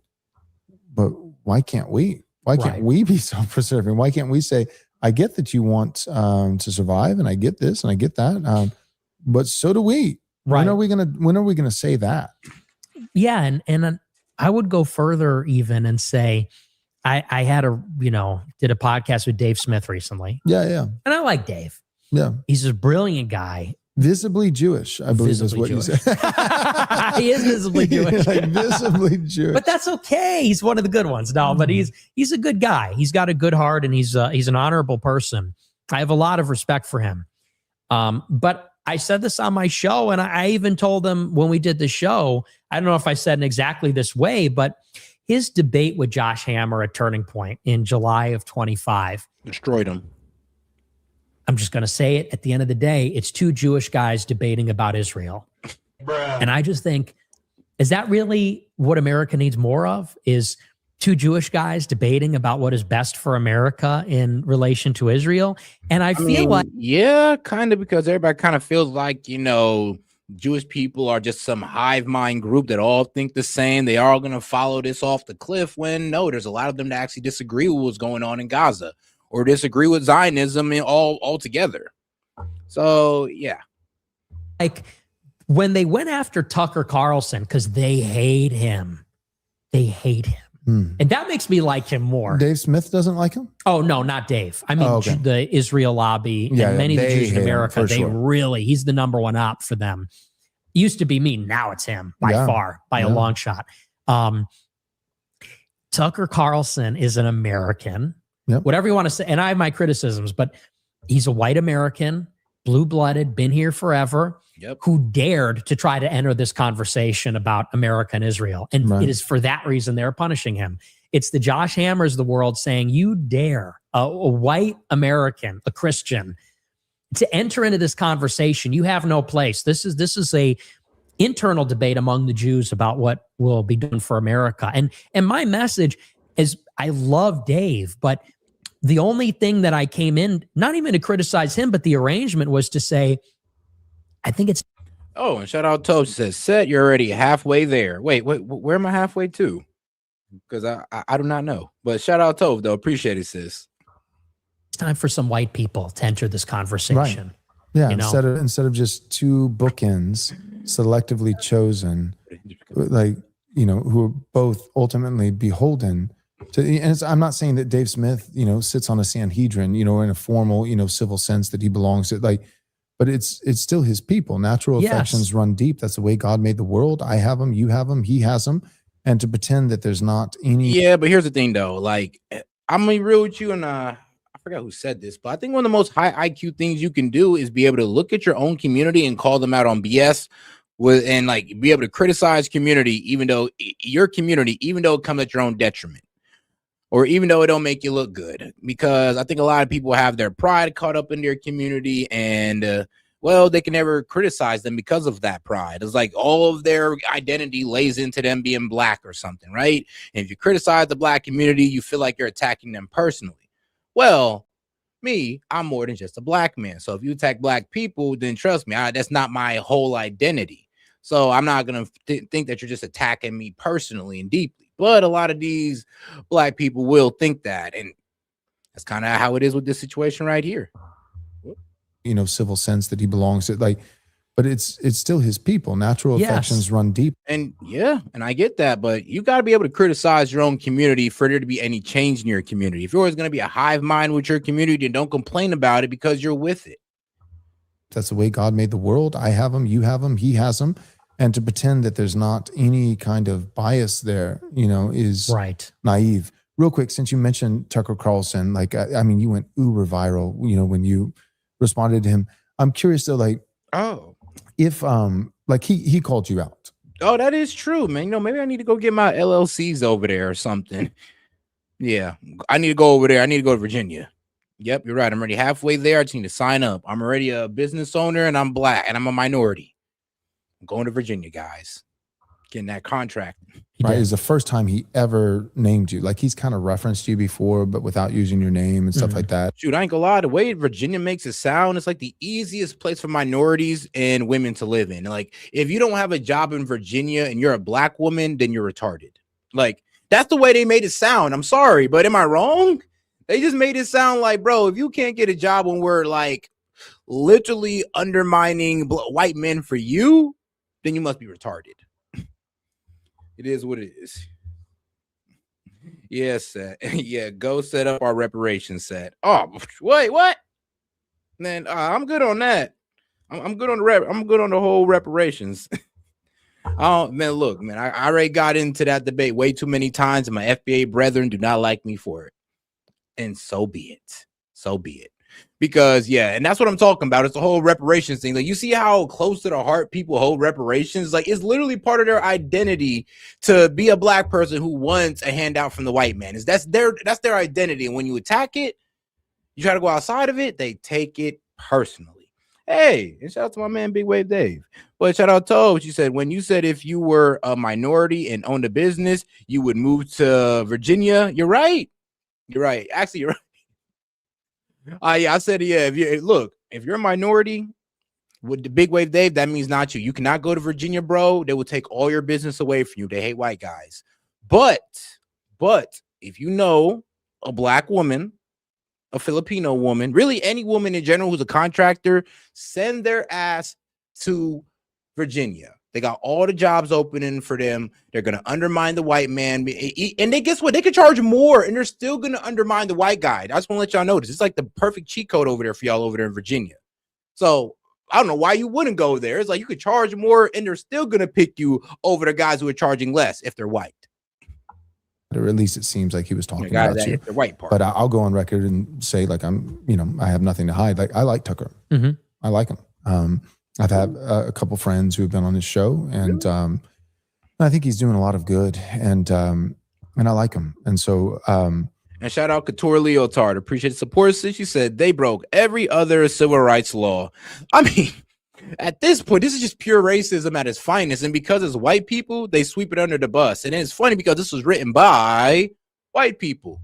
So it's, I mean, the craziest self-hatred. It's such a substantial amount of self-hatred is actually sad to see. It's like, wow, y'all hate yourselves that much so you're willing to undermine your own people? Really? I mean, bro, that's like crazy. When I found out that there were black slave owners, I'm like, damn. Like, your own people? Oh, shout out to my man Dave. He says, I'm American. Piss off. All right, F it. He said, nah, F white. I'm an American. White American. But all right, and shout out to Couture Leotard. She says, yep. It's like, since they hate themselves, perfect timing. Yep. All right, well, we both on the same wavelength, sis, on that note. Like, the self-hate is just too much for them. To the point where they're willing to undermine their own. And the thing is, it's like, damn, I mean, don't you got kids that might be contractors? Like, family, friends, you're just going to do this to them? But F it, man. If it's all for the women and minorities, I guess, crash out for them. It's a never a wrong thing to do, I guess.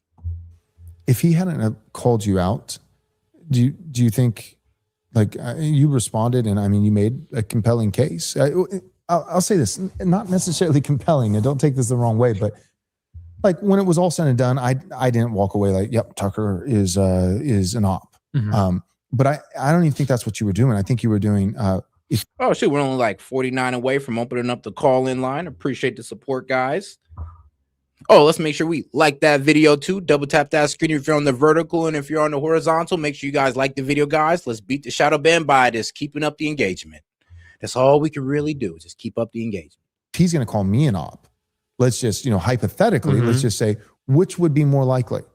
The guy with, the mailman for a father who, hit his stride, into the public sphere at 17, or the guy whose dad was a part of the CIA? Right. Right. I mean, and you made a compelling case. I don't think that Tucker is an op. I really don't. I like him.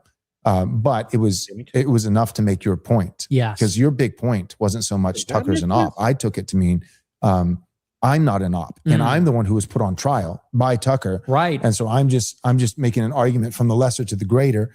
Probably. Dang, Chase, my bad, bro. Chase, I accidentally missed one of Chase's super chats because he was actually talking about the shooting of Alex Preddy. He said it was he said he was lawfully carrying right up until he started interfering in a lawful ICE operation. The rest is irrelevant. He committed a crime in possession of a firearm, and that is the facts. Sorry, I had to make sure I get that. So, shout out to my man Chase on Rumble. He sent it in as a Rumble rant. And make sure you guys follow me on Rumble as well, man. I want to build up the community over there just in case anything crazy happens on YouTube. Neither of us are, but if anyone was, he would have the higher likelihood. Yes. So all that being said, I like Tucker. If he hadn't done that, do you think you would have blasted him? Absolutely not. Okay. Absolutely not. And it goes back a little ways with him. I don't know what will happen between now and when this releases. I'm open to being. I don't know about that, bro. I don't know about that. I think he'd have still went after Tucker Carlson. I don't know what it is about Nick Fuentes, but this man does an interview with somebody. The next thing you know, he's berating them on the show like a week later. I don't know about that one. He'd have found a reason. He'd have found a reason to start hating on him. I don't know why. That's how Nick Fuentes operated in my eyes. It's like, dog, you always find a reason to get mad at somebody and starts grilling them on your show for 45 minutes straight. And shout out to my man Big Wave Dave for the baller alert. Appreciate the support, my brother. Go ahead and give you your shout out. Appreciate the support, man. And he says, he's like, fine, but I'm not calling in. I'm a disruptor. I'm a disruption. Every now and then. I'm just playing. Well, when you start cursing and start hopping on the liberals' asses, I ain't gonna lie. It could be a distraction, but it is funny. Being friendly with him. I got a feeling you'll go on Tucker's show eventually. I think so. that might happen, but because I think he's genuine. Yeah. Like, now, actually, that I have to specify. I think he's actually not genuine, but in the best of ways. So I think, like in the true sense, I think he is genuine. But the dude. I mean, he's like basically has been a news anchor, from birth. I mean, like just, and so he's good. He is good. He's good. And so like what he did with Tel Aviv Ted, Yes. The Bible said, really? The Bible says that? Where does it say that? And he's got the face that like looks like genuinely befuddled. Yes. Like he often does that. Like I'm genuinely just I'm just confused, or he's not. Mm-hmm. He's sharp. Yes. The dude's a shark. And he's like, where does the Bible say that? And the moment that Ted can't answer, well, actually it's in Genesis chapter 12. Yeah. And so there are points where he like legitimately is not genuine, but not for a nefarious or malicious way, but to get him. He's a good interviewer. Yes. That's what if you ever watch I ain't gonna lie, that's one thing I learned from Tucker Carlson. Like, if you actually watch how Tucker Carlson's grills people, it's perfect. And this is why I say, look, this is why I don't interrupt people when they talk. I let them hang themselves. Sometimes by interrupting your opponent too much, you let them be able to correct their position. Sometimes you gotta let them explain their faulty position all the way out, and you let them hang themselves. You just cook them on the back end, just like Tucker Carlson did. He let him cook. He was like, all right, go ahead, say your bullshit. And then after you let him do his spiel, he's like, hold on, where was that at? Oh, you don't know? Okay, all right, well, it's in Genesis. He's like, just let him cook himself. Just let them talk. That's why I always say when Sid talk, y'all get a note. I'm like, no, let him cook. Let him cook. Sometimes Sid will make a good point. Sometimes he'll cook himself. But you gotta let him cook. I can't endorse it. It was, it was degenerate and filth. But the movie, The Interview with Kim Jong-un, Yes. and he's like, and he's playing the part. And then at the very end, he gets him. He's like, why are you starving your people? And I feel like that's what Tucker does. Yes. Like, oh, we're best friends. And I'm Tucker Carlson. Hello, fellow Americans. I fly fish, and I'm wearing the plaid shirt and my cabin set, and like, or he'll often say like, and I'm not rich. And I'm like, you are rich. I know you're rich. Of course you're like, who believes that? Right. But again, I think in the truest sense, he is genuine. I think he genuinely loves Jesus. I think he's genuinely a Christian. I think he's genuinely trying to do good, but he does it strategically. Yes. He does, like, he knows exactly what he's doing. He'll put on like kind of like a Hugh Grant, like, like the, yes. And it's like, no, dude, you're a shark. You know exactly what you're doing. And I'm here for it because I think in the big scheme, it's in the right direction. And you just got caught up in that, which was unfortunate. Well, I don't know what to make of him because I've never met him and I don't have an interaction with him, but I would say I reserve the I'm open to the possibility, let's say, that it's a misunderstanding. Yeah. Because that'd be great. There does seem to be like there's a generational thing. He's older than me. Yeah. And he comes from bro, you gotta be able to play nice with somebody, Nick. I mean, yeah, you got to do Sneeko in them, but it seems like everybody you did a mainstream interview with, you didn't came out and start grilling them. I mean, shoot, Candace Owens, Tucker Carlson, PBD. You did hit pieces all on them later. So I don't know about that. Yeah, you gotta play nice with somebody. But you can't, Piers Morgan. Okay, never mind. Piers Morgan, that was already confrontational from the get-go. But speaking of our guy, Piers Morgan, let's go ahead and get back over to him real quick. In his whole Alex Petty shooting. Because Piers, all of you are watching this slowed down, nice video. It's happening in seconds in real time. And my point about the gun is, Piers, my opinion, when they disarmed him, he doesn't know the gun is gone. It goes off. He's still reaching for the magazines, which he thinks are a gun. But Piers, here's the point. Why is this all happening in Minnesota? Can we stop? In Texas, there's 10 times more illegal deportations. You don't hear none of this, Piers. None of this. You know why it's in Minnesota, Piers?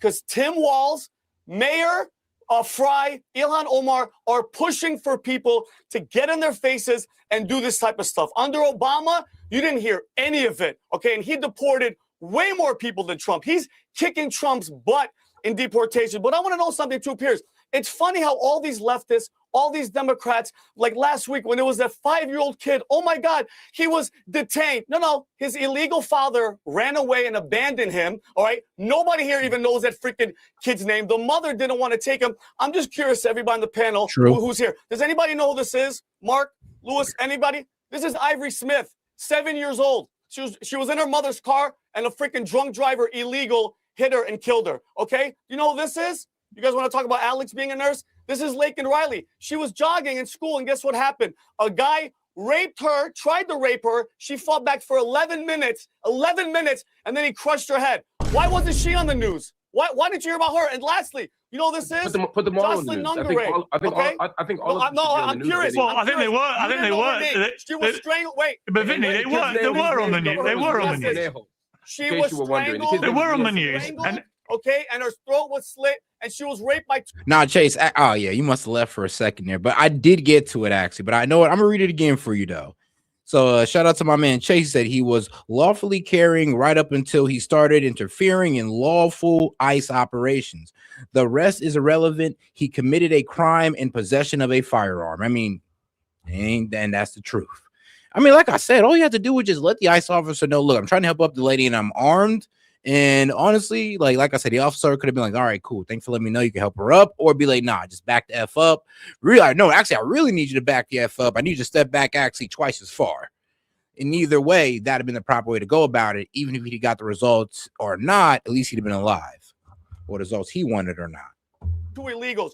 All you guys care about is headlines, Piers. You know why? Because Democrats are hemorrhaging votes. At the end of the day, this is all votes. Why else do you want illegals? You're fighting so bad to have them in here to count on the census so that Democrats can keep power, Piers. Plain and simple. You know the irony, Stop all this nonsense Vinny, that you guys care. Vinny, the irony is the irony is. Oh no, you're good, Chase. I owe you that one because I missed it and we was on a whole different subject. So I gotta at least read it out. And now that we're on subject. And shout out to my man Big Wave Dave. How's it going, bro? Yo, bro. It's all good. Now wait. Yeah, what are your thoughts on? You gotta love this selective criticism. Like they didn't do it during Obama. I think even Clinton deported a bunch of people. Then they turned the Obama cages into Trump's cages. And then again, that 5-year-old boy that was abandoned by his illegal father. I think it was a legal father, but abandoned his kid. His father was illegal, and the mother didn't want to accept him after they found out where he lived because she was afraid she was going to get, caught up in the ICE operation too. So she didn't take back her son and let him go into Child Protective Services.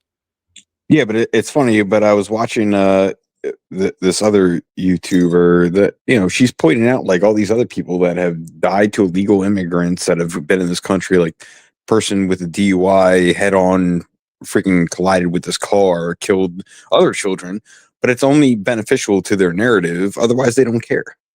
Yeah, I mean, look, and that's what kills me about it because he has a point. Now, yes, some of them did get coverage. Like, trust me, even though we had to force Lincoln Riley, like, let's not pretend that they was willing to cover this. Like, we had to put it in their face so they would finally cover Lincoln Riley. And after that, you still got to force them to cover every time somebody dies from an illegal immigrant that's not supposed to be here. You still got to force it in their face because they don't want to cover it. It don't go along with their narrative. And this is why they over here plastering Renee Good and Alex Pretty all over the place because it goes along with their narrative. ISIS, Gestapo, they're evil. They're coming for you. Yeah. And we need to fight back against them. And Seth, the other thing too is like you have these people that are like blasting people over this, but they don't care to know the truth of anything else. They just want to hear what the news tells them and go along with it like fucking sheep. Literally, like I said, bro, like with their Nate Good shooting, bro, immediately murder. Oh yeah, I saw it too. So, I was watching the CNN things, like it had literally just happened. And I'm watching like people watching CNN. They're like, "Oh, do you believe this? Do you believe this?" Like clutching their pearls. I'm like, "Are you freaking serious? You're gonna go by this? You're not gonna wait for all the information to come out?" And I bet you when you do, you're probably going to feel a little bit differently about it. But no, now everybody's just trying to defend it. Like, no, she was turning her car away or she was doing that. Well, why didn't she just stop and get the fuck out? Exactly. Like, it has just been that easy, but they're giving her all the excuse. Like, here's the thing. They let to escape past that part as if that wasn't like a defining moment for her. Like, bro, she'd have been here today if she just did that and not listen to her lesbian wife. Like, she'd be here today. Yeah, drive, baby, drive. Exactly. I was like, are you effing serious? Like, and now y'all just want to blame ICE? Like, as if, Tim Walz's rhetoric about, they'll disappear you and take you to a foreign torture dungeon. Like, what, you don't think that went through their head? And they're like, oh my God, if I let them capture me, I'll never be seen again. Right. Like, and the other thing too is like that dude just mentioned earlier, saying about Texas, like there's what I think a 23% amount of Texas that have ICE raids going on and only 3% of Minnesota, yet it's all coming out of Minnesota. And again, where do you think that comes from? Like, he's not lying. That's where it's coming from.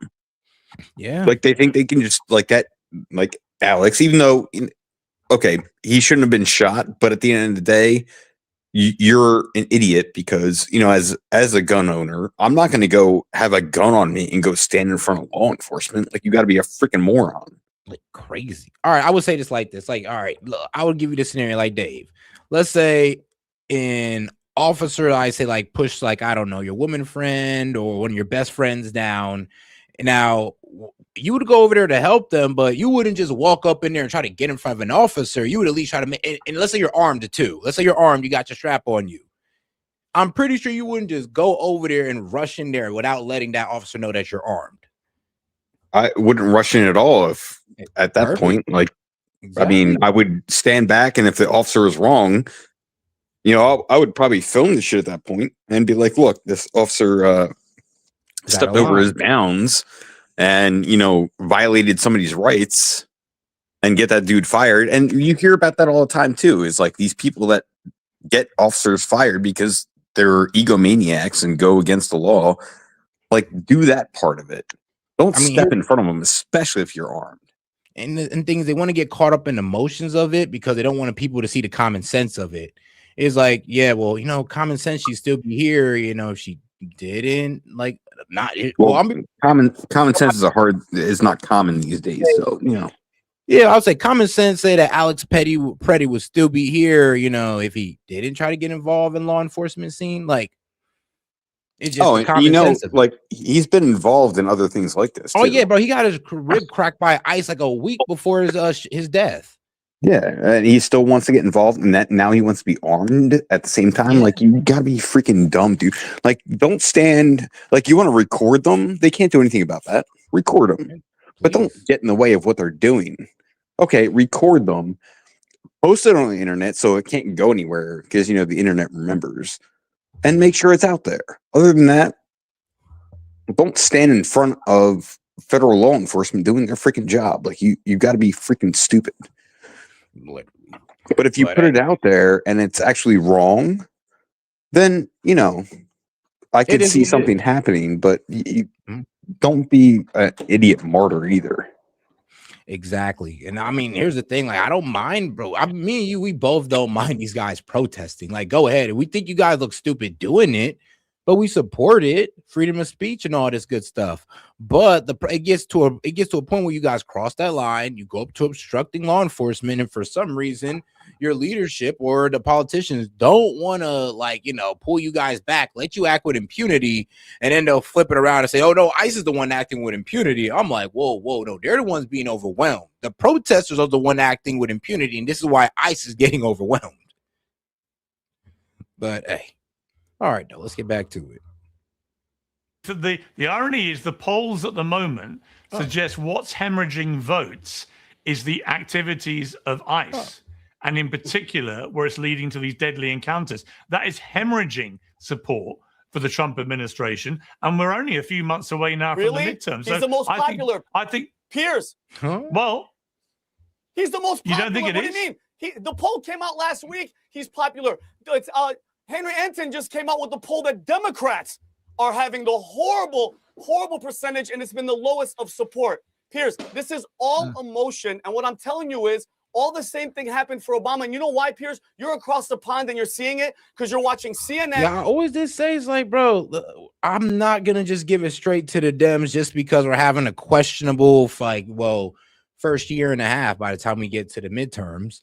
I'm gonna be honest, like, they still got to show some type of, like, well, policy, some type of progress, because guess what? Abigail Spanberger and Zoran Mondani is about to make y'all look real stupid because things are already. Yeah, go ahead. Sorry, Seth. Was Pierce just like siding with Democrats at that point? Yeah, I mean, bro, come on now. You know how Pierce is. Like, he doesn't like our whole Second Amendment and all this good stuff.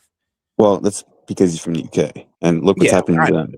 Yeah, I know, but you know, every time though, he'll love to sit there and be like, "See, you know, if you guys didn't have all these guns everywhere, this would never happen." You see. It's like, bro, shut the hell up. Shut the hell up. Okay. I have actually. This is the first time I'm hearing him. Like, I'm gonna have to look him up further. I know he's been like, especially people like Destiny. Like, he thinks Destiny's an idiot. Yeah. Should we all? But to hear him like side with the people in Minnesota just because this dude had a gun, like, that sounds kind of dumb to me. But I know, but Pierce is petty with his points. With this point right here, when it comes to the gun point, he is so petty with it because it's like any situation that involves a shooting in America. Oh yeah, he's ready to make that gun point right there, front and center. And I knew he was gonna do this. Bro made three videos, 3 panels already on this topic. I was like, bro, okay, all right. You're watching MSNBC, and that's their agenda. Plain and simple. I just actually, it's Vinny, useful Vinny, idiots. Vinny, I watch a lot of Fox News, and I watch a lot of the PBD. I watch a lot of PBD with a guy called the Angry Patriot. So you have no idea Very what good I'm taste. consuming. You And have by the very way, good taste. since I broke my hip, I have nothing else to do but watch you. So don't mischaracterize me. I do watch the others too, because I like to watch what they're all saying. But I appear on Fox all the time, as you know. I don't take a side in this. I just want to try and get to reality. Small businesses drive our economy, but securing. Yep, skip that nonsense. Yep. I go for a little bit longer. Vast funding. That's just Lewis Goodall, welcome back to Uncensored. One of the really weird things about these two shootings in particular is that we're all watching them on videotape. So we can all see from multiple angles what's happened. And yes, we should wait for the investigation. Yes, there might be new things emerge which change perhaps the narrative. But I know what I saw with Rene Good. And I know what I saw with this latest incident too. And there is no amount of person in authority anywhere in the world who's going to convince me that what I saw was a justified murder or a justified killing. Let's not call the word murder. Let's wait and see where the investigation takes us. But a justified killing. It just seems to me. All right. I'm assuming this is old, yeah. Actually, this is bro, Pierce, I think he's like 3 days late, bro. Because honest, this was like, a day ago. All right. Well, we were told that a firearm went off before he got shot, yeah? Yeah. But we don't know. But we still don't know if it was Alex Preddy's gun or if it was. Oh no, I'm sure it wasn't, but he was still armed and in front of federal law enforcement officers trying to block them from doing their job. Yes, this is true. Now, again, I don't think he should have been shot and killed. However, you're an idiot standing with a gun in front of law enforcement officers. Yeah, like thinking that's going to work out well for you. But I don't get it. Well, let me see here, because I know I have the video beforehand, before everything was going down. I think it was Steven Crowder did a video on it, and he was pretty much showing everything he was doing beforehand. He was in the middle of the road. He was already got pushed by ICE officers one time before he got sprayed. So the reason why that ICE officer sprayed him is because that was at least his second time getting in, putting hands on Alex. And he's like, bro, get back. He still came back. He said, get back, bro. Came back again to get the woman. He's like, all right, since you don't want to stay back, obviously you need to be well, not really put down, but pepper sprayed. Yeah, or again, immobilized. Look, you can have a gun on you, but if you're going to have a gun on you and stand in front and impede federal law enforcement officers, the common sense is out the fucking window at that point. Yeah, I get that one. But all right, ridiculous overreach, probably by ICE agents who are not trained properly in crowd control of this nature, because the Minnesota police should be getting involved, and that is a whole. Thank you, Dave. Thank you. Because I keep saying that, bro, these guys are not trading crowd control, and neither was the Border Patrol agents. They was there because the Minneapolis government the Mayor Jacob Fry won't provide no type of crowd control, won't give them the local police. Tim Walz won't bring the National Guard to provide any type of crowd control, and this is what's getting these protesters killed, is the fact that nobody is backing these guys up. I mean, if they had crowd control, honestly, Rene Good would have got arrested by local police. And I'm be real with you, imagine if that problem would have been with local police instead of ICE. I think she still would have been shot at that point. Huh? I think if there's a local cop in front of that car and she pulled off the way she did, she still would have been shot. Yeah. That's sad. But that's what I'm saying. If it was the local cops that did it, we wouldn't have to be dealing with this. It'd be Minneapolis having to look themselves in the mirror at that point. Or if it was, let's say if it was a National Guardsman. I mean, bro. Drive a car towards a National Guardsman. Whew, that might end up worse than she might have got shot in the head twice. And Seth, the other day too, that one dude was like, oh, well, they should have had proper training. No, never to stand in front of a vehicle. I'm sorry, but you can Monday morning quarterback all you want. Hindsight's always 20/20. Police officers are always going to make a decision at that moment. You can't expect, even the most well trained. Like they're going to like try and protect their friends, or not their friends, but their coworkers, and try and diffuse the situation. When somebody makes it worse, then it's going to be made worse. Man, I mean, sadly, the only people who are making it worse is the Trump administration. Like, I mean, what was it? Stephen Miller and Kristi Noem trying to call these guys domestic terrorists with no proof. Now they may be able to connect Alex Preddy, since he was caught up in signal chats and all this good stuff, but these signal chats were designed to try to stop ICE and obstruct them and all this good stuff. So that he might get caught up on domestic terrorism for that one. They might be able to prove that, but Renee Good, no, not at all. You won't. Oh, she was doing that beforehand. You didn't know that? What, Renee Good? Yeah. She Man, was on ICE patrols. Okay, that makes sense. But did they find her? And I mean, they did her investigation to her, but they never said, "Oh, well, she was in the signal chats and this and that." Oh no, but she was as far as I'm aware, from what I've seen before, she was documented prior to like going out on ICE patrols. Okay. Whole different area about federal v state and how they deploy the law enforcement, and about the politics of a blue state and a red administration and so on. But you're a fellow Brit like me. When we try and get into anything gun related in America, it's a hot potato. They remind us they kicked us out of America with guns. Hey, Seth, one more thing. Issue Sorry. for America. Go ahead. But again, like, you want to go out there and obstruct federal law enforcement, like, go out there and record them. Don't obstruct them. Record them. If you're recording them, they're not going to do anything, or they're going to try not to do anything wrong. But if they do something wrong, then you have them on video and you can upload that to the internet. Yeah. In fact, if you live stream, that's there forever. Oh, yeah. Shoot, I mean, at this point, you got a clip or a nice little video and post it on X is there forever. So they don't really need to be doing all this. But here's the thing, though. This is the only way they can catch ICE, or make ICE, like, catch them up. This is the only way they can make ICE act out, or I would say get them to make a mistake. But the problem is they're not even like making mistakes at this point. It's the people that are getting in their way that are making mistakes. Yep. Okay. Yeah, you're right. Actually, you're right about that. The thing is, though, is that this is what the Dems wanted. They wanted to get the ICE to either severely harm somebody or kill somebody, and they got that. So they can go ahead and spend this and take no responsibility whatsoever about their lack of crowd control, but just push it all on ICE, and they're Gestapo, they're acting out of control. They try to lie and say, most of them are untrained and they're illiterate. It's like the craziest lies ever about these guys. And you wonder why people like have this fear towards them, because they truly believe the lies. Again. So you remember I used to say this in the past, like, look at the shiny thing over here and not this over here. Yeah.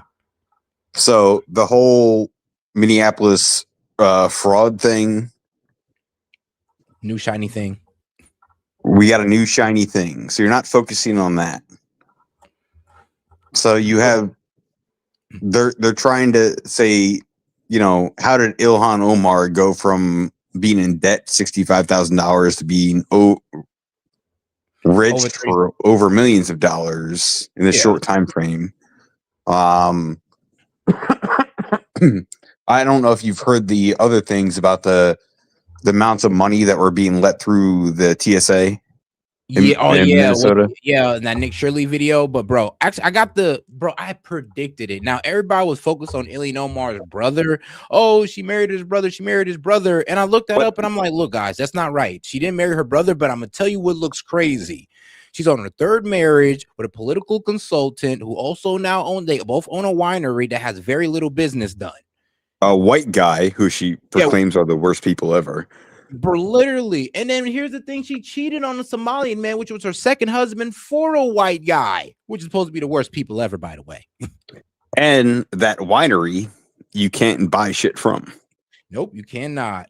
I mean, shout out to Benny Johnson. He did the deep dive. Yes, I saw that too. Bro, and he looked up the address. People like, look, this whole brother thing is a distraction away from the real point. Because I remember when I brought up her third husband, people didn't even know she was married to a white guy. I was like, you see the distraction. That's why she was over here laughing at y'all about, oh, you guys think I really married my brother, when really, I did some real scamming with my husband, and y'all too focus on, oh, I might have married my brother.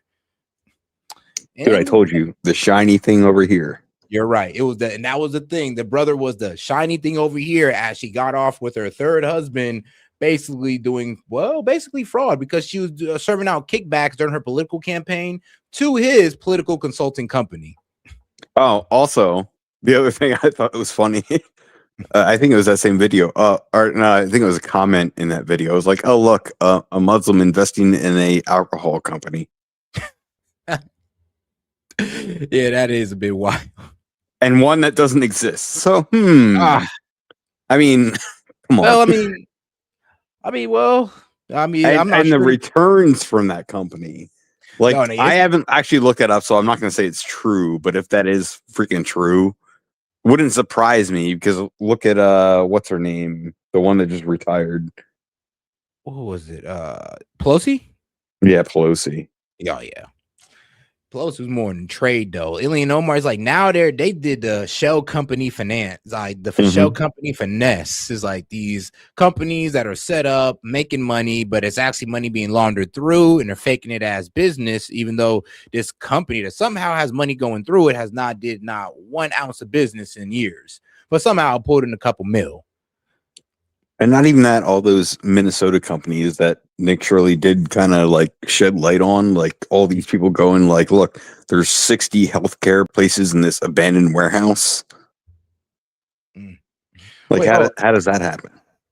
Oh, Tove, go to the horizontal stream. I went and posted the StreamYard link in there, and let me see. I can go ahead and post it to the main page as well, so you can get on here as well, because I'm about to like head off in like 15 minutes. So no, you're not.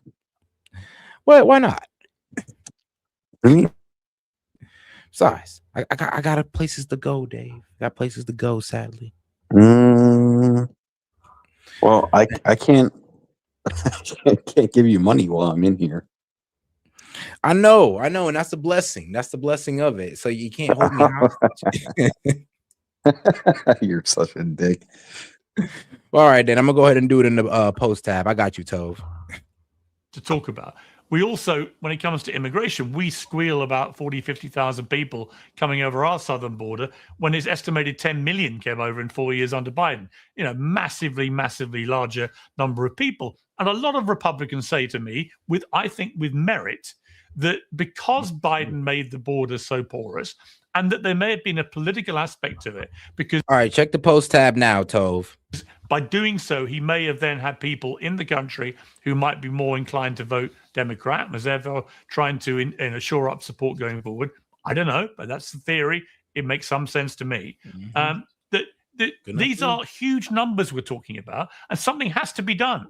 And if ICE don't do what they're doing, then how do you actually identify and remove people who are there in America illegally, and particularly the ones who Sorry. Another one I saw was like, I forget who it was, but he was like, how about you offer all these illegal immigrants, like if they say they'll vote Republican, then they can stay. Watch how much the Democrats want them out then. Bro, it would be the craziest switch up in the world, bro. We actually started hearing Democrat use racial slurs at a certain point. Honestly, like, you think that wouldn't happen? I think it would. Oh, that would be so freaking funny, bro. They were like, no, we need to get them out. It's against federal law. Whoa. Wait, when they'll vote for you, it was all good though, right? Right. Bro, I think that would be a genius fucking move to do. And now he doesn't have to honor that either, because fuck off, get the fuck out, but he could say it. It'd be hilarious. Well, hey, Tove. And I guarantee you, the minute that he said that too, you would have all these Democrats instantly pivot and just be like, no, you need to get out. But yo, Tove, how you doing, sis? Oh, I'm dandy. Been fighting a really bad headache and migraine. What's up, Tove? What? No. Hold on. Okay, never mind. This is old, but what was it? Trump just fired Kristi Noem. Oh no, he put her on the bench. Homan's in charge. Dang, put old girl on the bench is wild. She said, Oh, Noah, you done wow. effed up enough. I'm done with you. Just sit down. You're cooked. I thought he would have done that to Pam Bondi before Christie. I mean, You would think so. You would think, honestly. because as far as I'm concerned, Christie Noah's been doing a decent job. And I agree with you on that. I Yeah, think honestly, Pam she Bondi should has. have been sat down long before. Yeah. And now you have Dan Bongino coming back and starting a show again. I said on one of his posts, like, Dan, I hope you redeem yourself because right now you are a fucking pariah. Bro, he's cooked. It's like, bro, you came in there, Epstein files this, deep state that, walked in, oh, he killed himself. Oh, those are all the files we got. That was proven to be a lie. And then, oh, yeah, no deep state's arrest as well. But, oh, you're going to come back here and chastise us about how we're just not loyal enough to Trump. Like, bro, kiss my ass. You know, I'm not a fan of Pam Bondi. Should be. I didn't even like Pam Bondi in the first place. The Comey and Letitia James case. I was like, this dumb. I'm like, bimbo, why? Why, Pam? It was so easy. It was like a layup and she missed it. Yeah. And then it was something. It was over something as stupid as, oh, well, you didn't actually appoint the prosecutors. They wasn't confirmed by the Senate. And I'm like, you're AG. You're supposed to know this stuff. But it is what it is, man. No, I wanted to pop in and say, I don't know if you heard this, but one of the Ice Watch organizers came out and said that Renee Good was trained in how to watch for and protest against ICE, and she was out there doing her job when she was unmercifully killed, when she was murdered. Well, I said earlier she was doing like that was her job to do. Yeah. So she had been. They said, and the head organizer, whatever, when she was talking about how they are specifically trained for this job. So they're training them to go out there and get themselves killed. And all right, guys, let's go ahead and get over to the video. And I mean, now, guys, I know you guys have pretty much ignored this, and I'm not talking to you guys, but there is a way to open up the call line a lot faster through the Venmo. Remember, I always do double any type of support you guys throw through the Venmo. Remember that. Remember that. I didn't know That's that. offset. I know. I know. So if you send in $2, it's $4. I get Google Play points that I can give you in YouTube. I can't do that in Venmo. Oh, well, I understand that. I get that. So you're basically telling me that my Google Play points are worthless to you. Okay. Google Play points, bro. Who has that much Google Play points? Oh, wait, bro, you don't understand. Never mind, Dave. He had to explain it to me the other night, and I realized that I had to use them or I was going to lose them. I had 2,500 points, which is $25. Yep. Yeah. Yeah, I know. I like to try to forget about them as well, and all of a sudden, like probably like 6 months in, I'll probably have maybe like only like 10,000 or so. Piss off, bro. Yeah. Hey, man, that's all those in-app purchases, Dave. Yeah. Well, look, thanks to you, sir. Hey, man, no problem. No problem. I help you get those points up. All right. So then when I give them back to you, don't be mad about it. Of course, I ain't mad about it. I'm not mad about it. I'm just trying to give the guys another way. Like, look, man, if you want to reach the goal faster, you can always try the Venmo option. If not, please you go just ahead. want more money. Keep it on here. I ain't tripping. Look, any way you guys want. I just like to give out options here. Hey, Set. You're a grifter. No, I'm just joking. hey, man. I'm kidding. Gotta pay them bills, boy. It's like, nah.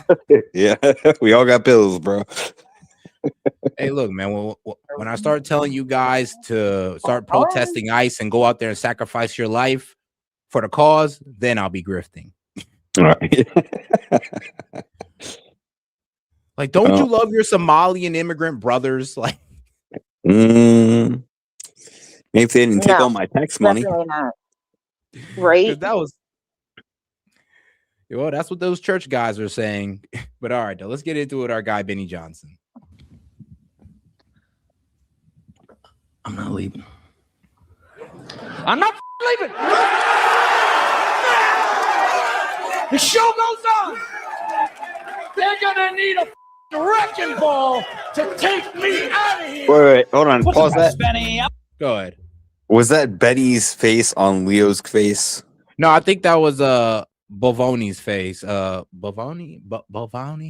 It's the Mamdani? No, not Mandani. Bovani is Bovino. That's that's the chief. That's the chief agent. That's the chief officer for damn it, Custom and Border Patrol. Yeah, Border Patrol. Oh, okay. Yeah, that's that guy. Let me see. Was that his face? Yeah, that is his face. Okay. They're gonna need a wrecking Terrible ball face to put on to that take me speech. out of here.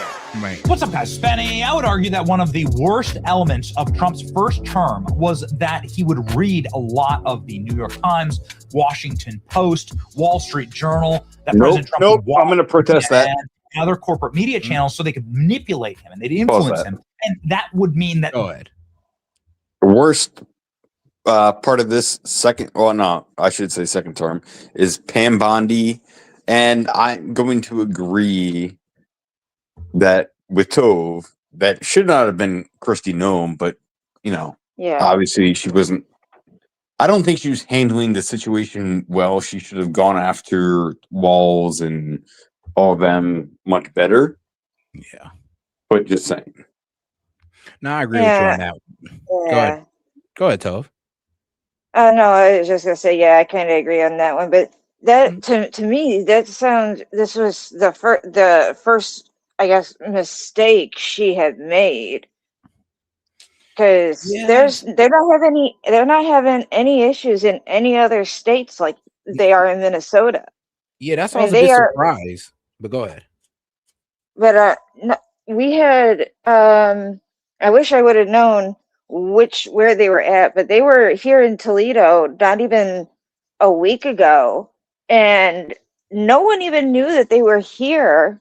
The only reason why I knew is because of my friend, the Juan, who works down at the Nature's Nursery. He's one of the immigrants that's here on a work visa, and we were talking. He goes, "Yeah, we called ICE on the one guy, and they ended up getting leads on a few other guys here over in Toledo, so they went and got them, and no one knew, and because the police and everything actually worked with them." I'm gonna be honest with you. Like, the immigrants over here, sadly, the Hispanic community has gotten in the bad side of most of the people in Columbus due to the way that they've dominated in certain not fields, but in certain workplaces, pretty much making I would say not indiscriminate, but discriminating against non-Hispanics basically in the workplace and all that, and they got caught up on doing it, and they always put in these illegals. So trust me, when ICE came to Columbus, oh man, it was I heard their line was off the hook, and it was shutting down like restaurants left and right. Oh yeah, I believe we have a lot of them over here, and of course most of these guys aren't legal. You two want to hear something funny? What's up? Always. The Brazilian ex sent me a bunch of videos of people getting arrested and taken by ICE. And I forget what she said, but how do you feel about this? I'm like, I don't know. Nothing to do with me. Yeah. She probably said, so why you want to care if it happened to me or your son? Like, yeah, my son's a legal American, so she can fuck off. Yeah. Hey man, that's how they be. Oh no, he probably wanted to know where you stood on that. Man, she knows where. Look, we were married. She knows where I stand on that. Shoot, I've had turn her ass in. Huh? I mean, did I? I said turn her ass in. He's like, No, oh shoot, I shouldn't have said that out loud. Look, technically, she's a criminal for coming here illegally, but she did, after she crossed illegally, she did go and file for asylum. So, that was a good way. Mostly.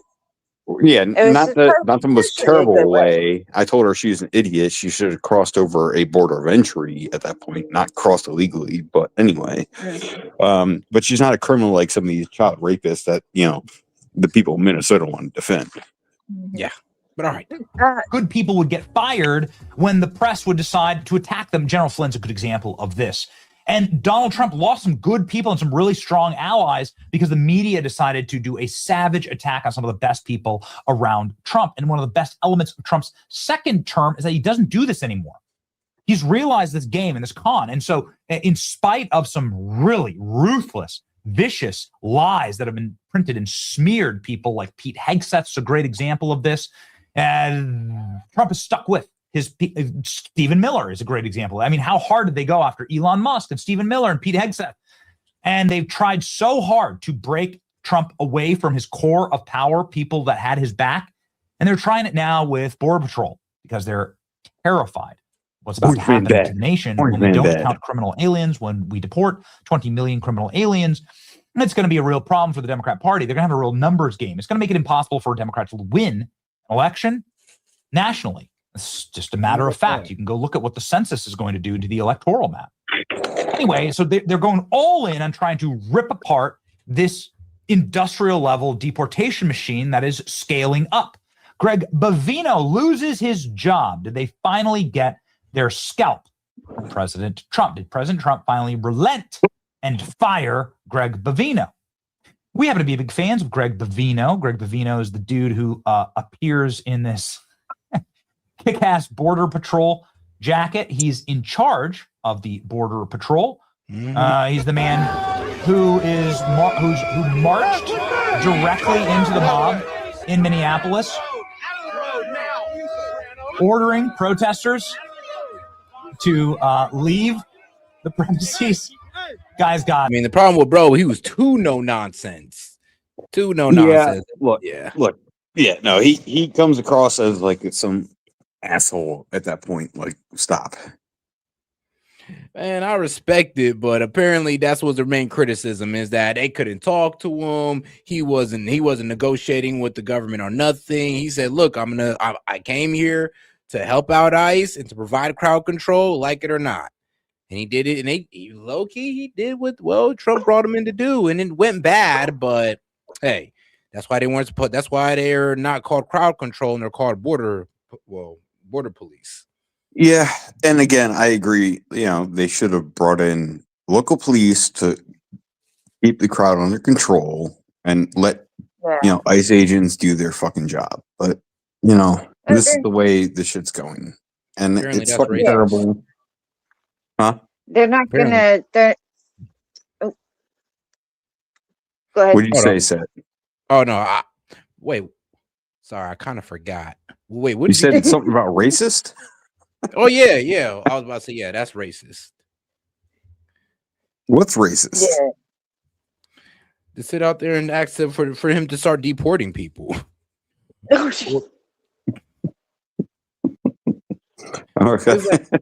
Like what? How you not know that was racist, Dave? Like, bro, as soon as you ask for the deportation of any colored person, is racist. Well, look. You're supposed to be there for your Somalian brothers, Dave. Like, come on. Why do I got to be white, Set? Because, bro, if you don't claim to be white, I can't use collective guilt against you. Oh, okay. I love you, Set. Do we need to get Dave, or do we need to get Dave his white privilege card for you too, Set? I mean, shoot, at that point, I don't know. I think Dave might have lost his white privilege card. He lost it somewhere. He forgot he was white. Oh, shit. I'll tell you right now, my credit score is like 536. It's fucking terrible right now. Yeah, okay, never mind. You're right. You a little bit mixed. Okay, never mind. Yeah. What? All right. Do you drive a Cadillac? Fuck no. Fuck no. No, but you do drive us like a fast car, so. All right, look, I got a big ass fucking 4-wheel drive pickup truck, and I have a sports car. Ah, there it is. There it is. There it is. It was a sports car. Yep, there you go. That Yeah, it's had a been in my little bit of color garage, to and it. I gotta change the spark plug in it. You know, it's beeping at me. So I kind of thought of something. What do you with him benching, or I guess benching or firing Christy Nome? What do you think of the possibility of it actually being kind of like a psyop? Honestly, I'm not really sure because you never know with Benny. We didn't even finish the video, so I'm not even sure if she's actually gonna fire Chrissy Nome, because it would be crazy. Like I said, she's doing well in other places. It's just this one situation that's pretty bad. And to be honest with you, I think if he did fire her, it's because of her rhetoric after it. How she was completely trying to cover, called him assassin, their life was truly in danger. He was brandishing a gun. I'm like, no. At the end of the day, she's benched from Minnesota. And Tom Homan comes in. No, Tom Homan got a medal from Obama. So which is crazy. You know, it's hilarious because under Obama, doing the exact same thing, the exact same way, for the exact same reason. Under Obama, he was praised, he was loved, he was given a medal. Here's the wild part. He's a Nazi. And here's the wild part about it. Like, there's only it's like almost the same rhetoric they used as well. The only thing that was different was how Obama would talk about going after employers, which has never been done. I mean, still sadly. But Trump, he talks about it, but he never really did bring up, going after employers who employ illegal immigrants, because we'd have to go after our farmers, admittedly. Yeah. Yeah, it's true. But they do need to stop that, though. Yeah. They do, but at the same time, you have the Democrats in Congress, like, who's going to pick our crops? Who's going to, give food to our tables? It's the same thing they said back in, back before the Civil War. The exact same questions. Yep, it is. That's what I'm saying. It's kind of crazy how like the Dems really don't see it. And you know what? Like, wasn't the same thing done for segregation and all that? Like, didn't Democrats didn't like segregation either? And they kind of, was strong out on that one. And here they are. Well, and they held out strong for slavery as well. And here they are once again protecting slaves of corporations and of farmers. I mean, way to go, Dems. You did it again.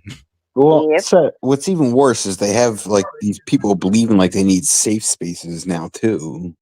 Like I think this was like years ago that they were like asking like black college students like, "Oh, well, do you believe you need safe spaces?" I'm like, yes, we need places just for us. Like that's like if you're gonna call racism against white people reversal racism, I think black people calling for segregation against white people reverse segregation at that point. Yeah. Yeah. Like that's fucking insane. Like, oh no, we don't feel safe around white people while in college. Like, are you fucking serious? Man, lie again. Yeah. That gets me. And it's like, wait, so do you want to be segregated again? I mean, we can, if you really want that, we can figure something out, my guy. But You want whites only or blacks only water fountains? Like, come on. I mean, shoot, they can go do it. Isn't that what a bunch of white people did in, like, I don't know, Missouri or Arkansas? They made a white only community and now they live in happily ever after. I mean, they could do it. And actually, that even during segregation or after desegregation or after with desegregation or after the Civil War, the majority of them stayed in the South and did not take up that, the acres and the mule offer and all that shit. Yeah, if you ask them, it was never offered. It was all a lie. Yeah, I know. But for some reason, y'all realized that was a lie. And here you guys are again asking for the same thing, not realizing that's a lie. Just like a Ku Klux Klan wasn't full of Democrats, all right? Yeah. Right? But they want to forget that part. And like I said, here they are again, protecting, well, basically slaves. It's funny. It's like they don't learn their lesson. Which is, and it was... I was gonna say what's even funnier is that not only did what is the vice president that became president after Abraham was assassinated. After Abraham was assassinated, Abraham Lincoln, yeah. Who was his VP again? Wasn't that Andrew Jackson? Yeah. Yes. I think So yeah, go ahead. he wanted to reinstate the South Union of the South without protection for emancipated people, and then two other Democrats ran for president also wanted to reinstate indentured servitude. That was Andrew Johnson, not Andrew Jackson. Johnson, yeah, Johnson. But either way, when they were campaigning, they campaigned on the idea of bringing the South back, and instead of slavery, indentured servitude, where they would have certain rights and they had certain protections, and the people that they were employed by had to provide adequate housing, clothing, food, and everything. But it was basically just slavery dressed up to look pretty. Yep, with extra paperwork. Yep, and they obviously never got through, but there were a lot. Johnson almost won because the South really wanted that back. Yeah, I can understand why. But all right, though, I'm gonna go ahead and close it down on this one, guys. No, you're not. I still have support. I have some more comments speaking to that. All right. All right. So you have the reason why our country has gone down so far is you can go ask people on the street, what party was Abraham Lincoln part of, and they would say Democrat, right? Right? No. No, he was definitely Republican. Yeah, but they all say, "Oh no, he was a Democrat," because they're led to believe these things. And in fact, you could ask them who was his vice president that became president, and they would not be able to tell you Andrew Johnson. Now, I understand I said Andrew Jackson the first part, but hey, it was an A and a J, so I get got the Andrew right. Yeah, right. So I'm not a complete also idiot, but half these people couldn't tell you who the first president was because they don't know, because they don't teach that either. They only want to teach all the bad parts about American history and how you were oppressed and how you are this and you are that, instead of, oh, well, this is how things went and this is how things are now. So you want to hear something really funny about that whole can't name the first president thing? I asked this chick if she knew who the first president of or when the United States of America was founded, and she said 1776. She said the Civil War. I was like, well, what about 1776? And she goes, oh, that's when America was founded. The United States was founded by Abraham Lincoln. Wait, what? Okay. Wow. Yeah. Yes. Well, and we're gonna go ahead. You can ask them too. Right, like I've seen these videos too. Like, oh, what ocean does California border? And they're like, oh, the Atlantic. Oh, what two countries border United States? Canada and South America. Like, are you fucking retarded, bro? Some people can't name 3 countries or 3 states. Again, that's all right. One chick they were asked, what is the name of the line that circles the middle of the globe? The equator. Her answer was nothing, because if it can't be seen, then it cannot be named. I mean, man, if you was asking her like what was going from north to south, I could understand, because not a lot of people will remember the whole prime meridian thing. But come on, the equator. Yeah, and a kid asked her, so air is just not a thing? I guess. But all right, guys, and now I actually do got to close out now. So I do appreciate y'all, man. Shout out Big Wave Dave, shout out Tove, and Damn It Gaming. If you'd only shown up soon enough, if you'd only shown up maybe like 30 minutes ago. But man, shout out to you guys. So yeah, go ahead. All right, see you, my man. I'm gonna go ahead and close it down on this one. I'll see you guys later. This is Set with Set Media. I'm gonna go ahead and leave out on this informational little video. Hey, Set. One more Yeah, what's thing. You got to start doing that jazz thing at the end. It was kind of calming. Know what? I got you. I got you. Appreciate that, bro. No problem. Know what? We're gonna take it back. We're gonna take it back, guys. All right, guys, man.